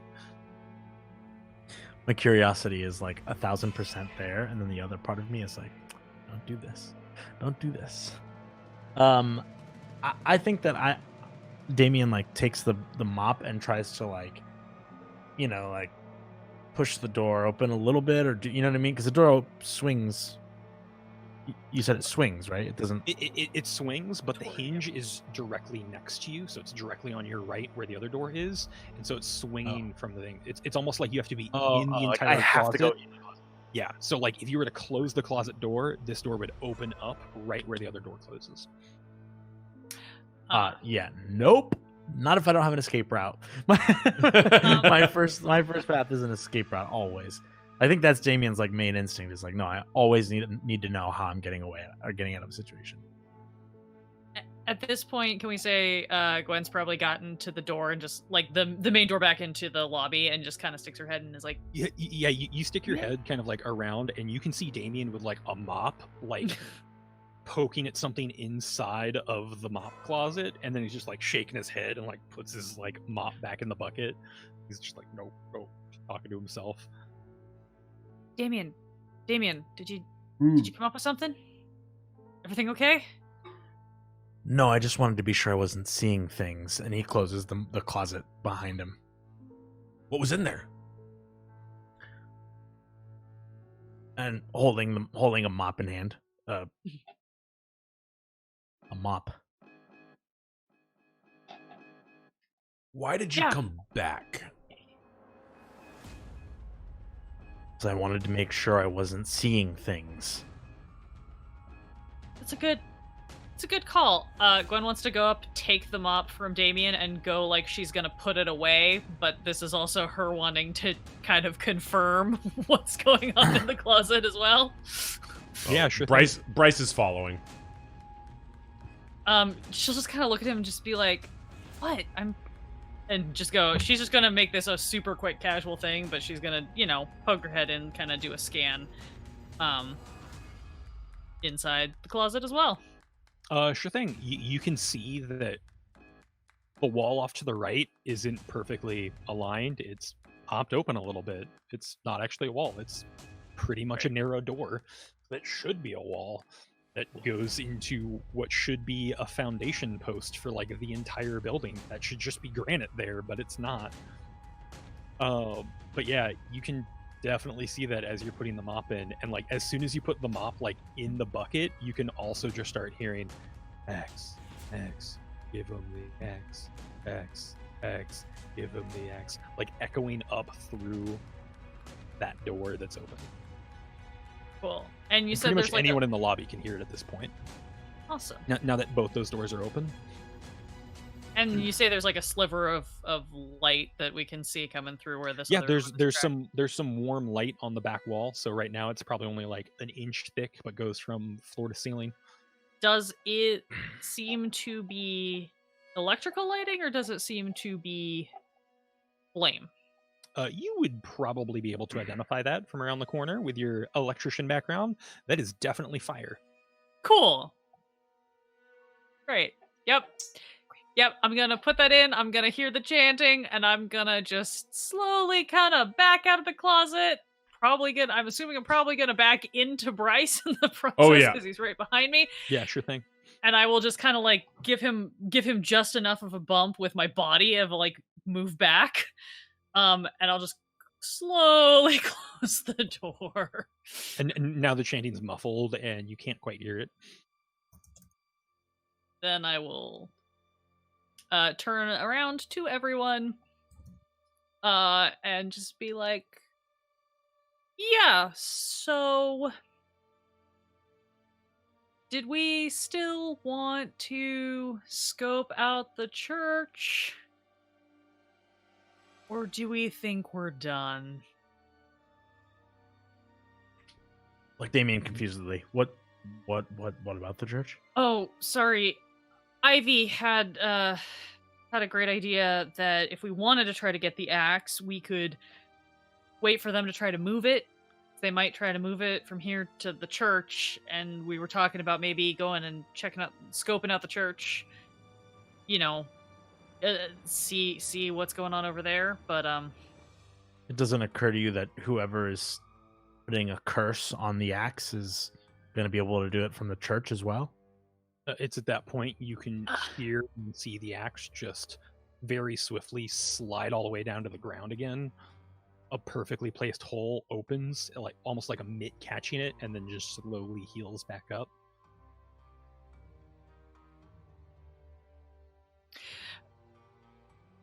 See, I was okay, and now I'm much more on team let's just leave. Let's just get out of Palo Alto.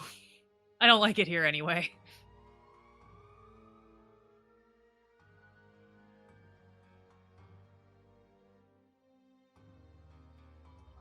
Here either.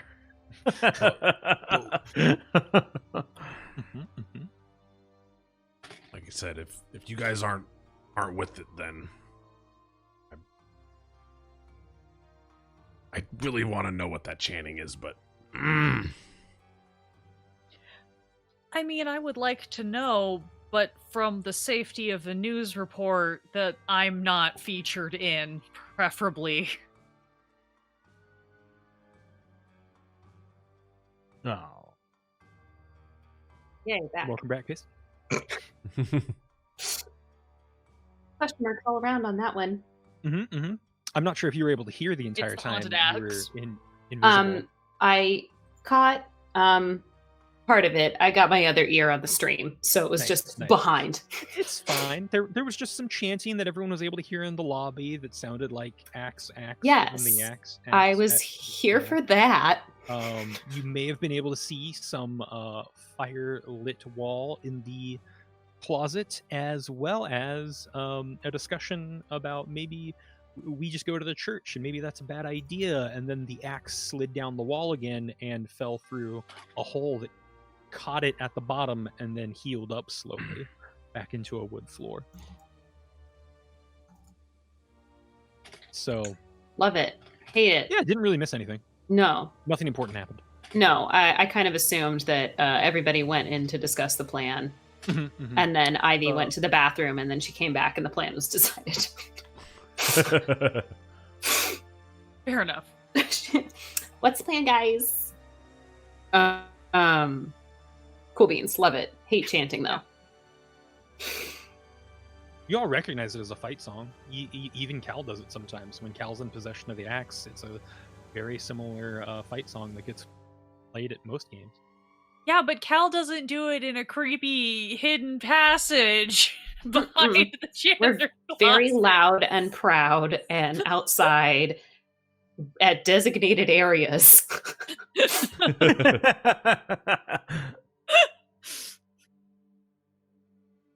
Everyone could argue this is a designated area, but continue. Well, Designated for what, Bonk? Designated for what?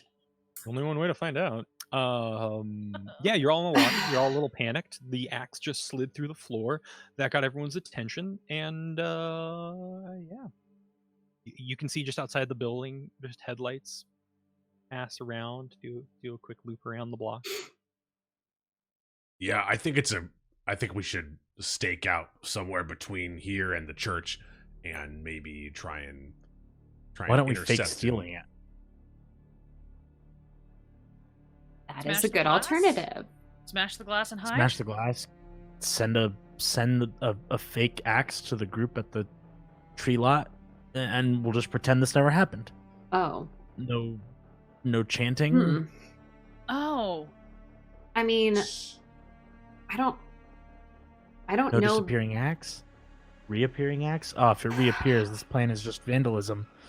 Yeah. And to be fair, like, our axes will, like, they're not that good. Like, as soon as somebody gets a hold of it at the cornfield, they're going to realize they don't have the right one. But, like, under cover of darkness and panic, Stanford won't notice for a minute. Yeah, seen from 20 feet away, it's a passable axe. Yeah. Seen from Yeah. 15 feet away, you're like, that's pretty. You're like, That might be That's- Ricochet. not quite right. Hey, we probably use real supplies. It's at least got a Ricochet real is a wooden real handle. supply, Yeah. It's It's a real broken wooden handle. yeah, Like, somebody actually like bothered to like try and learn to use a lathe, but it was like a freshman, so like it's not great, but it'll work. Yeah, this was the scene shop class project. Everyone got to make a fake axe. Ivie's the TA for the scene shop class, and she's like, "This week's project, I need 5,000 axes. Go." But just the heads. Yeah, just the. Don't ask questions, just get working. You cut out this particular shape of wood for no reason. Yeah. Do you guys really think that the UC committee back at Cal is gonna know that it's a fake? Like, you think that they're not gonna know? Like, the axe that we give them is not gonna make the lock snot.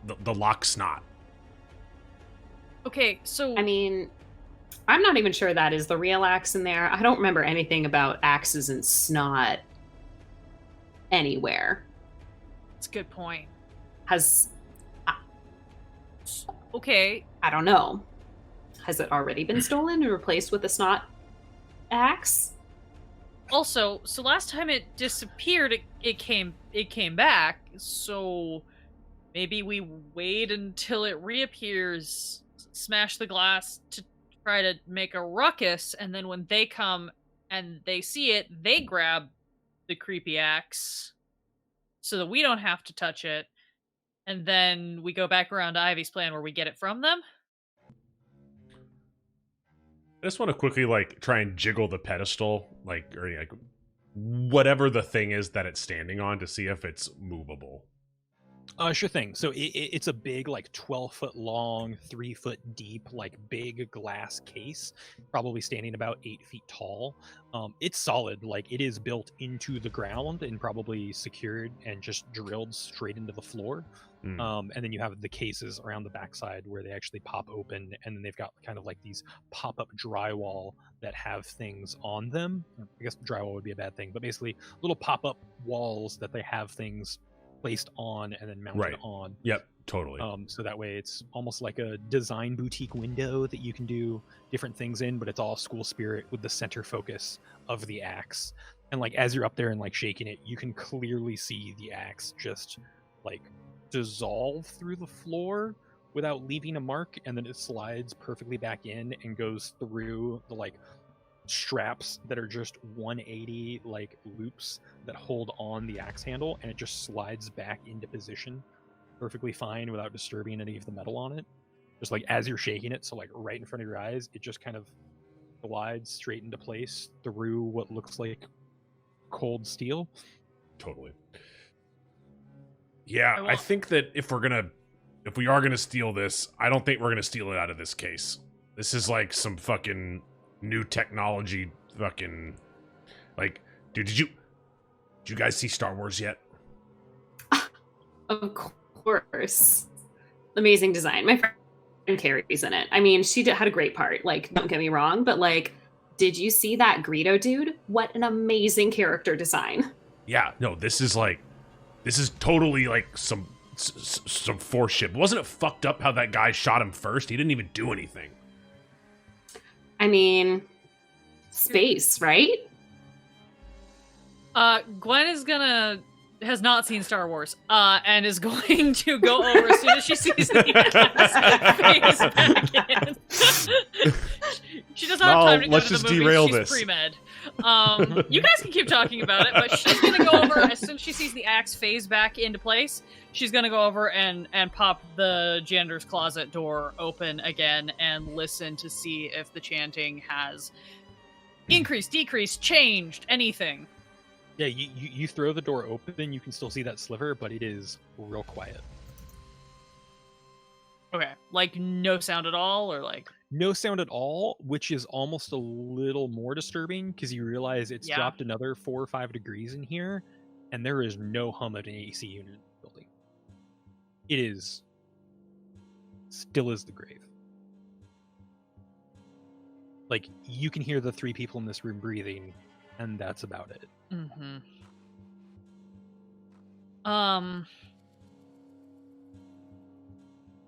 Good. Okay.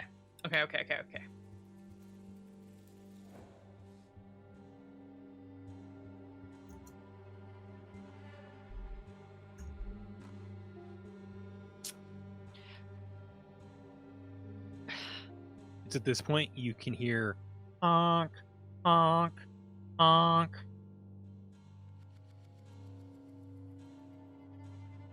Is that the hootie hoo? No, the hootie hoo is a hootie hoo. That's hootie hoo. That's a car horn. Do you think was that the signal for halftime? Have they started the distraction? Shit. Unclear. I could stick my head out and see if things are popping off. Yeah, maybe just check real quick. Yeah, you just go and open up yeah. the lobby door, and after a little bit, you can hear 3 honks from a car that's just driving around the block that Hoover Tower is on. And then over by the building, you can definitely hear much more noise, as there's probably 30, 40 people outside of the pavilion right now.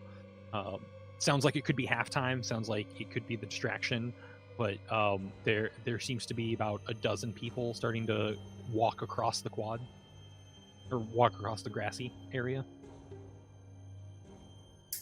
Cool. Ivy pulls her head back in. She's like, guys, it looks like it's halftime. I can start throwing axes around if we want to smash something and just see what happens. Or we don't have to smash anything. They can just run in here and be like, it's a fake. And then they start to move it, and we save an axe and we swap it. Maybe we should be at the church right now. This is complicated. Yeah, I really wish they would have warned us about more of this. Anything, really, before we got here. Something tells me they didn't know about this. Well, I mean, I feel like they would have mentioned that specifically. I would hope. You can see the dozen or so people about halfway across now. They're headed towards us. Yep. We need to be anywhere but here, preferably somewhere on the way to the church, if we're gonna steal this axe tonight. Yeah, we gotta go. Head for the church. Yeah. Try to intercept. Good enough. We should get out of here regardless. I mean, it's a crowd outside. Like, nobody's going to notice us walking around. It'll be fine. Just act cool. Yeah, do we want to go? Do we want to find like a place to hide before the church, or do we want to hide in the church? I think we should get to the church and then see what our hiding options are, either inside or near any of the access points up. Okay. Yeah. You can now hear 4 honks. What Do does we 4 honks mean? Yeah, I was gonna say, do we remember having established any sort of car horn honk code? 3 of you wouldn't. Great. Which one of us would? Damian had a conversation with someone who was talking about honking the Yeah. horn. Oh, right. I didn't take note of this. Yeah, I was gonna say, it's like, do I need to roll It was to remember this? 3 honks, 4 honks if I'm in, 3 honks if you're in trouble. I ignored him because I was like, oh, it's not gonna come into play. I'm gonna steal his car. Fuck. Oh no. 3 Yikes. honks. Roll back the tape, y'all. Yeah. Clip it. 3 honks was the distraction.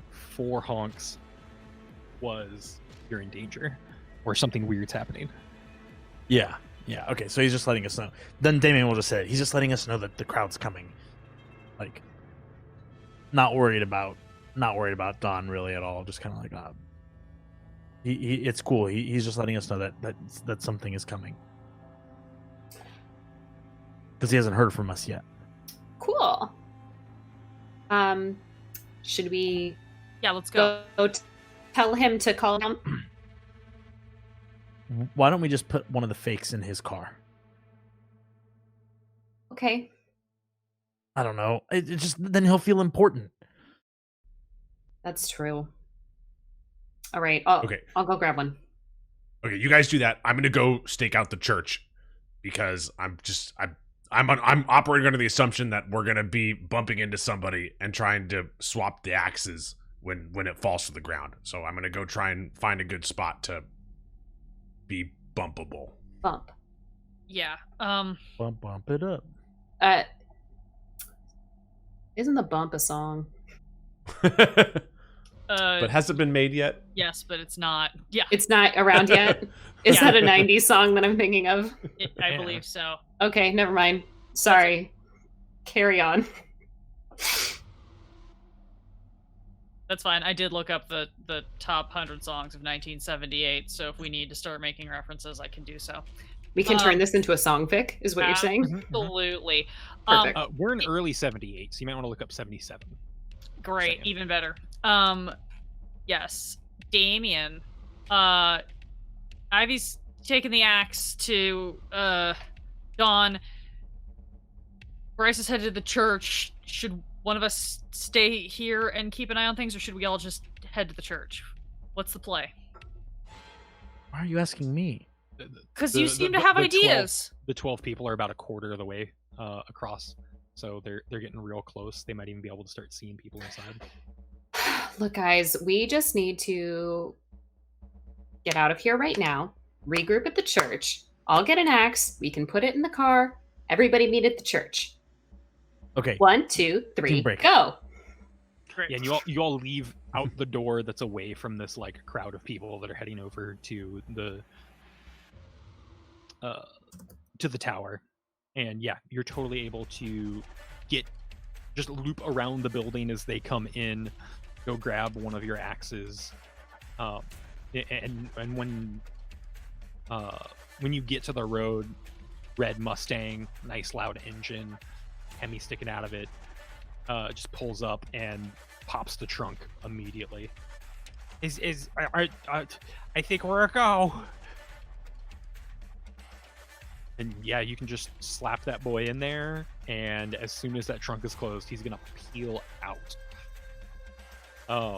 And let me see how many people it actually gets.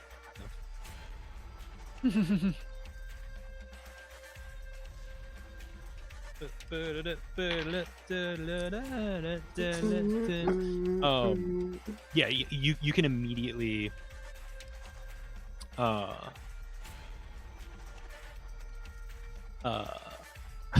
you could immediately see a bunch of people from the base of Hoover Tower as well as the gymnasium start to like run to the street, and can see just this car like peeling out around the corner and then like drifting on out of here, and then just a couple of other engines just start up.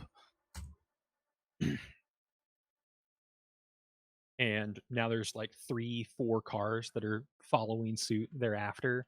You can just see these taillights trail off pretty quickly as the dense fog just kind of swallows up those lights, and then shortly after 4 more sets of taillights follow after. Yeah, Dawn is off to the races with something. And then from there, you're starting to make your way to the church. Yeah, I think we're all headed Yep. that way at this point. Yep, awesome. So you've looped around Hoover Tower, probably went to the north side of the block that it is, pulled up, barreled around one corner, drifted off it past the oval, and is off to the races. And so as you're walking over to kind of the first main building of like the marker of the quad, all of a sudden, bright daylight for about 3 seconds. And then daylight goes off. And you all kind of just look around at each other. And then about 4 seconds later, daylight for another 3 seconds. And then starting on the west side of campus, rolling through the east side of campus, so it's going to hit the pavilion last, rolling blackout. Tonk, tonk, tonk. All of like the walkway, lanterns, and things like that just off, almost like a concussive blast going through. We're in California. We're used to blackouts. Yeah, but also not 6 seconds of daylight separated. We got by the 4 daylight's seconds. creeping, but we're like, Yeah. sure, of course there's a blackout immediately following that. Again, relying on my knowledge of electrics and lighting, I know that there was a blackout planned for Monday. We were Correct. told that already. this daylight, like it's definitely like sunshine. It doesn't feel like artificial, like It felt like floods or a spots. foggy, sunshiny day. Okay, just wanted. Okay, Yeah. just checking. And like you definitely do like that weird check-in. Like everyone's left a little speechless. And you said your per alertness is 60? Yes, it is. Yeah, you definitely do like the thing where you like look up and you can see what looks like it's slightly bigger than a comet, but like a small explosion in the sky, and then it like trails off over the horizon.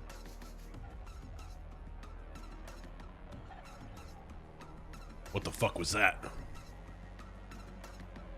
And just for the fun of it, I need a sanity roll from everyone. 'cause Yeah. we haven't gotten one of those. Thank yet. you, Sure. Jade. I've been wanting to roll sanity all night. I mean, I haven't wanted to. I've just been surprised we haven't yet. Ooh, where's my sanity? The 32 on a 75. Nice. 27 on a 55. Oh, okay. 45 on a 55. 75 on a 70. Yikes! So Keeping my track record. Keeping my track record. Awesome. You Electricity ruining your melon. Everyone's gonna be fine. Gwen, you're gonna lose 1 point of sanity. Great, now I'm at 69. Nice. Hey, Nice. nice. But also, Nice. it's like in that moment too. You're like, I didn't feel sunshine, but I definitely felt something warm while it was bright. Just like that small amount of like sunshine rays, where it's like the difference of it's a little hot or a little warmer. Just the difference of being shade and sun. For just that moment, you thought you were like washed with sunshine.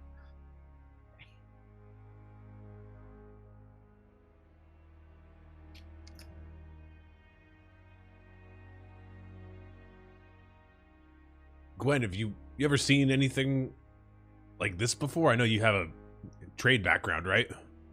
I mean, we've dealt with blackouts before. Sometimes there's a scheduled one for Monday. I wish I knew why it was scheduled. If it's some sort of maintenance, then it could be that there's a problem with the power grid, or there's issues with the breakers. If I could find one of the main power sources on campus, I could probably look into it and maybe figure out what was up. But did anybody else see the flaming comet thing in the sky? What flaming comet thing? Okay, we should go. I think we should. I don't think we should just stand here. I think we should go find shelter. Or that was a weird place for my brain to go. But we shouldn't. I don't think we should just be outside like this. Church? Yeah, I think so. Since that's where we're headed. Yes. Let Works us for me. go. Great. Gwen is going to pick up her pace and start moving much more quickly than she was previously. You're walking about 15-20 seconds and you can start hearing sirens on campus. They start up mid-campus and are heading towards the west side, so away from the pavilion and the source of potentially where the blackout started from, or at least the where lights started to go out. There are now sirens in the distance heading that way. So they start up somewhere on campus and fade out somewhere west of campus. But yeah, you're able to quickly make it through. It's dark. It's real foggy. There are maybe some candles here and there, now set in windows and things like that. But for the most part, it is pitch black out here. The fog is slightly illuminated from a moon, but this is straight out of the horror movies. Spooky, scary. Definitely has the definitely has the hair on the back of your neck raised a little bit, but you are able to make it to the church. I want to pull a headlamp and a flashlight out of my tool bag that I'm carrying with me. I'll put on the headlamp and I'll hand the flashlight to Ivie. Sure thing. Thanks.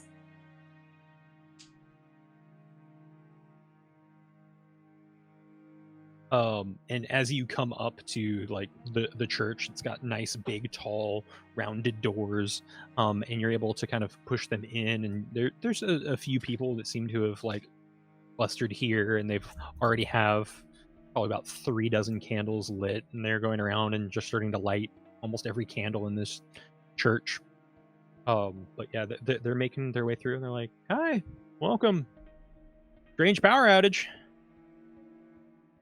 Yeah, kind of startled us. So we figured we'd just get to the first building we could find and try to see what was up. Yeah, sure thing. I wonder if they're gonna delay the game tonight. I was listening to it on the radio, but that cut out too. Radio went out? Yeah, it's weird. I mean, it's a wall plug-in radio, so Sure, I'm not sure. that concerned about it. But Yeah, no, just yeah, who was we heard halftime kickoff. Who was up? yeah, I think it was Stanford up 8. Maybe it was 9. I don't remember if we hit that foul or not. Cool, yeah. Yeah, it'd be a shame if they had to delay. I mean, they're gonna have to delay it. Just hope they don't have to cancel. Sure. But yeah, welcome. Grab a seat. I mean, there's don't have much for reading around here. We just got one book. But you're welcome at it. Take a seat. Take a load off. We have some blankets around. But no, if there's anything like the last blackout, people come over, start swapping stories. Whenever the power comes on, everyone will hoot and holler and head back to where they came. The last blackout? This happened often around here? No, we had a blackout a year and a half ago. There was some construction. Someone forgot to put a dozer in park or whatever. So something rolled into something. There was a loud transformer thing, and all of a sudden, half the campus didn't have power at right at sunset. So Yeah, I heard there's an outage on my. Sorry, I'm here. My cousin goes, so we were just in town for the game. visiting, welcome. Yeah. Yeah. But I heard something about my cousin was saying something about like 3-day weekend because of Monday blackouts. Do you know why that was scheduled? Oh, it's nothing official. Just the senior class will look for any reason to take a day off.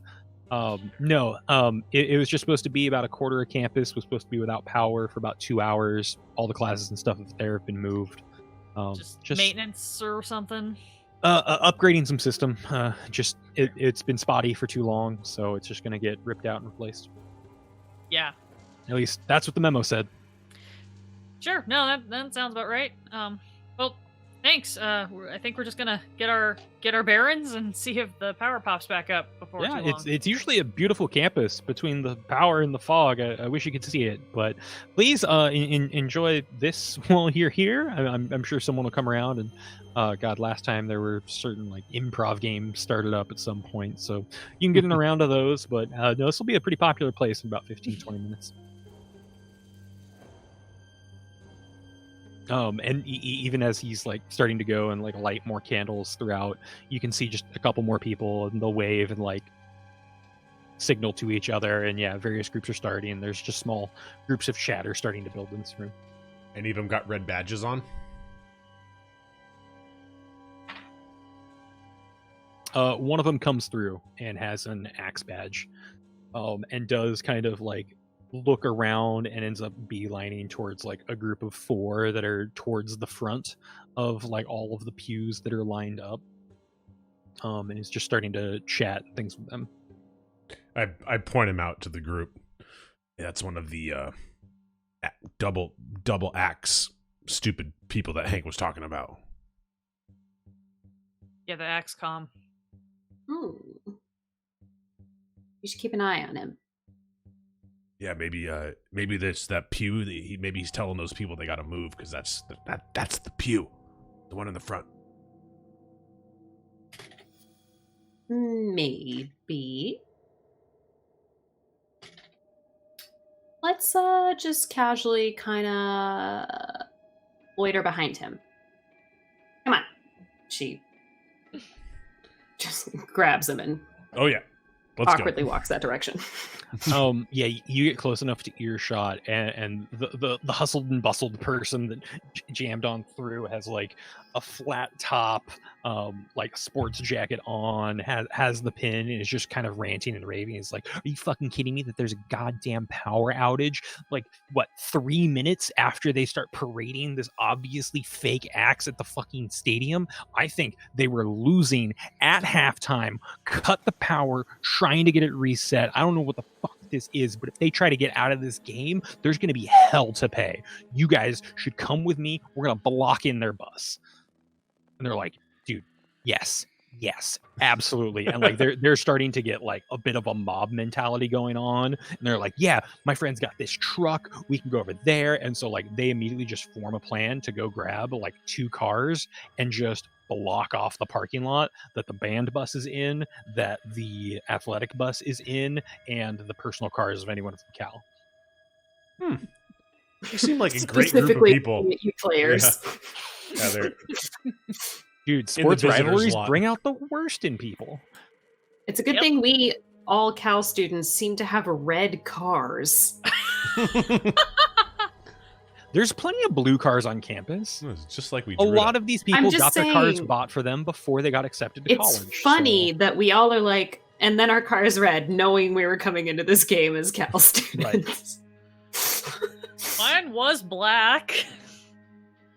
Just sat in the That's true. elements too long. Rusty, Yeah, yours is he's a got deep character orange. though. It's Yeah. different. Anyway, we moved our cars. It's fine. Indeed. Yeah, but you can like kind of get out of their way as they pile out. They're gonna go grab a yellow Volkswagen and a blue truck to block the parking lot full of red buses that are the visiting team. Just random color choices Yeah, for sure. just random color, but Uh-huh. I have a Take color notes. scheme here too. It's all gonna be red, blues, and yellows. It's not gonna match with any of the schools. It's gonna be great. We're Yep, gonna do a totally. lighting sample after this. This is all gonna come back to haunt us in 2 weeks when we're gonna be like, crap, what color was the Volkswagen? We didn't know it was important. I'm writing it down. Oh, it's yellow. Well, that was my mom's car. She literally Yeah. had that car. Great. Love and hate, all of that.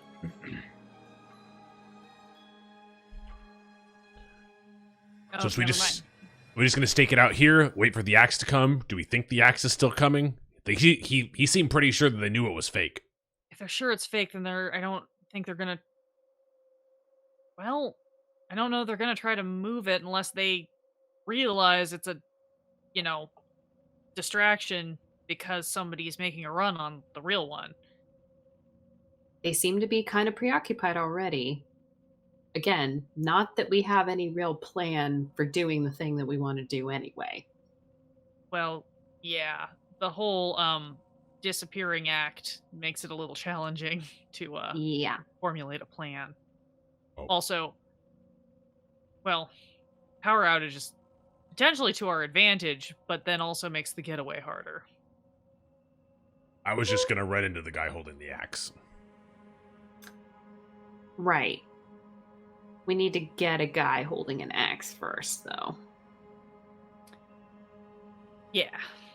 So, why don't we let them think that they've had some sort of petty victory, and we wait, because we're smarter than Stanford students. She said very quietly in a room full of Stanford students. The belly of the beast. Yeah. Absolutely. So you hang out here, and yeah, there's all sorts of rumors and chatter that you can hear. A couple of people have left the basketball game and are now telling their friends who aren't interested in sports, like, oh yeah, there was a fake axe. They pulled it out. The band even, I think, was in on it because they started playing our fight songs with the axe at halftime. But then all of a sudden, power goes out. Everyone's starting to yell. All sorts of crazy things were happening. And I think the weirdest part was emergency lights just never kicked on. Like, we've been slowly evacuating the gymnasium since, like, you can't have that many people in a room that's pitch black. But anyway, yeah, no, some flashlights came out. People are getting escorted. It's all sorts of crazy. There's other just rumors of like, oh my god, did you hear about Becky? Becky just has the biggest butt, and all sorts of things of rumor. And people are like, I thought the blackout was supposed to be on Monday during the day, because you do blackouts during the day so you can still see. But I thought they turned the day back on so they could do it, but then the Fucking day went away. Smartest The people on the West day- Coast, am I right? But the Oh my day god, came Bryce, you have a back? doppelganger. I'm suddenly not He regretting must not be playing. getting He must that be a football player too. spelling. Yeah. But yeah, there's definitely like two guys in the corner that are just like holding a candle and periodically pass the candle back and forth between them, and that like goes dark, like slips away, and they're just in the back and they're just like saying just the more crazier things, and they're like, yeah, man, I think aliens took away our power, giant made everything go day, but then it was dark, and then it was day, and then there's just a little beanie thing, and then the explosion, man. So yeah, just two guys tripping out in the corner. All sorts of other various rumors. The stinky people in the corner are eventually asked to leave by the guy running the church. But tons of rumors. It's been about 45 minutes. Power still hasn't come on. People are still coming and going. At some point, someone kind of goes in and they're like, they're canceling the game. Reports are out. Al didn't do it. Yeah, no, power's been out too long. And so everyone's like, boo, and they go back to like playing their games and things like that, of just chatting and things with each other. But about 45 minutes after the blackout, game gets canceled. It sounds like people are allowed to leave, and nothing really ill of it is coming. Does anyone still have a radio? Mine is in my truck because it's huge. Actually, no, Yeah. mine would be in my tool bag. Okay. Because I'm hauling around a giant tool bag, so it would probably be able to be in there. Yeah, if it's in your tool bag, you can start hearing it crackle after about 50 minutes of the blackout. I'm gonna go away from people as much as I can, just because I don't want Cal information coming over in a room full of Stanford students. And I will open my bag and pop it on, start, pop up the antenna and kind of give it a little tune, give it a little listen. Yeah, you're able to pop up the antenna, like go outside a little bit, find an area that's a little away from you, and you find and you get it, and you get it kind of like dialed back to the channel that it was supposed to be at, and you just hear this really deep voice over the network just going, ding, dawn, ding, dawn, ding, dawn. The witch will be dead.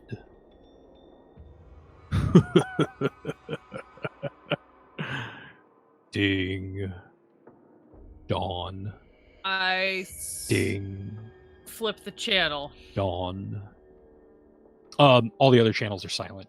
Like not even crackle. Yeah, like I'm just gonna like scan through every available channel and then I will come back to that one. Yeah. So it's 4 sets of ding, dawn, and then some shuckles. Okay.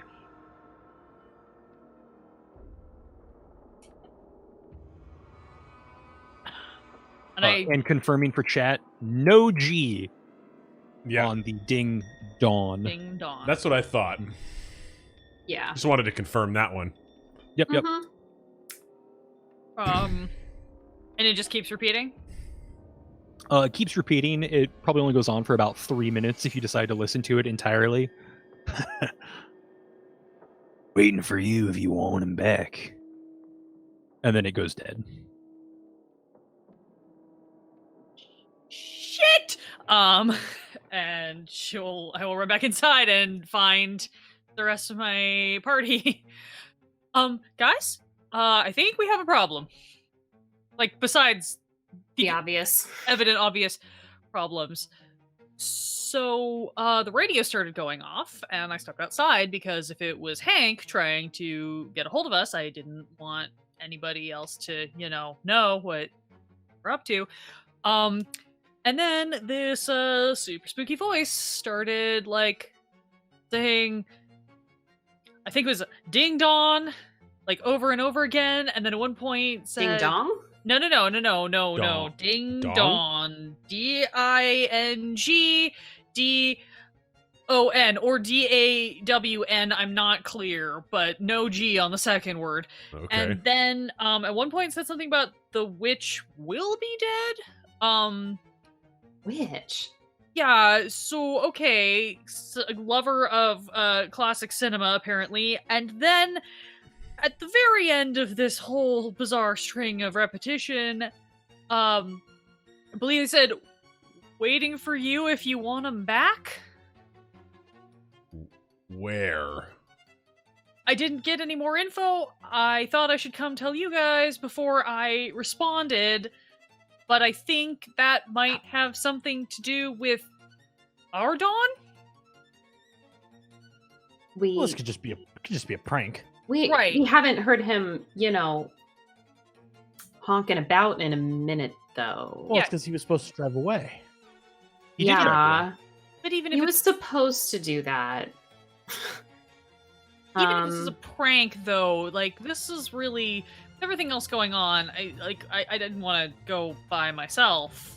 Should I should I turn the radio back on and try to respond? See if we can get well, more. yeah, I mean, we're the ones that had those radios, not, Yeah, this doesn't sound other like anybody folks. from the bus or anything. So So we think But that's Dawn did Dawn's have- radio. it could be if somebody grabbed him, then because his radio was in his car, right? You guys left it in the Yep. car. Right? Okay. I will pull the radio back out. I will turn it back on that channel. Silence. Great. I'll give it a second, and then I'm just gonna click and kind of do the like. Where's the witch? It clicks back on, and it's Hank. Yep, that was his name. Yep. Hank from the bus. Band Dad. Did you hear that message too? When was the last time you saw Dawn? He peeled Over. out. He peeled out in his Mustang right before the power outage. We sent him to add to the distraction. Over. Did he leave before or after the power outage? Before. Like just Okay. before.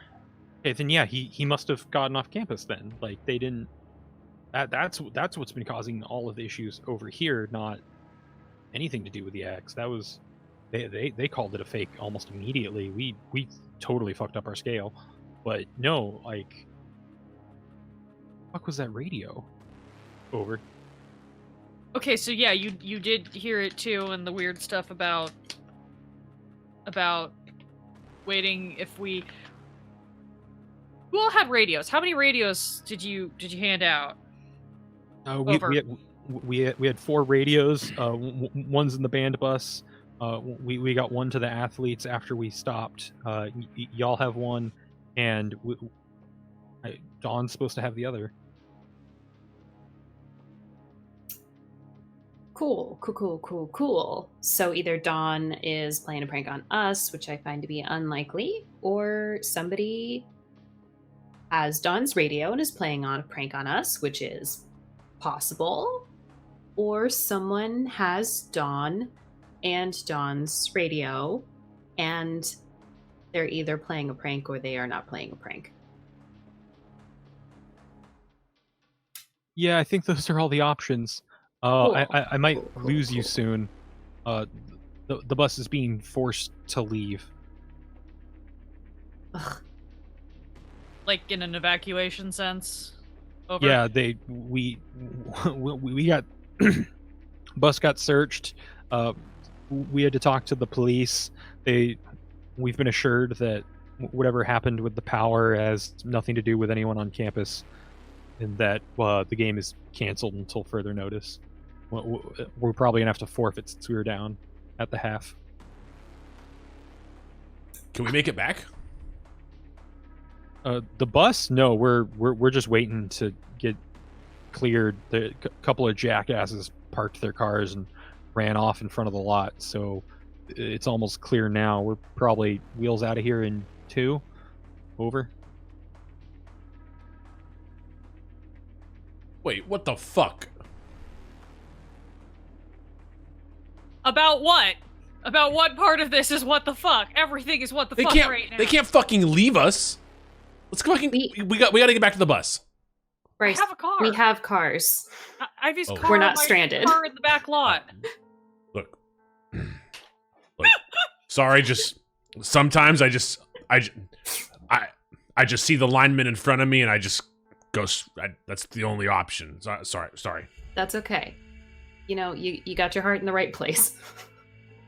Yeah. I did get a chance to talk to our inside lady. If you need a place to stay, she can put you up for the weekend. We'll figure it out. Yeah. We'll figure it out.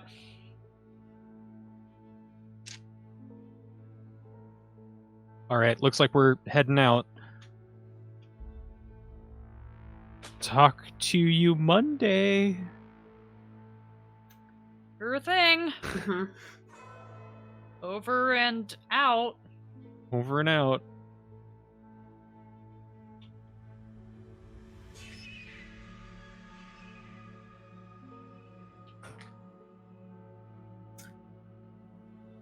Cool. So,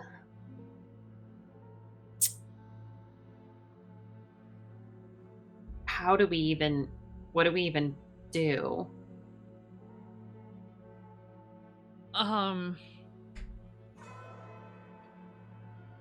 So if we think maybe those, we think maybe some of the Stanford meatheads grabbed Dawn as, like, payback or something, then I guess we just keep the radio on, wait for them to call with some sort of contact, like some sort of weird hostage thing? Or I mean, do we just go? Do we go to? I hate to say it. Do we go talk to like campus security and say that we're looking for him?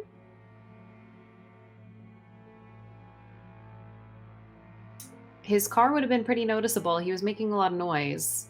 Like, security would have probably clocked his car at the very least. You also last saw him in a band uniform.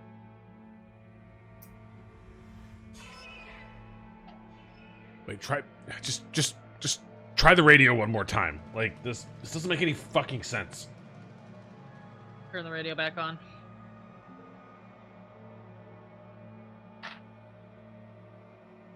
A lot of nothing.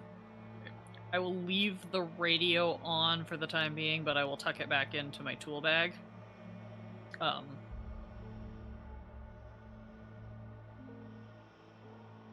Okay. So...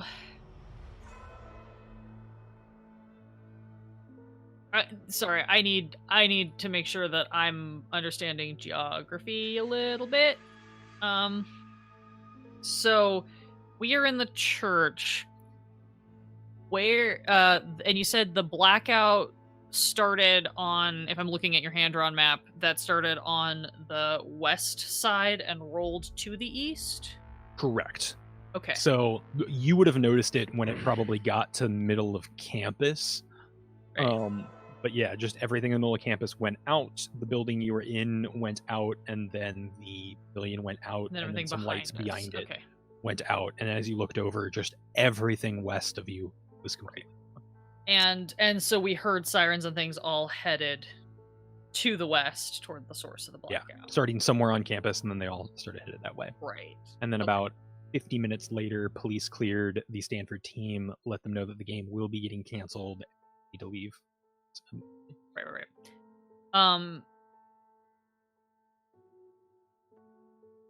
Okay, guys. I'm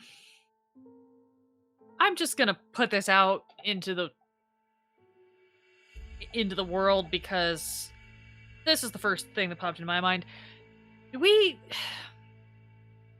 think that Dawn maybe wrecked their car into something that caused the blackouts?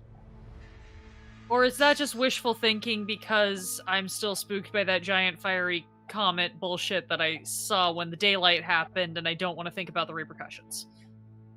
I mean, he wasn't the scariest driver we've met today, but if something ran into a generator, that would explain the flash and rolling blackout. Yeah, I've experienced transformer explosions. Not a lot, but a couple, and they're usually pretty distinct. But I guess if it happened far enough away, then that could explain some of what's happened tonight. Yeah, but it's you think that if somebody came across a car crash, and like I know that like these Stanford students have proven themselves to be pretty fucking heartless, even by Stanford standards. But you think that somebody's first reaction wouldn't be, I'm gonna kidnap this person that I pull out of a crashed car. I mean, maybe we're just getting shortwave interference or something. That's a thing that can happen. It's a problem for CB truckers all the time. Ding Dawn. It's not exactly like Halloween or anything right now. It was a pretty ominous message to be sending out just out of the blue. Okay. Yeah, as much as I hate to potentially out why we were here, I think maybe Ivie's right. Maybe we need to go find security or find... I mean, we don't need to say anything about why we're here. True. We just We're need to just here say for the there's game. a band member missing. What if we're asking the radio the wrong questions? You want me to just ask the radio about Dawn directly? And Yeah, That's Damian some like pipes up for the business. first time. Pipes up sort of for the first time in a while. This is like, well, what if you just ask him what they want or where Dawn is? open up bag, pull out radio. Where's Dawn?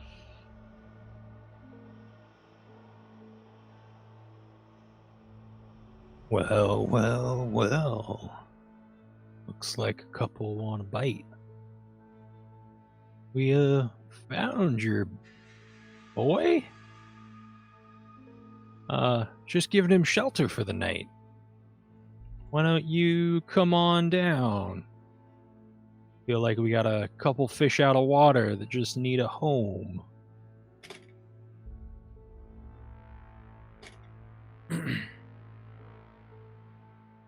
Where do you want us to come on down to? It's a place. Immediately, Damian starts doing the mopping motion, like, Yeah, it's a place I think you've already been to. Head to the southwest corner and come on down.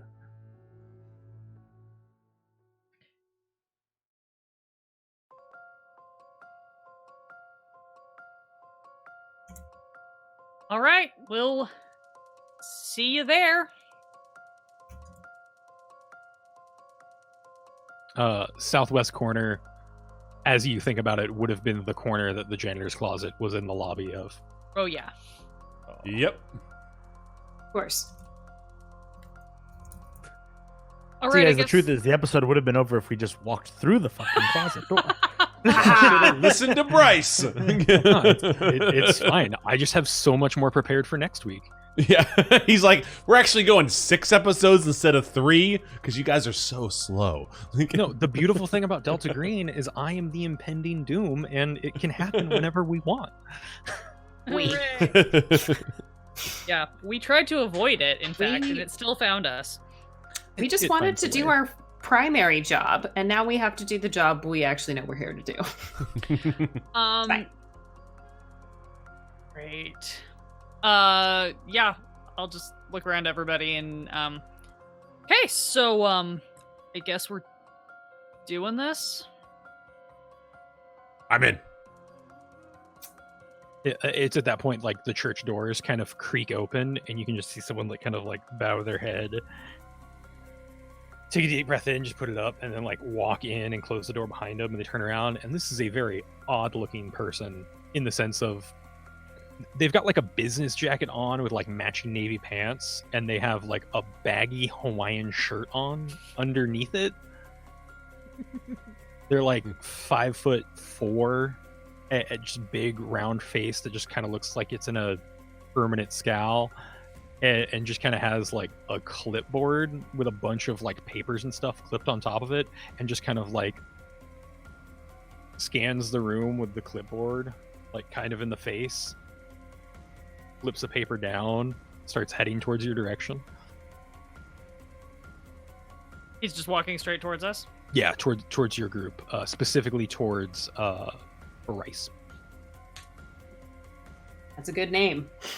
I like that name. Is this person familiar to me in any way? Not at all. They are, if anything, completely foreign to you.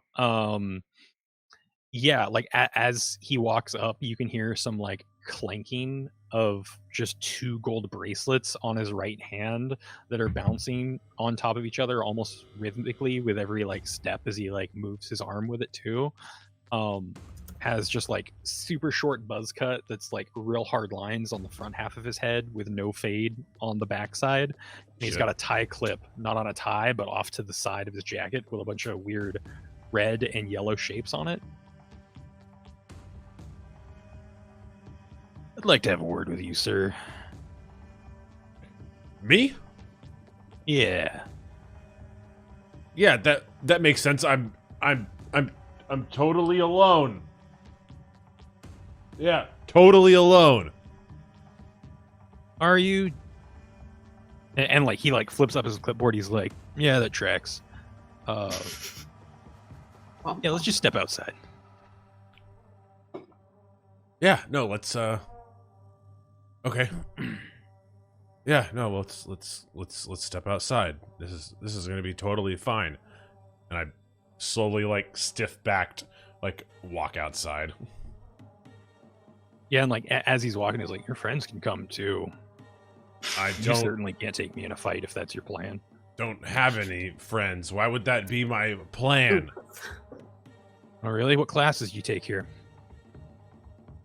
Creative writing.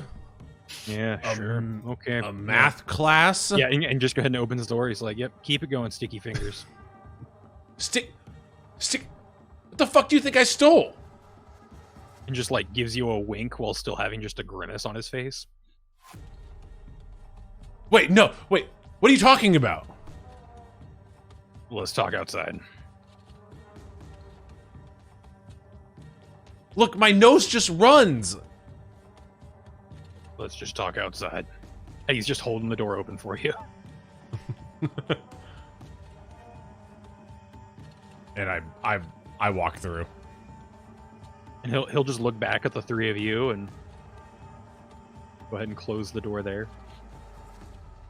And outside, he just kind of pulls you around a corner from under your good arm.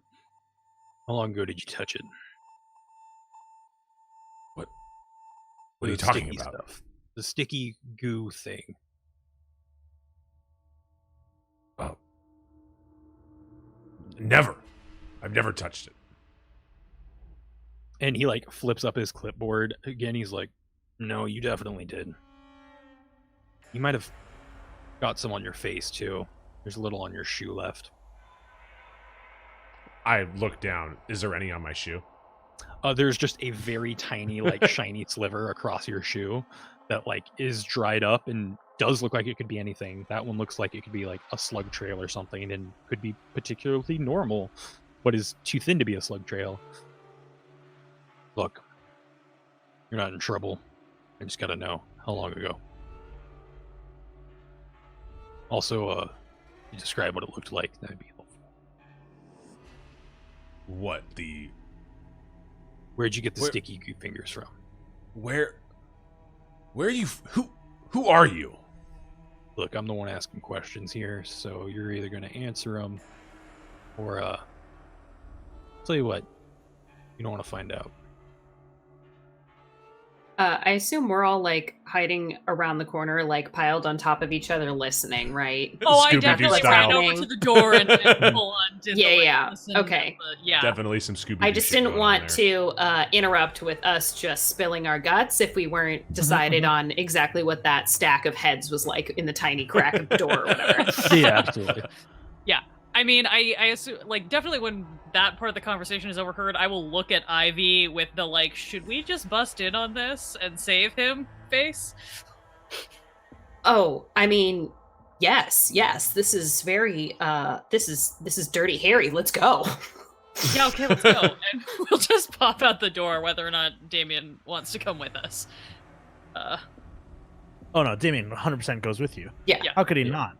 I figured Also, it. Ivy just made a Dirty Harry reference. LA kids are so cool. I know, we're amazing. Gwen only read romance novels because that's all her mom kept in the house, so her life was The weird. best part about this is course. that I really am an LA kid. But not an LA criminal. Aww. He has to say that legally. Yeah. So yeah, we'll all just My spill parole out. officer told me so. Never convicted. Yeah, we'll just all like open the door and like kind of spill out and just be like, You certainly hi, try to yes, spill out, hi. and Bryce, you can see this, just a super fast reflexes of catching the door like as like 2 inches open, and then he like slowly opens it up for the three of you. You should probably join too. How long ago? And we'll just shut the door behind you. Sticky stuff. When did it start? So it would have been like Look at watch. hour Around 7, a little after 7. Yeah. What did And it look it's- like? I don't know. I didn't really see it. I It just, kinda like, looked pick- like he I just, sneezed like- in his hand. No, from what I not saw. what the goo looked like. What This. did you get the goo from? Oh, Oh, sorry. And I wipe my snot back on my pants. I got it from my nose. it was Lock. the lock, right? Yeah. The lock. You see some eyebrows raised. You're like, just a lock. Stuck a screwdriver in a lock. Snot came out. Was it the axe case lock? I don't think we Maybe. need Damian's face to is be like- super specific about what kind of a lock it was, but it was definitely a lock in that building over there. And we saw it. We did not cause it. Yeah, You a cop? Sir. didn't. I'm with a formal government. See, So you're a cop. yeah, sure. Were you in trouble? No. Okay. You guys see anything else strange around the sticky goo? Sort of.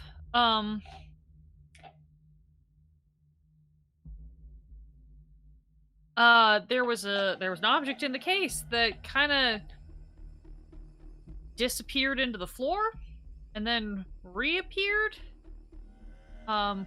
We thought it might be some sort of cool technology trick decoy thing. That's a thing that Yep, perfectly ordinary. It exists. Not a lot of people have it. This is a test facility for new technology. Southwest corner. That was the building that they were talking about, the Hoover Tower. As you like flips up some pages, like write some notes. So there was a southwest corner. Where did you hear that term? If you I'm don't with mind me a- asking, sir. I'm with a government agency. You're not the only one on the radio. Right. Okay. So you heard the creepy shit on the radio. No, I heard half of it. Oh, okay. Did you want to know about the other half? Cause Sure, fill me in. I will just repeat to him everything that I heard both times on the radio. All right. I might need your help, kids.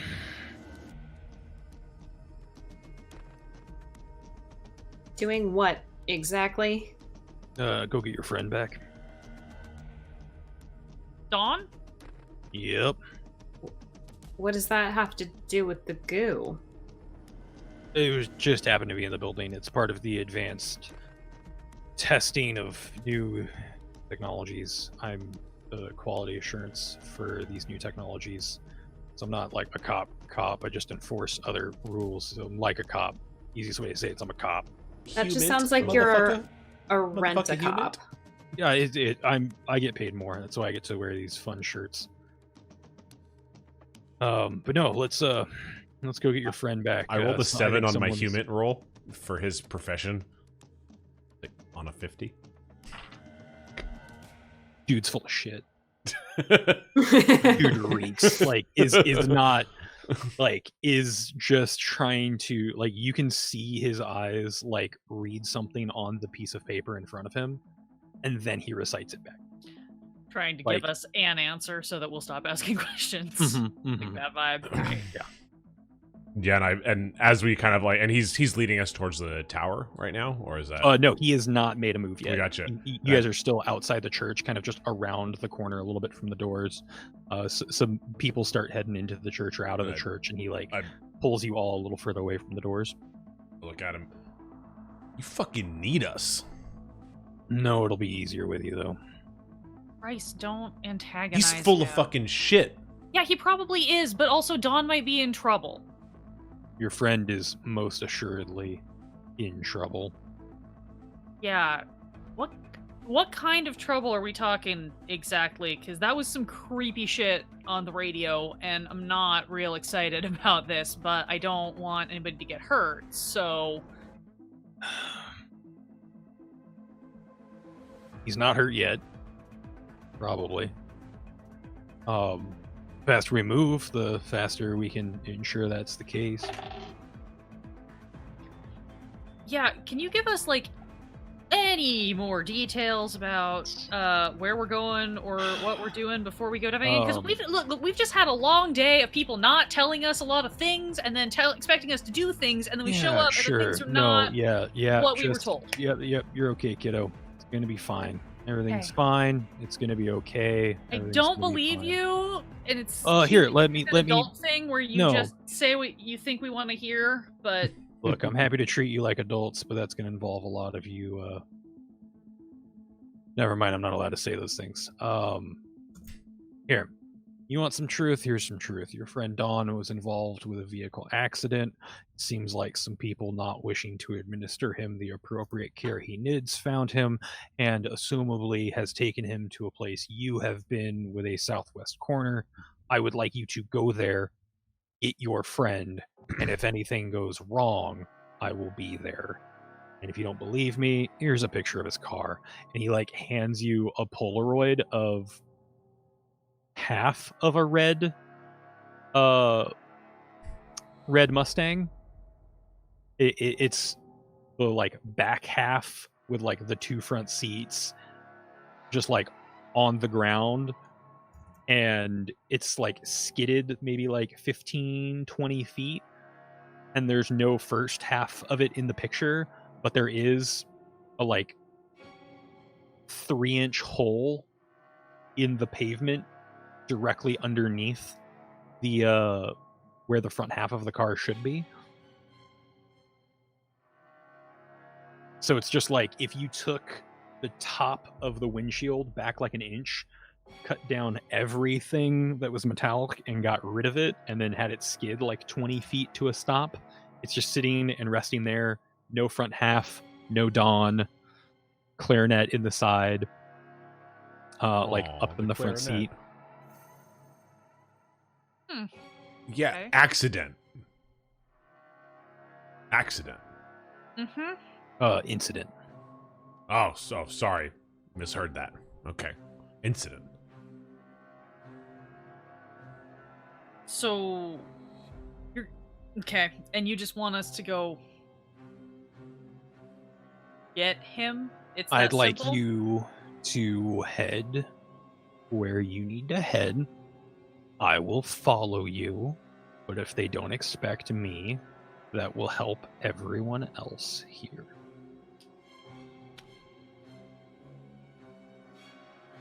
Hey, can you give us your gun? What makes you think I have a gun?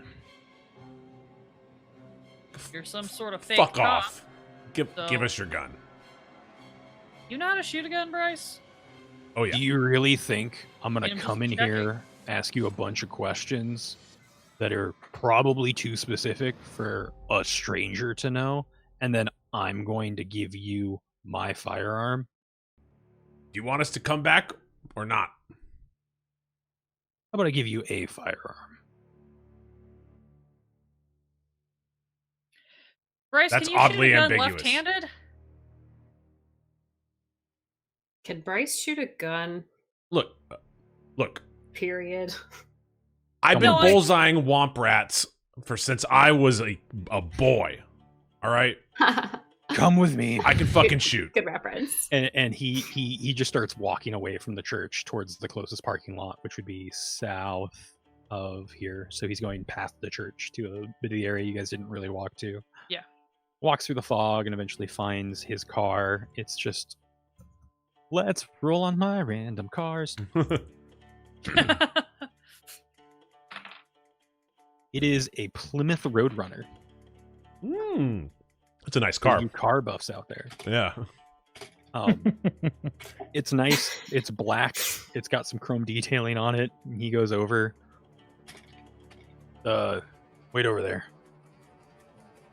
And he just like signals over there, like to another car. Just on the other side of that car. And then once you're there, he's just gonna like pop open the trunk.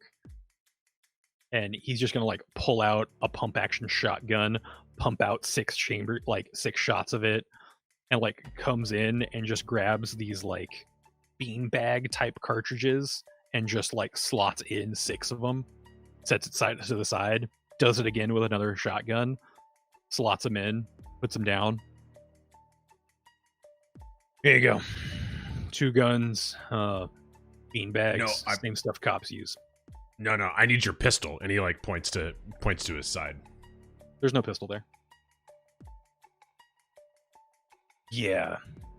You're not really in a place for making demands. See, I'm treating you all with kids' gloves because you're not really privy to the way the world works. And I'm not meaning like, oh, you're uneducated or you're not here and then your big Cal budgets aren't going to get you all the way you need to go. What I'm saying is there's things out in the world you shouldn't have to be exposed to. What caused the power outage? Same thing that destroyed your friend's car.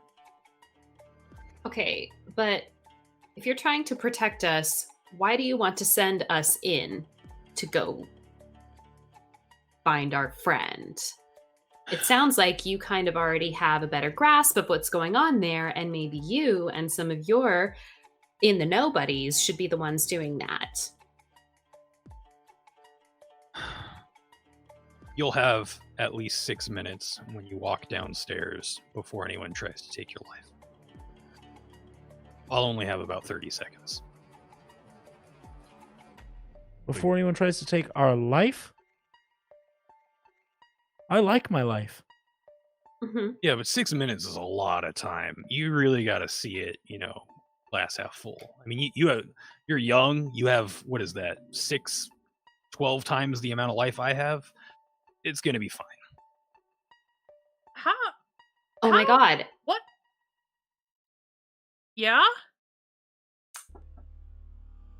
Don't worry about it. It's okay. But is this kind of like that episode of Yeah, Star Trek with the totally. salt sucking Yep. thing where Mhm. like they were just like taking it like there's something down there that's going to literally suck our lives out? Yeah, sure. It's just like Star Trek. We have the anti-photon matter ray that I mean, will if take it care was of I don't like Star doubt Trek, that. that would explain the thing with the axe going in and out of the floor, right? Okay. Is that stuff real? Is Roddenberry getting real stuff? Yeah, no, most of Star Trek is just R&D. That's most of it's real. I knew it. Ugh. Gotta get in on that Roddenberry money. That's what we got down here. We just have some malfunctioning Star Trek equipment.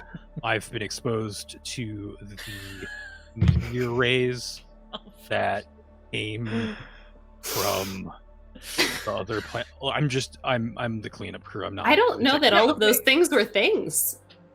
I mean, you might know. It's a big world out there's there. Stuff you don't still need to more be in exposed to production yet. at this point. Yeah, no, the FCC hasn't approved it yet. So Gwen grabs one of the shotguns. Do they have like straps on them?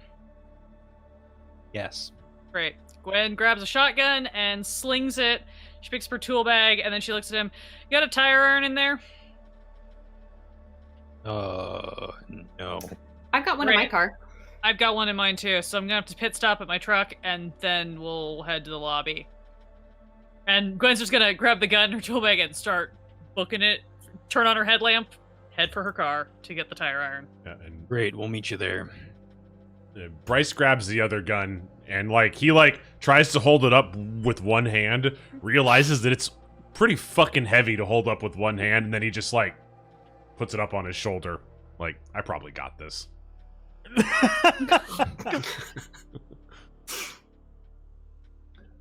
Just put the strap on so you don't hurt anyone that you're not meant to hurt. You pointed at the bad people. I know how to shoot a fucking gun. Great. Got any more demands? Or are you going to play along? Look, we don't take L's here. And I strap up the shotgun. Oh, I knew I was going to regret saying that. Hoorah. What about you? Been real quiet.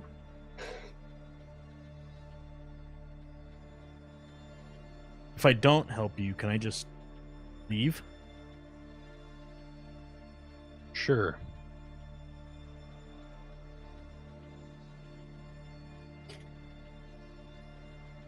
You don't even need to roll for it. You don't believe him.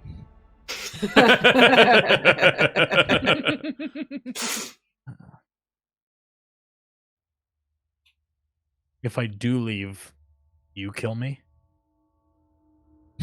No.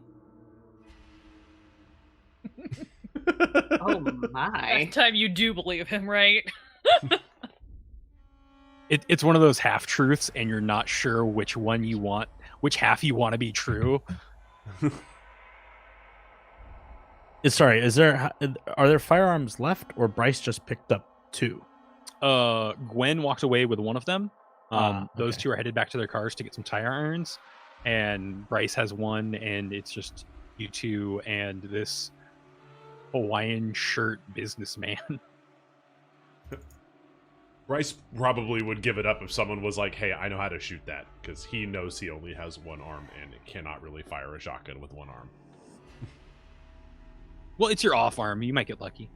That's true. I mean, how good is your firearms? It's a 40. And then using a rifle, so just have that since you're only using half of your arms. I'll make it work, okay? Cool.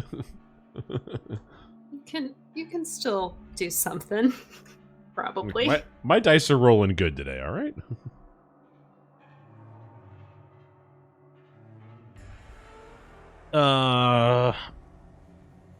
Free Damian, nation. That's what we fought for.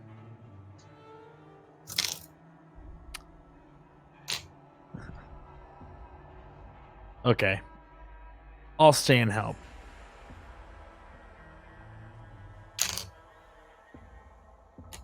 I'll There is gonna carry be a one of the but, tire yeah. irons. Great. I'll carry one of the tire irons. There was going to be a but. No. Do you work for the government? Yes. If we help you, will you pay our tuitions? Ooh, good question. He, There's like, got to be a flips- bonus, right? He flips up some paper. Yeah, sure.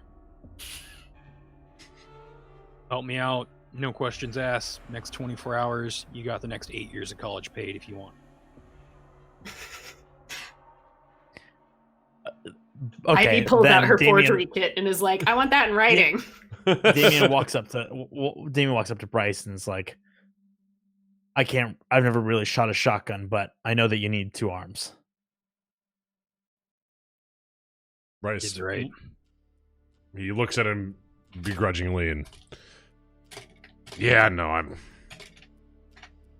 I would give it a go, but if you think you can do it, here.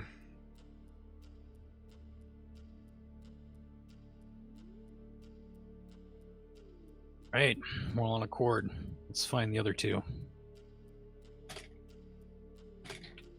I think it's just me. I think Ivy stayed with you guys. Oh, I thought you were also heading to your car to get a tire. But yeah, if you're around, he'll extend the offer of 8 years of college for you as well. I mean, Ivy's covered. But yeah, she was going. No, sorry, Ivy's a douche like that. Yeah, No, I'm just hoping one of you guys has the decency to mention this to the one person who's got like 10 years of school left.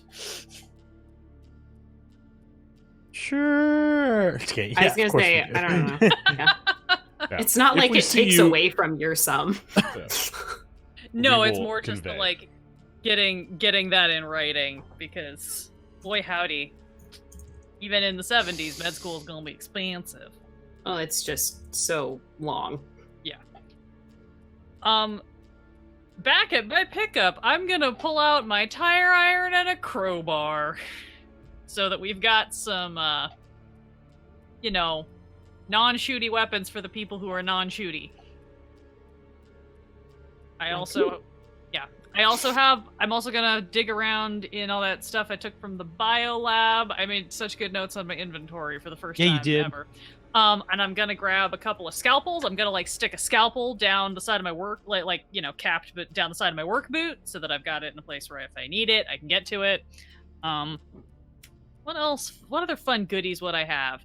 I'm gonna stick a roll of copper wire in my back pocket where it's easy to grab, because you could very easily garrote someone with that if you needed to. And then I'm gonna get the flare gun and the smoke canister and have those ready to hand off to Ivy when she shows up. Dope. So yeah, Ivy's going to her car. I ironically think I would have all of the medical type equipment because she's got like sewing materials and things like that. So yeah, going to grab the tire iron, obviously, as we mentioned previously, and some like sewing stuff. I think she's probably got some like glue and some extra random supplies in there. What else would one have in one's car when crafting? There's like partially made shit in there. Probably more wire, probably something. There's got to be something else that's probably metal, but I don't know what. Will you have like rope or twine or yarn or something like that? Yeah, that's true. Yeah. Well, I mean, yeah, I definitely have stuff to sew with and other things that would be of a heavier, or Absolutely. grosser thickness. And one of you would have the case that has like the baseball and like fields equipment as well. So you have a couple of baseball bats. Right. That's right. And baseball balls. And fake axes. We have Baseball a balls. strange number of those. Yeah. So Ivy's going to load up all that shit in her fake axe bag and haul back. Or drive over. Because she's lazy. For sure. You can definitely meet back with the boys back at like, they'll probably just come around the building to the parking lot where your truck was. Your friend here's a good negotiator. Good head on his shoulders. Gonna go places. There's 4 of you, right? Yeah, I mean 4 of us Ah, plus there- Dawn yeah. as 5. Yeah, well, What Dawn will be paid. what do you what did you guys negotiate while I was gone? And I will see that Damian is carrying the shotgun, so I will hand my crowbar to Bryce. Yeah, he just comes up, and once all 4 of you are there, he's like, "No, just hang on to these. You'll be fine." What is it, like $5,000 for board and tuition and stuff a year? Is it? Yeah. It About actually is probably about under $3,000 for room, board, tuition, and all that. He's just rounded up to 5. And Yeah, don't just- tell him any better. And from like the back of his Uh. clipboard, just rips out like 4 checks and hands a check to each of you with your full names on it for $40,000. Yeah, it's about $6,000 a year, 1978 actual. Cool. Either way, he's going to give you $40,000 on a check. The memo Cool. just says "for school," and where there should be a signature is just a strange-looking stamp. Does it happen to be a few triangles? Nope. Oh. It looks like various L's and like square dots in like the corner, so almost all of them are squares. Mm. Gwen is going to look at hers, look at all of them, look at this dude, and be like, "None of them know my full name. How do you know my full name?" Wanted to make sure that you were actually an enrolled student, so I checked. Not just gonna give non-students tuition money for 8 years.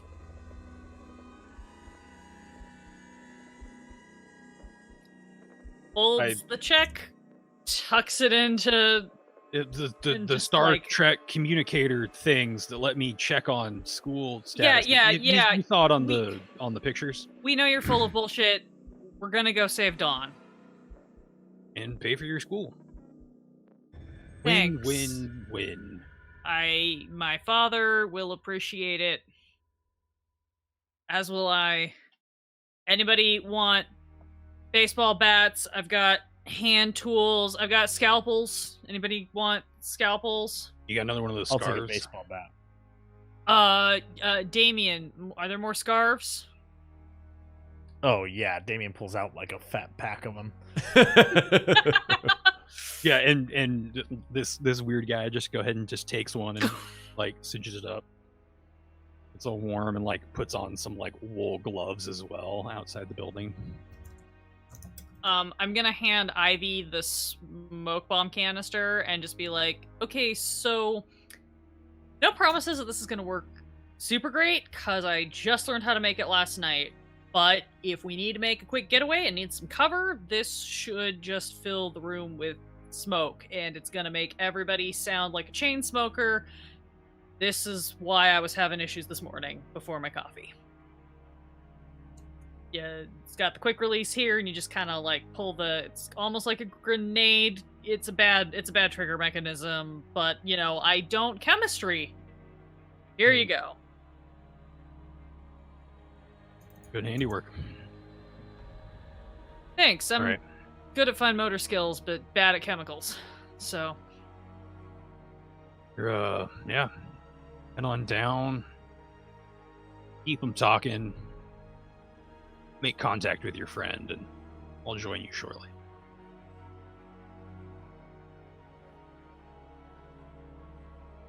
And just Alright. like goes up and like holds the door open with his left hand and is kind of just there jingling the bracelets on his right in like an intentional rhythm now. hmm.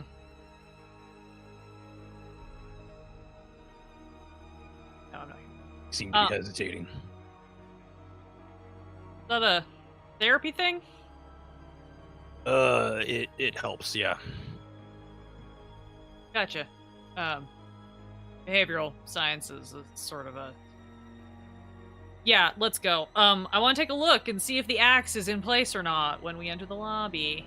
The axe is not on the plaque. The plaque is also not there. Mm. Oh! It's not on It's the gone. plan. Shit.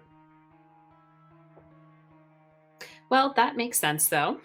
Why the would that power- be where we want it to go? The power is still out, right? So are Power we like... is still out, but there is a faint glow from the closet. Right, just confirming. I've got my headlamp, and I think I said I gave Ivy my flashlight. You did. Okay. I'm I'm just by default handing you extra stuff. Sorry, feel free to distribute that around. I mean, You're just usually the you've only closest. handed me the flashlight. I mean, At least that I still have. The only thing I've got is the flashlight. I Because I give got you- my own tire iron and... Yeah, I also gave you my smoke bomb. Oh, right. Smoke I forgot about bomb. that. Smoke bomb. Should And if you want the write flare that gun, as a I will note. give you the flare gun. Otherwise, it's in the back of my... Like, it's in my other back pocket or something. got some deep pockets there. They're work pants. They're probably my dad's work pants. I was gonna say they're not ladies' work pants. You Nope, got some they're- D&D pockets going on. Yeah, they're probably my Ah, dad's pockets work of pants. holding. I don't know. In the 70s, did they have the like hammer loop? Was that a thing that they did on work jeans? Oh, Because it if had so, to I be, would- right? Oh yeah. Yeah, Then it I probably had got to the flare be. gun tucked in there. The hammer's a lot older than the 70s, so the loop's Yeah, probably there. but jeans were not always adept at holding We tools. sound like such millennials. Did you even have this in the 70s? Well, I was going to say, I mean, I know more about the history of jeans than I do specifically about the intricacies of work jeans. But like, I know about the Wild West origins of jeans, but that was our last game. Yeah, that doesn't apply here. What does Nay. apply here is it is real cold as the doors opened by this strange man who's all just handed you a check for $40,000. Yo, we're getting a raid!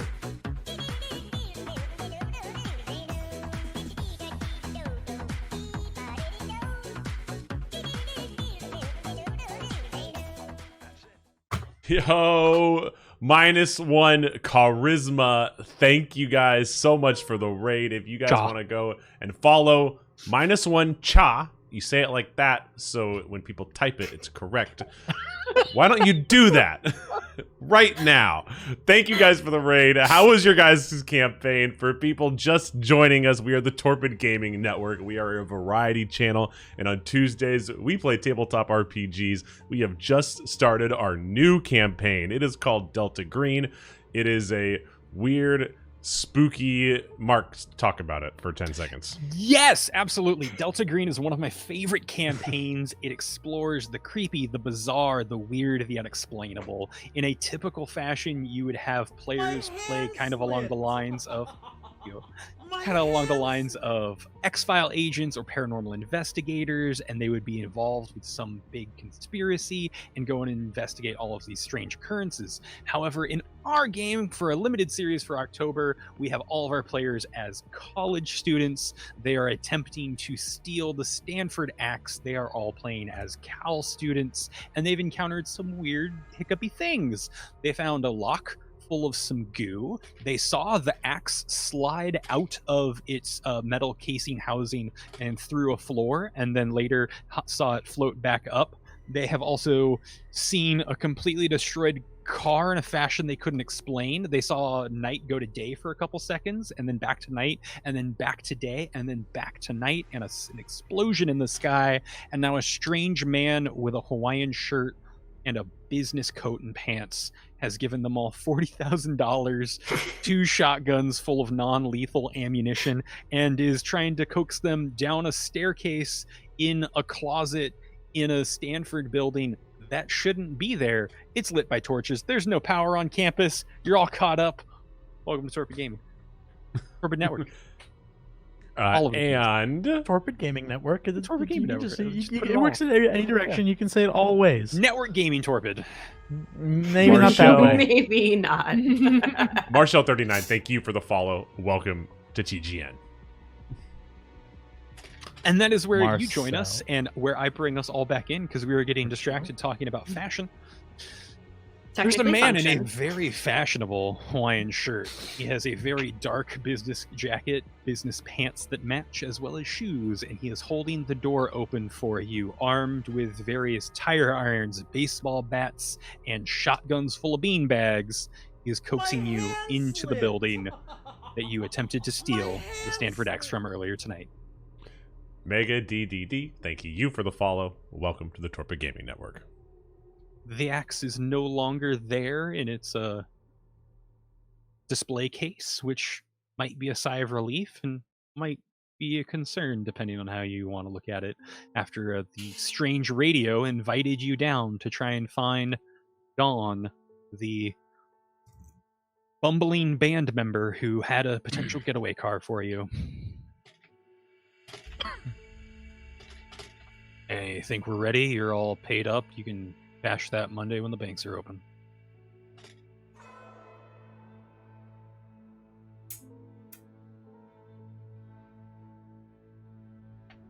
Okay.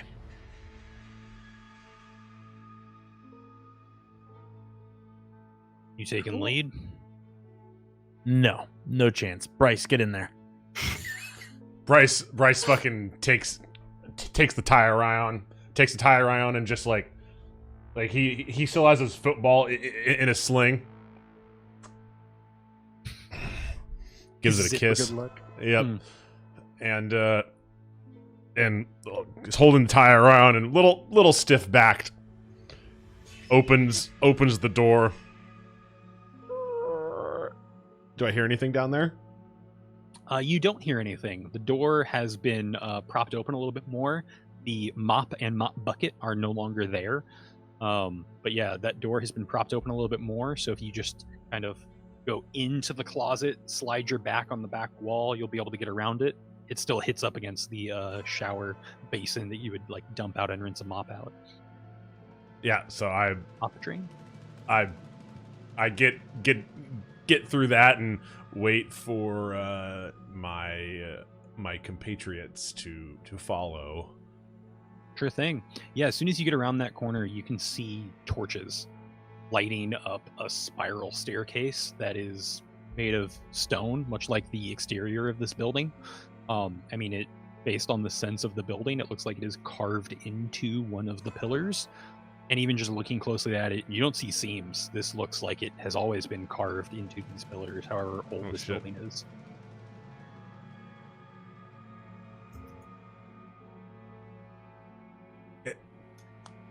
It's clear. I'll follow behind him. And then I'll follow behind him and actually push past him and be like, man, you got balls, dude. And keep leading the way down. I will just turn to Ivy. You want middle or rear? Whatever. And she just like swings her tire iron. Like, let's just go. All right. I will get the shotgun on my shoulder, and I guess I'll come up behind. Yeah, for the last two, he closes. This strange man closes the door kind of behind you, and then is just still shaking his wrist and having his metal bands go to it, and you can see him just start doing like a little like dance number, back and side and back to side. He just kind of like just starts slapping on his shoulders, thighs a little bit.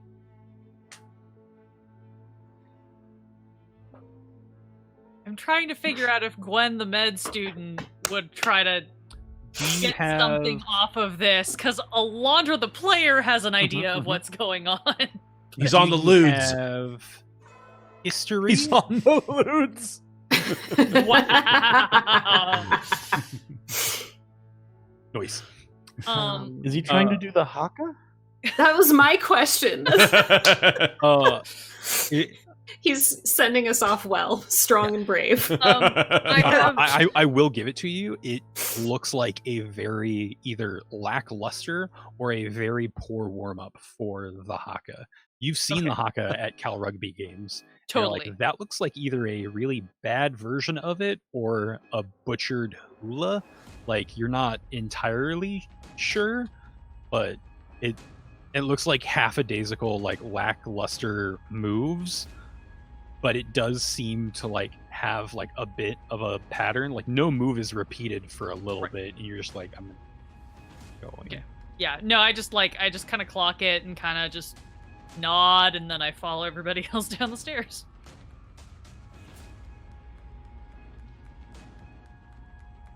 So now we have in front. Damian. On names. I'm Damian. looking at all of them. Damian. And So we have Bryce is Damian, right Bryce, behind him. Gwen, Ivie. No, Awesome. Gwen's in the rear. Got it. Yeah. Here we go. Yo, we're getting a raid! I can't hear the playback. Is it just me? Just keep dancing. See your roll 20 derp. Refresh. It's there, Maddie Morgs. Thank you for coming through with the raid, guys. If you have not gone and followed Maddie Morgs yet, please take a second, give him a follow. It was Maddie Morgs Presents tonight. How was your guys' stream? Welcome everybody to the Torpid Gaming Network. We are a variety channel. We are live 5 days a week, and on Tuesdays we have just started a new campaign. Mark. New campaign. It is Delta Green. It is a modern setting where we are completely normal human beings that stumble upon and somewhat investigate weird, paranormal, spooky, impossible things that bend the mind, reality, and all of sanity as we know it. It takes a lot of influence from things like X-Files, H.P. Lovecraft, all sorts of fun history. It is an absolutely fun game. It is a very lethal game if you're familiar with various tabletop role-playing games that works on a percentile system. You join our intrepid crew of Cal students. Thank you. I don't see who it is, but thank you. To Masuan. I'm the worst with the names. Thank you for the follow. Welcome to the Torpid Gaming Network. I'm sorry I butchered the crap out of your name. You're great. Our characters this time around, we're playing for the month of October. Thank you. I love notifications. Ephemera. Thank you for the follow. I'm like literally second guessing myself at every single name that I say. You should. I'm the worst, and I'm sorry. Worst streamer ever. You Cosmic get another Knight, one. thank you for the follow. Okay, I think I nailed that one. I think I That nailed one that one. Welcome, for those guys. of you who knew, our 4 brave adventurers are actually college students from Cal. They're on the Stanford campus. There is a long bespoke rivalry between the two, and they are in the process of trying to steal the Stanford axe when a bunch of crazy stuff happened. And now a strange man is doing a weird dance outside of a building, and they are going down a spiral staircase after getting an ominous message over the radio. They may or may not have their friend as a hostage. So, yeah. I mean, we hope he's down there. Hope he is too. So as you make the way down this spiral staircase, it is lit by torches. There is a torch sunk into the wall about every 3-4 feet. So you can usually see 2, if not 3 torches at any given moment. And this is still a tight spiral of a staircase. And it goes down maybe about 20 steps before coming into a slightly curved hall of cobblestone floor, cobblestone walls, cobblestone ceiling. And as you come down it, there's just a short figure at the end of the hall, maybe 5'5", 5'4". Got my message. We'll give your friend back if you apologize. Come present yourself to the committee. And then just like walks to the left. It's the one thing I can't do is apologize. I hate this. But yeah, torches line the way of this hallway. It's probably only about 10 feet wide. And this person at the edge of it kind of comes up to a T section. It looks like they're standing in front of a curved wall, and they pass. They're in their like Stanford colors and garb. It looks like a short, stocky man. Maybe he does like shot put or something. Like dude is just all upper body with like chicken legs, and like walks underneath one of the torches to where you can see him, and he's not just a shadow for a second. He like kind of chuckle a little bit because he's got like rolls coming down like his heads. Like this guy might have been juicing at some point. But yeah, he just like pops around the corner, and there is just like a small hum you can hear from down the hall.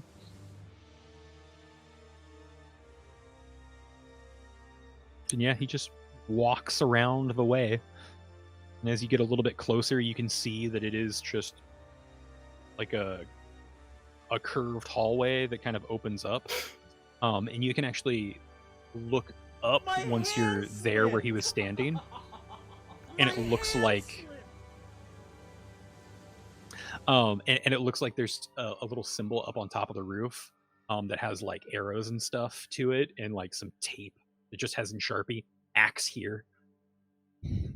Crazy 8 Ball, thank you for the follow. Welcome to the Torpa Gaming Network.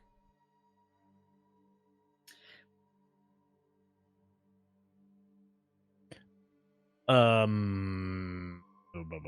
think Damian just starts like firing off questions. Who are you? Why are you doing this? And yeah, from down the hall, it's like, oh, you'll learn a lot. Just come beg for forgiveness, and your friend can go. What the fuck? I don't beg anybody for forgiveness. I'm not begging anybody for forgiveness if I haven't done anything. Come around the corner, and you might change your mind.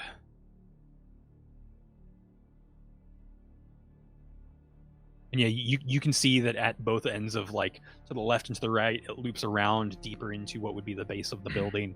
And you can see much brighter lights at the end of each hallway. It looks like there's just much more torches.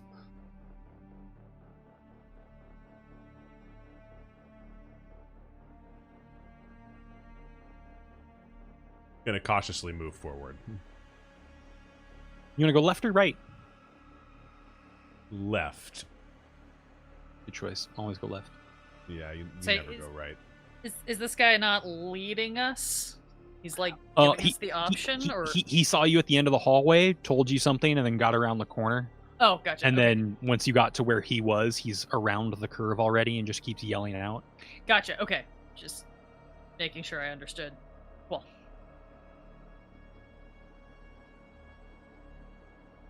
So you're heading off to the left. Everyone's following?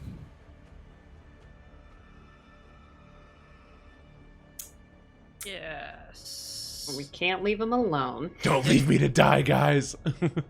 Puppy dog eyes behind me as I walk away. Bryce, you can Off. atone for our sins. Bye. I'll follow him as well. Yeah, I feel like our conga line just kind of keeps going together. Only we're dead. You do kind of come around the corner, and you can see it's kind of like a stone amphitheater setup. There's probably about 4 like tiered rows, and towards the center and the back row, there are just 4 Stanford students there. There's like the short guy that was yelling out things onto the left. There's 2 medium height women in the middle, and then there's a really tall guy on the right who's real lanky. And they're all in various sorts of Stanford paraphernalia and things like that, all with just kind of these wicked grins on their face. And they're just there staring at you. And one of the middle girls asks, calls out, "Welcome! Come! See what the Stanford Cardinal can offer and beg for forgiveness." What exactly are we accused of doing that we need to get forgiven for? Did you not try to steal the axe without winning the big game? Try is a strong word.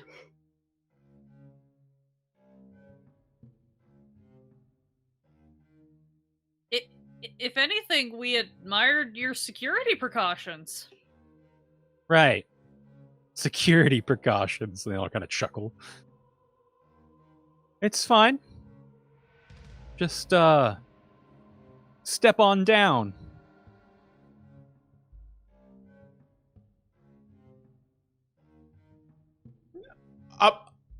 You could tell me what was going on from it here. Is this Mark? Is this room like it's like a circular room? Can we see everything in this room? Just giant circle. You can see everything in this room. The only thing that you haven't really seen, so you've like come around the corner.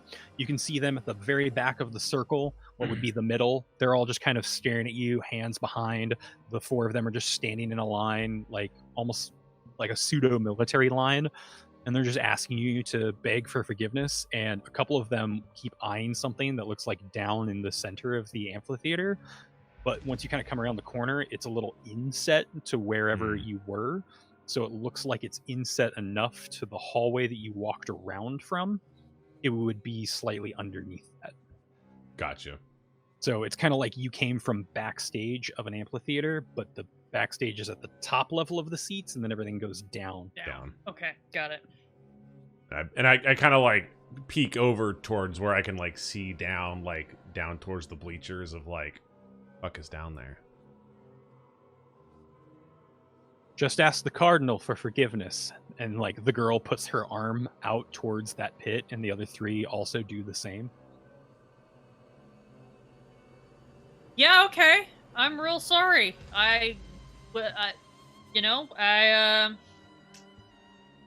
was told that this might be a sort of fun prank sort of thing. Turns out it really wasn't that fun, and maybe it was a bad idea, and I am awful sorry that I got involved, and will never, do any mischief on Stanford grounds again. We don't need the apology. Look the cardinal in the eye.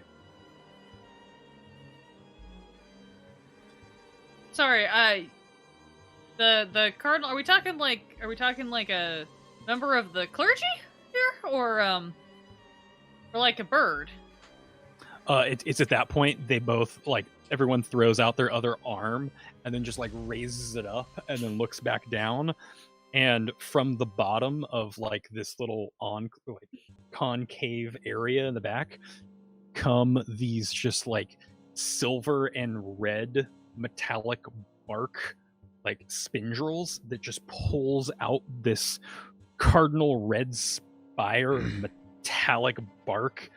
It looms about 8 feet into the air, and its base is just a network of oozing roots. And then slowly it just begins to unfurl and crawl a bit more forward, and the base just curls up inward once it finds a nice setting to where it can see all of you, almost like a gothic porcupine trying to devour itself. And then in the center of it, there's a nice column, and this cardinal red column just starts to slowly unwind. And in the middle of it, this giant yellow floating orb sits in the middle of all of it, just like I had a great description. Yeah, sickly yellowish orb begins to form and shine just in the opening of it. And then all of a sudden it blinks with rushing ripples coming from all sides, and just like dropped glass loses its contents. So do all of your brains start to just rush forward with thoughts and desires. And you're left with these gold visions of all of your life's emotion, except for one very strong emotion. Fear. Red, hot, and intense. It swells into your neck, and all of a sudden you can just hear the echoed chanting of all 4 of your voices screaming out, "The axe! The axe! Give him the axe!" Can I get you all to give me a sanity roll? Can we do Constitution instead? No, Yeah, I was saying I'm fine with either one of those, but Yeah. I don't lose this shit. Jesus fucking Christ. Oh, 16 on a 75. Oh, Voice. Fucking go. 17 on a 55. 54 on a 55. Let's go. Hey, let's go. 75 on a 69. Nice. Dope. Damn. Literally, this is exactly what happened the last time we played Delta Green. It's true. I've never made a sanity roll. Nice. Ugh, If you made your sanity roll, you're going to take 3 points of sanity loss. fucked. If you made your sanity roll? If you made Yeah. your sanity roll, you're going to lose Yeah. 3. And if you lost your sanity roll, you're going to lose 7. Wait, how much do we lose if we made our sanity roll? You lose 3 sanity if you made your roll. Fuck you. 3 points. You've just seen something that doesn't exist, and you suddenly find yourself chanting a song, and the only emotion you can express is fear. Honestly, we're trying to now- support Stanford now. That's what he's done to us. Uh-huh. That's it. That's We've pretty all much lost it. our sanity. Now I'm going to need Game you over. to all roll a power roll. Oh, I'm really good So at this next too. to your power should be the ×5. You're going to roll and try to beat that, and let me know who gets what. Oh, You want to try and beat We it? wanna get over? higher than it? No, you want to roll No, under under. your power, but you want to get as close to your power as possible. Well, I rolled an 5 on a 75. Dude, that's great. But that's nowhere close to my power. Yeah, but you succeeded. You okay. succeeded. It's same rules. It's still roll Yeah. under. Well, Yeah, you still need to succeed. And for some tiebreakers reason, I everyone thought we else. were doing a check against something because you made it kind of sound like that. Well, Sorry. you all roll, and it's only going to affect one of you. So you got a success with a 5. Yep. Nestor, what'd you get? I got a 61 on a 55. Dope. Alandra. I got a 24 on an 80. Nice. Christy. 99. Oh Yikes! The crit fail. Crit Oh, that's not a good roll. The crittiest crit. It's the No. worst. If there were ever a roll to fail on, it might be this one though, so it's going to be fun. What does happen is the Stanford axe descends through the ceiling at a super fast pace, and Gwen instinctively just throws out her arm, and it stops just like 12 inches above your hand. And all of a sudden, you're holding on to a near invisible, like 2-foot long handle for the axe. And you now just have the Stanford axe, and you're just chanting, "Axe, axe, give me the axe." Frick. Okay. Please change your strength, constitution, and dexterity to 21. You've been axed. Okay. Should I? I'm gonna do that off to. Fuck. Okay. Hang on. I need to write this down. Yeah. Write it down for now. Please take note of what your original stats are as well. That's what I'm gonna do, just because I want to But make yeah, sure. That as soon as this invisible handle lands in your hand and then you grab it with the other one, everyone in the room can also just turn and see that she is now just perfectly fit. Just has muscles on muscles and just has like the strongest bite down on her jaw and is now just chanting through clenched teeth. And all 4 of the Stanford people in front of you just look so sick and just violated that you would dare touch this relic. And then everyone kind of just looks back down to that strange red metallic bark tree spindle of a creature, and that orange, yellowish, brackish eye in it begins to just flicker down into quite nothing, spins itself back up. The 4 Stanford students, their entire skin just goes cardinal red. They open up their mouths and just banshee shouts start coming out. We're going to end the night there. No. I was like, yeah, someone's dying. Oh boy. We're going to start Woo! with the spookiest thing next week. Let's go, guys.